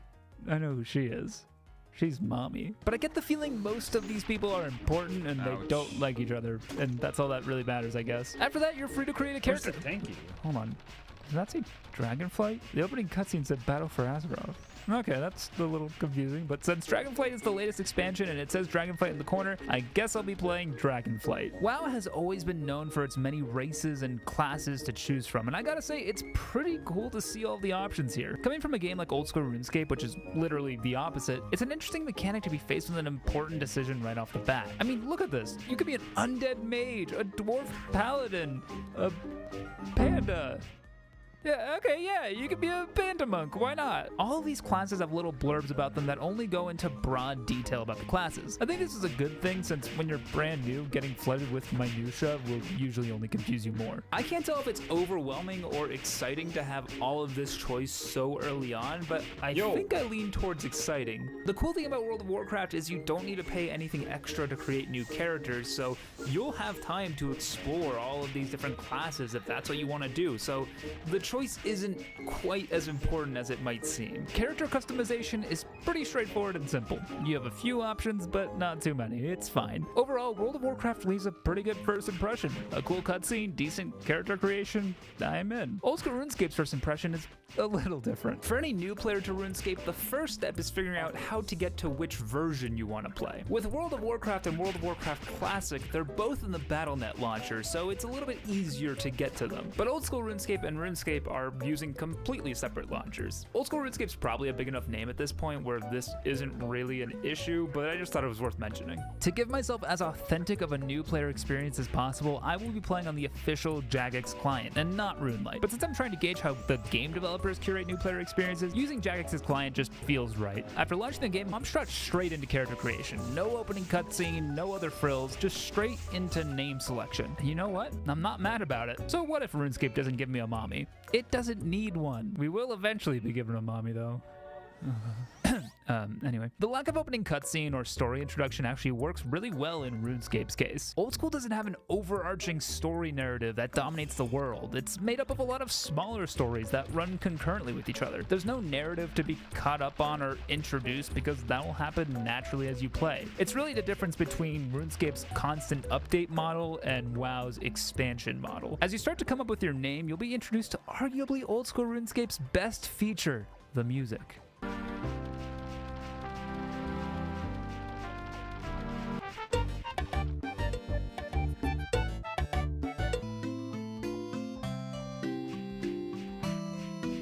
Character creation is honestly pretty damn good, especially considering it really hasn't changed since like 2004. Is it anything super special? No, but you get enough option to make your character look however you want. What really stands out to me about RuneScape's first impression is the simplicity of it. There's really no bells and whistles, it's just straight into the game. And this simplicity is actually a good thing in my opinion. The game at its core is really simple, and I think that is a pretty big appeal for new players. It'd be weird if there was this flashy opening cutscene and crazy character customization for a game that just isn't really like that. Final Fantasy XIV, on the other hand, is the complete opposite. I created my Square Enix account and launched the game, and the first thing you do is choose a data center, which is basically just a server your character will be on. It doesn't give you a recommended server based on population, ping, or any other criteria, so when I saw the list, I was a little intimidated. But after very bravely selecting a server, a 4.5-minute cutscene started that talked about the destruction of the entire world. With all the knowledge I could ever need about the history of Final Fantasy XIV, it was time to create my character, and boy oh boy, is there a lot you can do here. It walks you through the creation in steps, starting with race. You can be pretty much anything in Final Fantasy XIV. Whoa, hello. You could be a human, an elf, a child? When I play Final Fantasy, I play as a little boy. You want to hang out, or do you want to just... No, I'm gonna... After picking your race and even picking what animations your character is doing, you can finally customize your character's look, and they let you change everything. I mean, just look at all of these options. It's crazy. And I'm not complaining. More customization is almost always a good thing. I mean, you can even customize the character's voice. This is by far one of the most involved character creations I've seen in an MMO. I mean, it's one of the most involved character creations I've seen in any game. And it really just means you'll never see anyone who looks like you in the game world, and that's pretty neat. So with my character customized, it's time to get into the... Oh, I have to pick my character's birthday. This has no impact on gameplay. Okay, I'll just pick a random day then. Well, now we can get into the... Select your patron deity. This is... no effect on gameplay. I'll just go with the first one then. Thanks.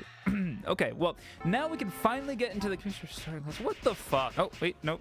This one's actually important. After finally solidifying every last detail about my character, it was finally time to immerse myself in the game. And what way should any MMO start if not with a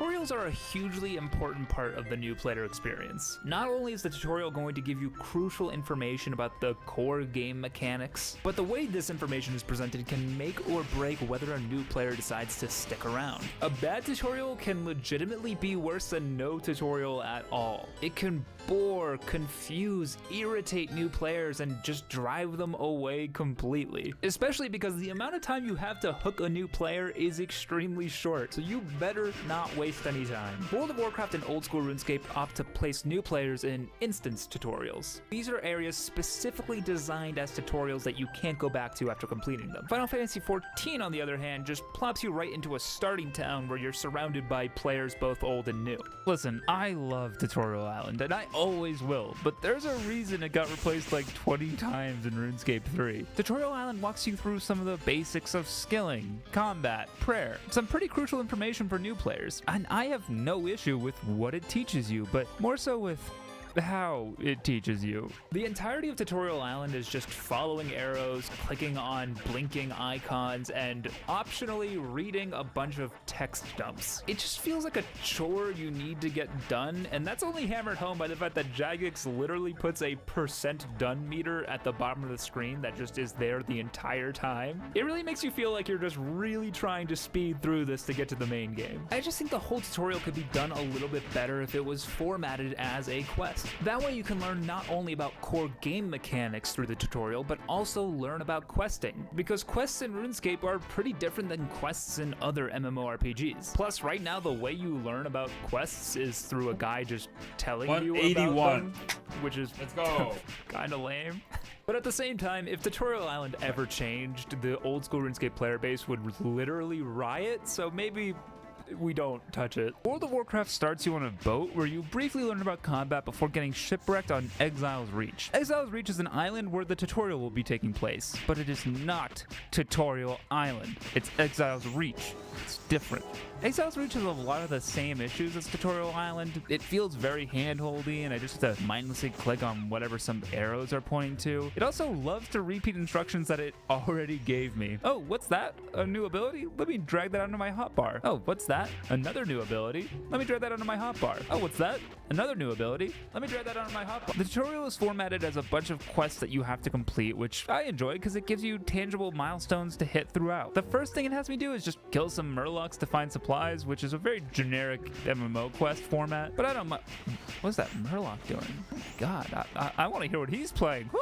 Progressing through the tutorial, I learn more about combat, and eventually I learn a little bit more about combat. I don't know why Blizzard thought I needed multiple sparring sessions to understand how combat works, but thanks, I guess. The cool thing about Exile's Reach is there's side quests all throughout the island. These side quests are totally optional, but it makes it feel like a little bit more than just a tutorial section. There's one side quest where you have to kill this big ass bear, and you actually have to take the fight kind of seriously. This fight is way better than the combat tutorials because it doesn't tell you what abilities to use. You have to make decisions and kite and do damage at the right times. It's the best part of the tutorial, and it's not even required.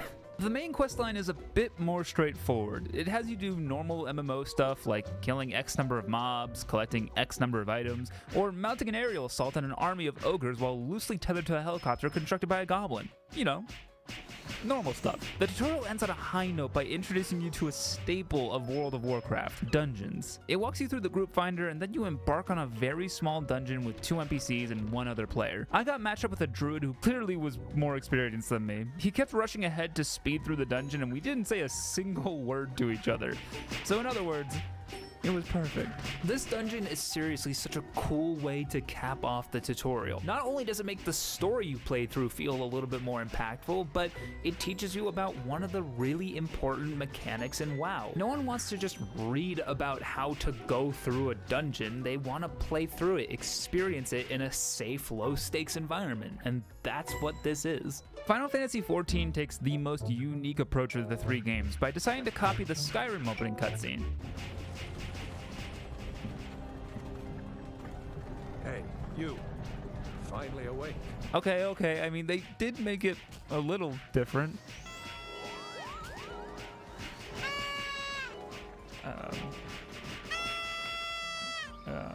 On a real note though, the time from when I created my character to when I actually got to control my character was over 11.5 minutes. And this is what happened when I finally did get control.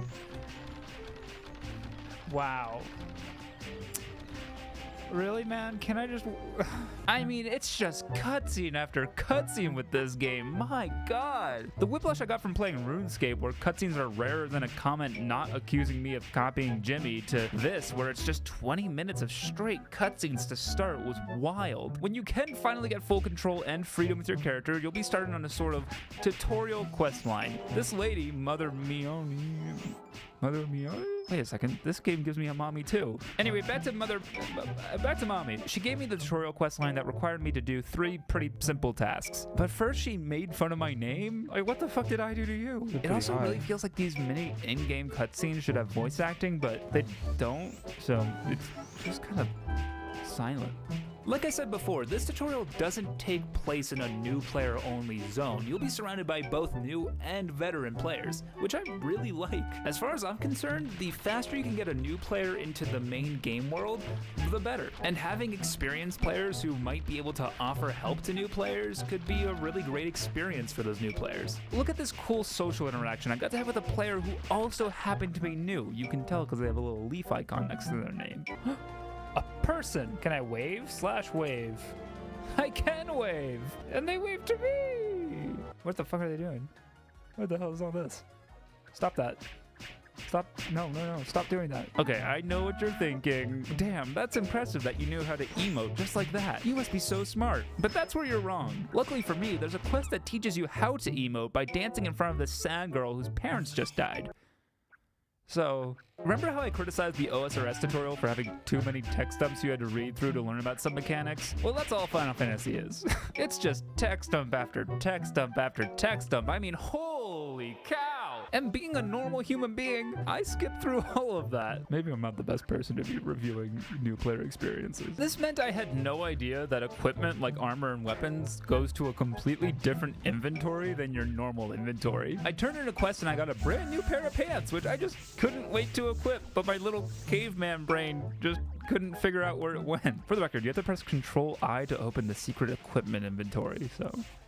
You're welcome. Text dumps are unfortunately how you also learn about one of the coolest mechanics in Final Fantasy XIV. Despite having to pick a starting class at character creation, you aren't locked into that class for the entirety of your character like in World of Warcraft. You can train literally anything. Your abilities and skills are going to be based off of what you have equipped, and that's awesome. It's like the way RuneScape works, but on cocaine. It's such a cool mechanic, but I didn't love just reading about it. It would have been so cool to have a section of the tutorial quest line that rewards me with a new weapon and then presents me with a challenge where I need to use a different set of skills than my starting class so I can tangibly see how this mechanic works and have fun playing with it. Because you know, it's a game.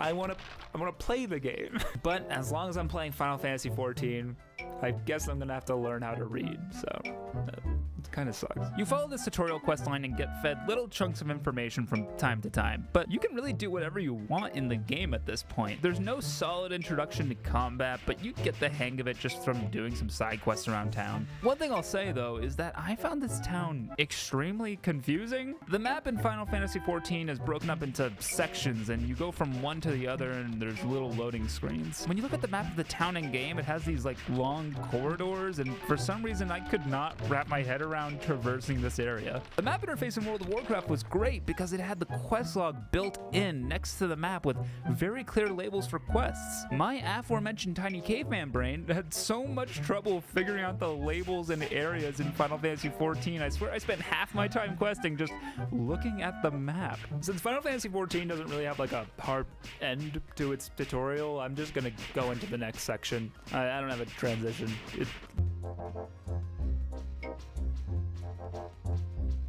First steps is what I'm calling the section of the game that happens right after the tutorial. How does the tutorial section prepare you for the main game? Are you still guided by some sort of mechanic, or have the game developers just left you entirely to fend for yourself in this whole new world? I've already talked about how Final Fantasy XIV doesn't have a tutorial with a hard end, but it does have a way of easing you into the rest of the game. Achievements. After playing the game for only a little bit, you'll naturally unlock at least one achievement, which at least for me had me interested in what else I could achieve. I found the achievements page and it was full of things to do, ranging from way out of my level range to extremely obtainable goals. And I think it's great for me as a new player to see things that are in the near term and long term. Like when you walk around RuneScape for the first time and you see someone with a skill cape and you find out that you can get 99 in some skills. It's not something you're going to do anytime soon, but it's just cool to see what could become of your character.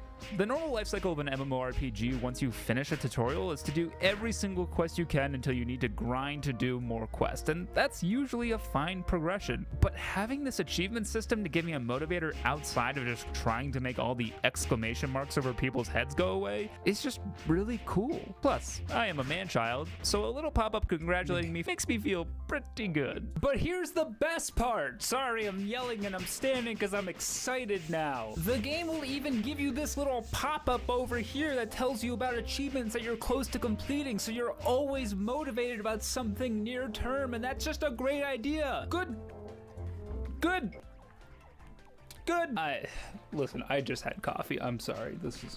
Once you start exploring the world of Final Fantasy XIV, you'll just naturally run into new mechanics like fates, which are basically mini world events that you get rewarded for completing based on how much work you put in. Fates and other world mechanics that I'm sure I haven't discovered yet are the perfect example of not everything needing to be explained in a tutorial. The feeling of running randomly into a fate and trying to figure out what it was awesome, because the stakes on this particular one were low, and it gave me a chance to learn the mechanics of it by playing through it. It made the world feel alive, and it made me feel like I was discovering it. But this is also what makes designing a good tutorial so hard.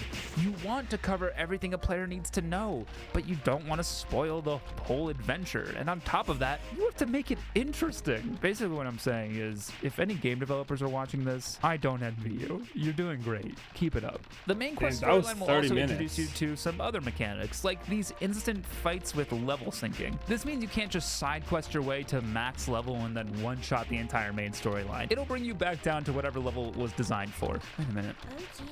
There's voice acting now? What the fuck? What? Why is there voice acting all of a sudden? Final Fantasy XIV is kind of weird to look back on in retrospect because there's clearly so much depth to this game, but there's not really a whole lot of time invested in teaching you about that depth. I really don't think it's reasonable to expect any new player to just read a bunch of text and memorize it like it's some sort of exam. The basic questline does serve as a decent sort of tutorial, but the ease at which you can go off-road from that questline, both intentionally and unintentionally in my case, means you can get lost in the deep end pretty quickly. But at least Final Fantasy XIV is one cohesive experience. Unlike World of Warcraft, I have never been more confused than I was after finishing the World of Warcraft tutorial. I, a Blood Elf mage, was immediately brought to the capital of the Horde and put in front of Sylvanas, aka Mommy from earlier. You might remember her. For, you know. I was sent on a diplomatic mission to recruit this nation of pyramid people to the Horde's cause, and I was deemed the champion of the Horde? What? Me? The champion of the Horde? I just got here. Literally 5 minutes ago, I was leaving an island where the only thing they referred to me as was recruit. So all of a sudden, I went from a low-ranking nobody to instantly one of the most important people in a war I know nothing about. You remember when I got confused about which expansion I was playing earlier when it said Dragonflight in the corner but played the Battle for Azeroth cutscene? Well, it turns out I'm playing through Battle for Azeroth, and that's a shame because I paid for the Dragonflight expansion after someone told me it would be the best experience for new players. So naturally, I thought maybe I picked the wrong option somewhere along the way, and I made a new character, a human rogue. This time, I had the choice of going back to Exile's Reach or going to the human starting zone, Elwyn Forest. I assumed by choosing Elwyn Forest as my starting zone instead of the tutorial, I would be in Dragonflight, and that's where I had gone wrong before. But no, I don't know for sure since I don't really know anything about the World of Warcraft expansions, but I'm pretty sure I was put back into Cataclysm, which is not the most recent expansion. So basically, I'm really fucking confused. I think at this point, it just makes sense to press forward though, and make another character and go back to Exile's Reach since I really didn't like the mage anyways. This time, after the tutorial, I'm not told I'm the champion of the Horde. I'm actually the champion of the Alliance. So, making 3 characters wasn't a waste of time. Anyway, it turns out you have to play through Battle for Azeroth if you're a brand new player, no matter what, but that's okay because it was made clear to me. Nowhere. This got me started on a whole series of quests that basically played out as a single-player RPG, removing me from all other players entirely right off the bat. In these quests, I have to do a lot of different stuff, like escaping from prison, escorting this drunk guy, kidnapping kids. Wait. That can't be right. Oh my god. Listen, I can excuse kidnapping kids, but an escort quest this early into the game should be illegal. This whole experience is such a mess though. Narratively, I get whiplash since the tutorial and the main game could not possibly feel more separate from each other. I get that not everyone plays these games for the story, but a cohesive story, or at least one that ramps up a little better than this, lends itself to cohesive gameplay. I'm not doing any starter quests that ease me into the more advanced mechanics or harder fights than I would have faced in the tutorial. When I get to the mainland, I'm thrust into high-stakes instance quests that follow the story of something I know nothing about. Oh, wait, no, actually, there was this one quest to learn about how to use the microtransaction shop. That was a starter quest. I've really never felt so disjointed going from a tutorial to a main game experience before. Yeah, I mean, I've had moments where I don't know what to do after a tutorial. Like when I was a kid playing RuneScape for the first time, and after I got plopped onto the mainland, I was just told to play. The RuneScape tutorial section would hold your hand every step of the way, and then like a dad teaching their young child to ride a bike would just let you go, and if you were going to crash and burn, you were going to crash and burn. Maybe I shouldn't have kids. But in 2022, Jagex changed all of that with a new update called Adventure Paths. This was their earnest attempt to make the new player experience as smooth as possible. But did it work? I don't know. I've never tried them, so let's find out. I'm not a new player to old school RuneScape at all, but I will do my best to put myself into the shoes of someone who's never touched old school RuneScape.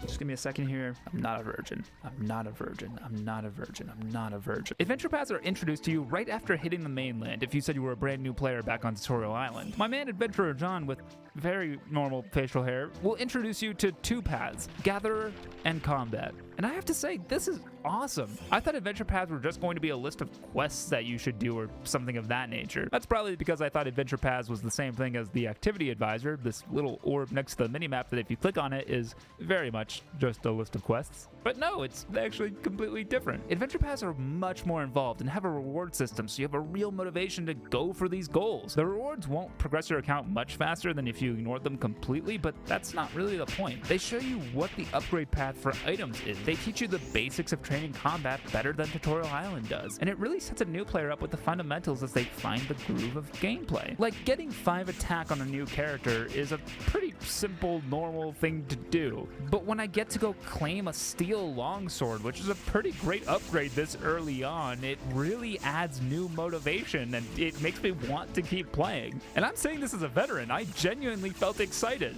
Also, when you complete a path, you get this fun pop-up, just like when you get an achievement in Final Fantasy 14, and let's just say I was a fan.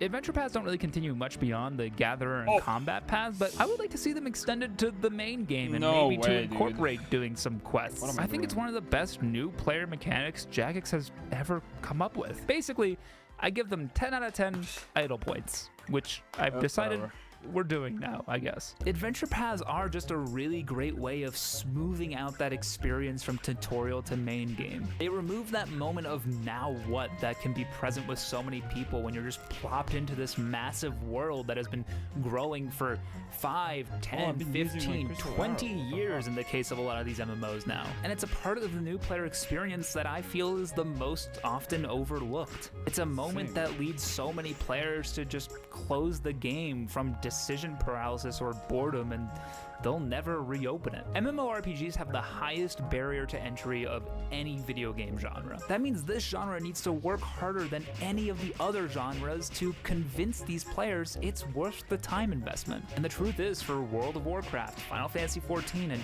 even old school RuneScape, if I wasn't making a video about the new player experiences, there were moments in all of them where I probably wouldn't have kept playing. But explaining the fundamentals in an entertaining way and using systems like adventure paths to get players players into the core gameplay groove is a great way to get those players investing the first 10, 20, 50 hours before we finally have our hooks in them and they become forever addicted to this genre, and then they can join our cult and finally understand why we're so mentally ill.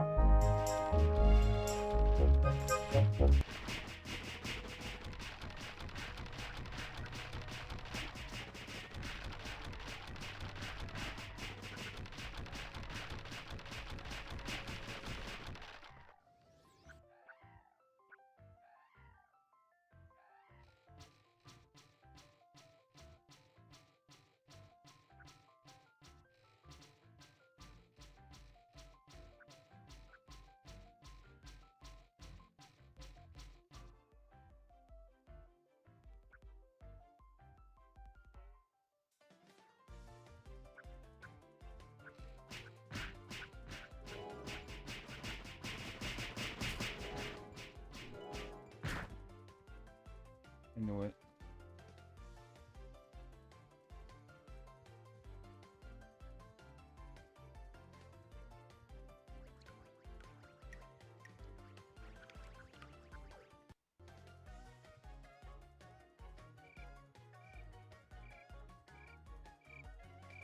$99.9 with 300 HP.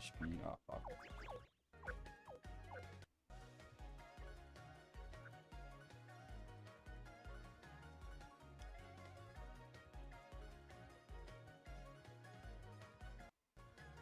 What? Shit. That's close.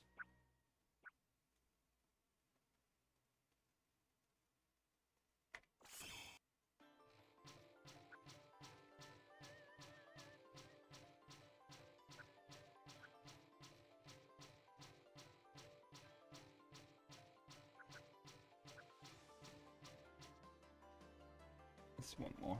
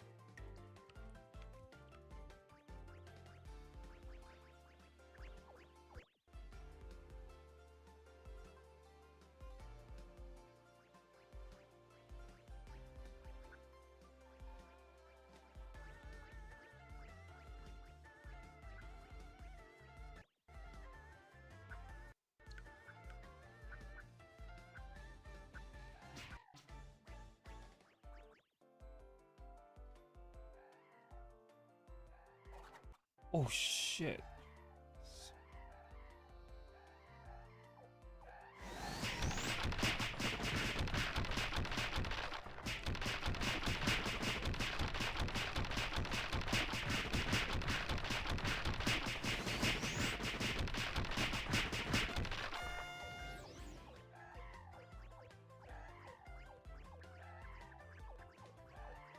Still the same.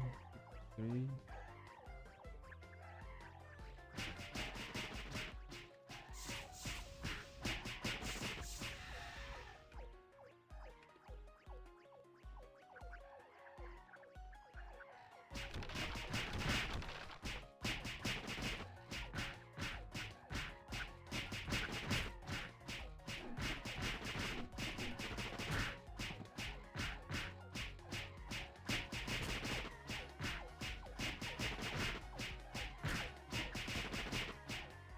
Damn.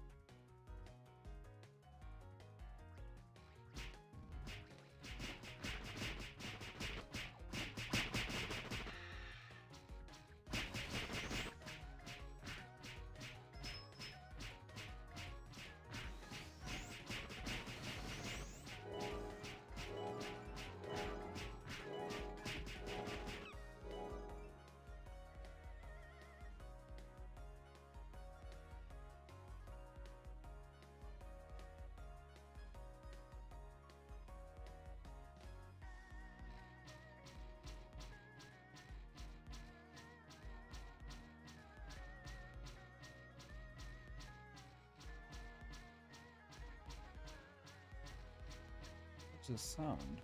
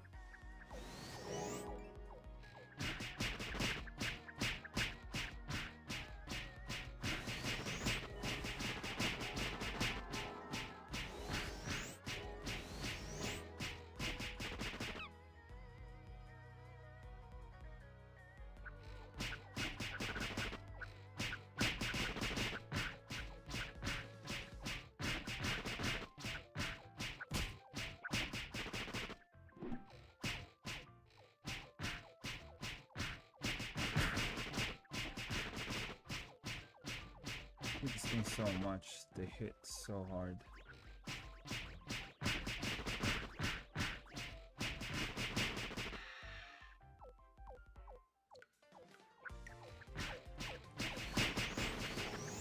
Ooh, heal.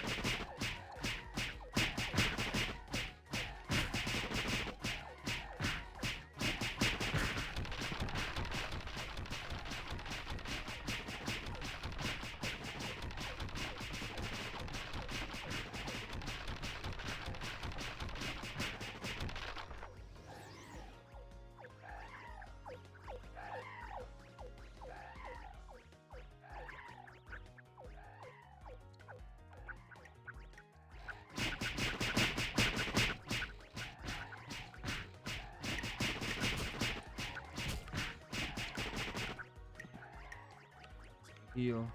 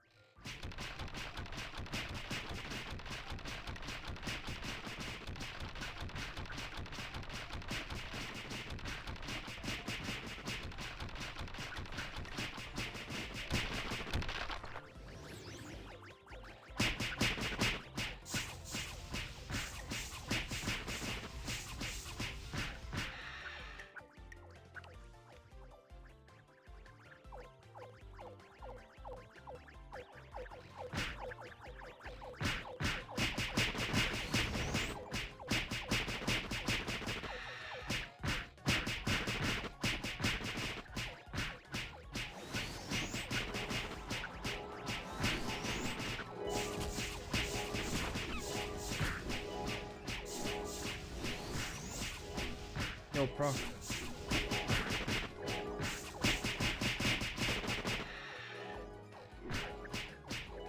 Healing too.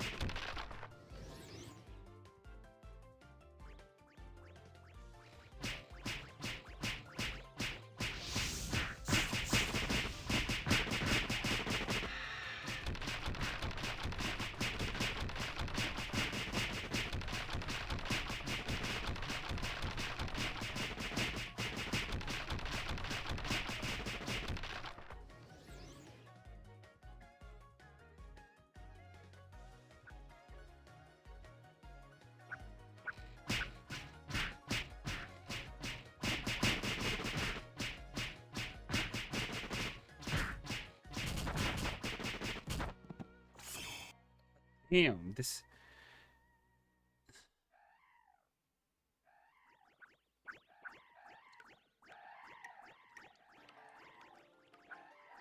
So much of it.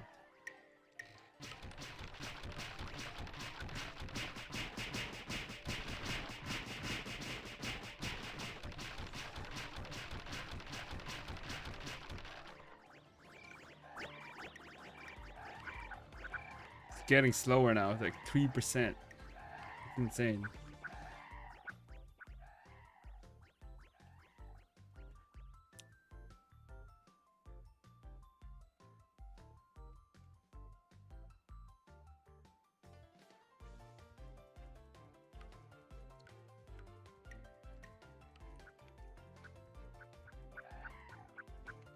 Fuckers.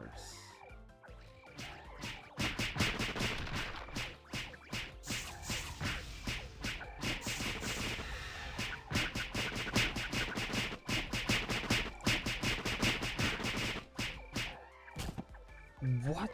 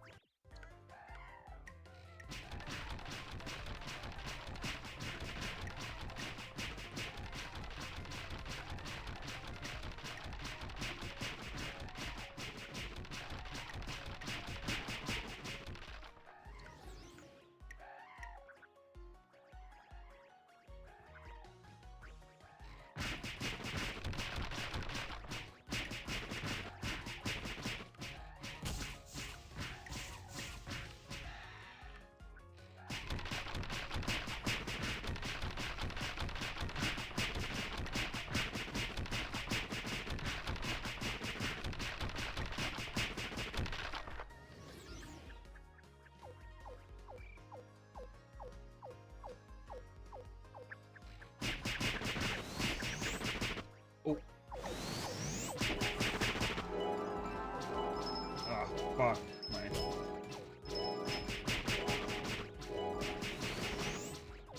Supposed to be fire arrows. Not gonna hit.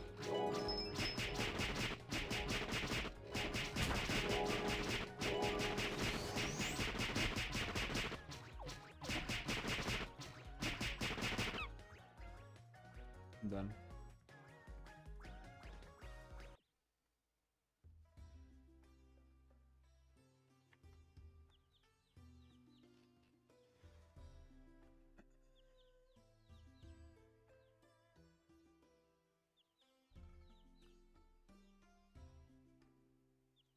You know what? I'll keep that one.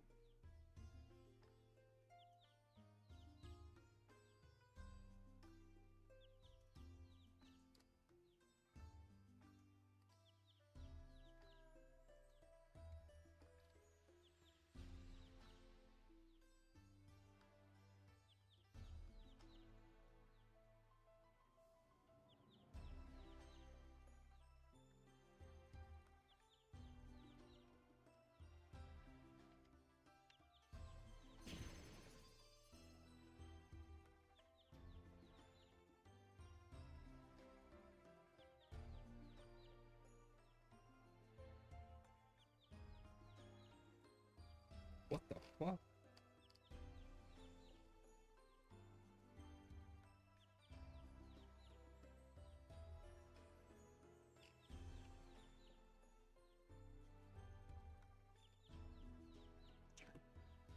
Yo, so lucky I got this one, scouting scarf. Should I buy with it though?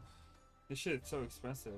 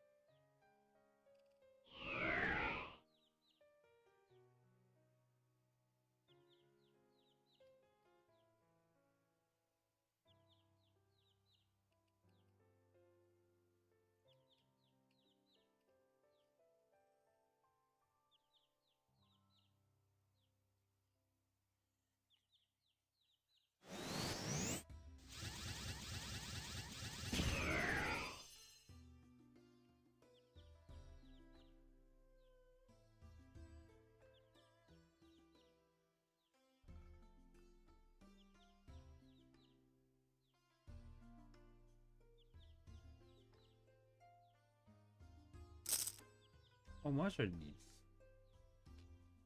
It's like 10. That's shit.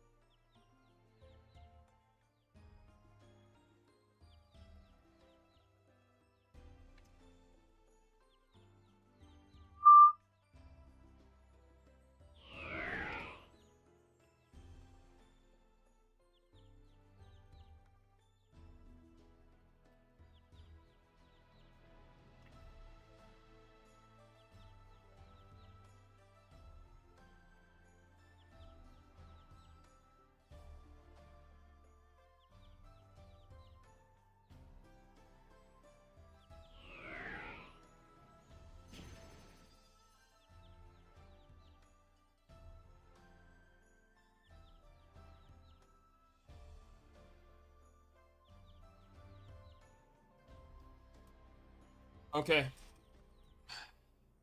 I'm done for now. Thanks for all watching. Thank you all. Thanks for tuning in. I'm gonna see you guys tomorrow. And if you're, make sure to subscribe to my YouTube and follow me on Twitch or Kick.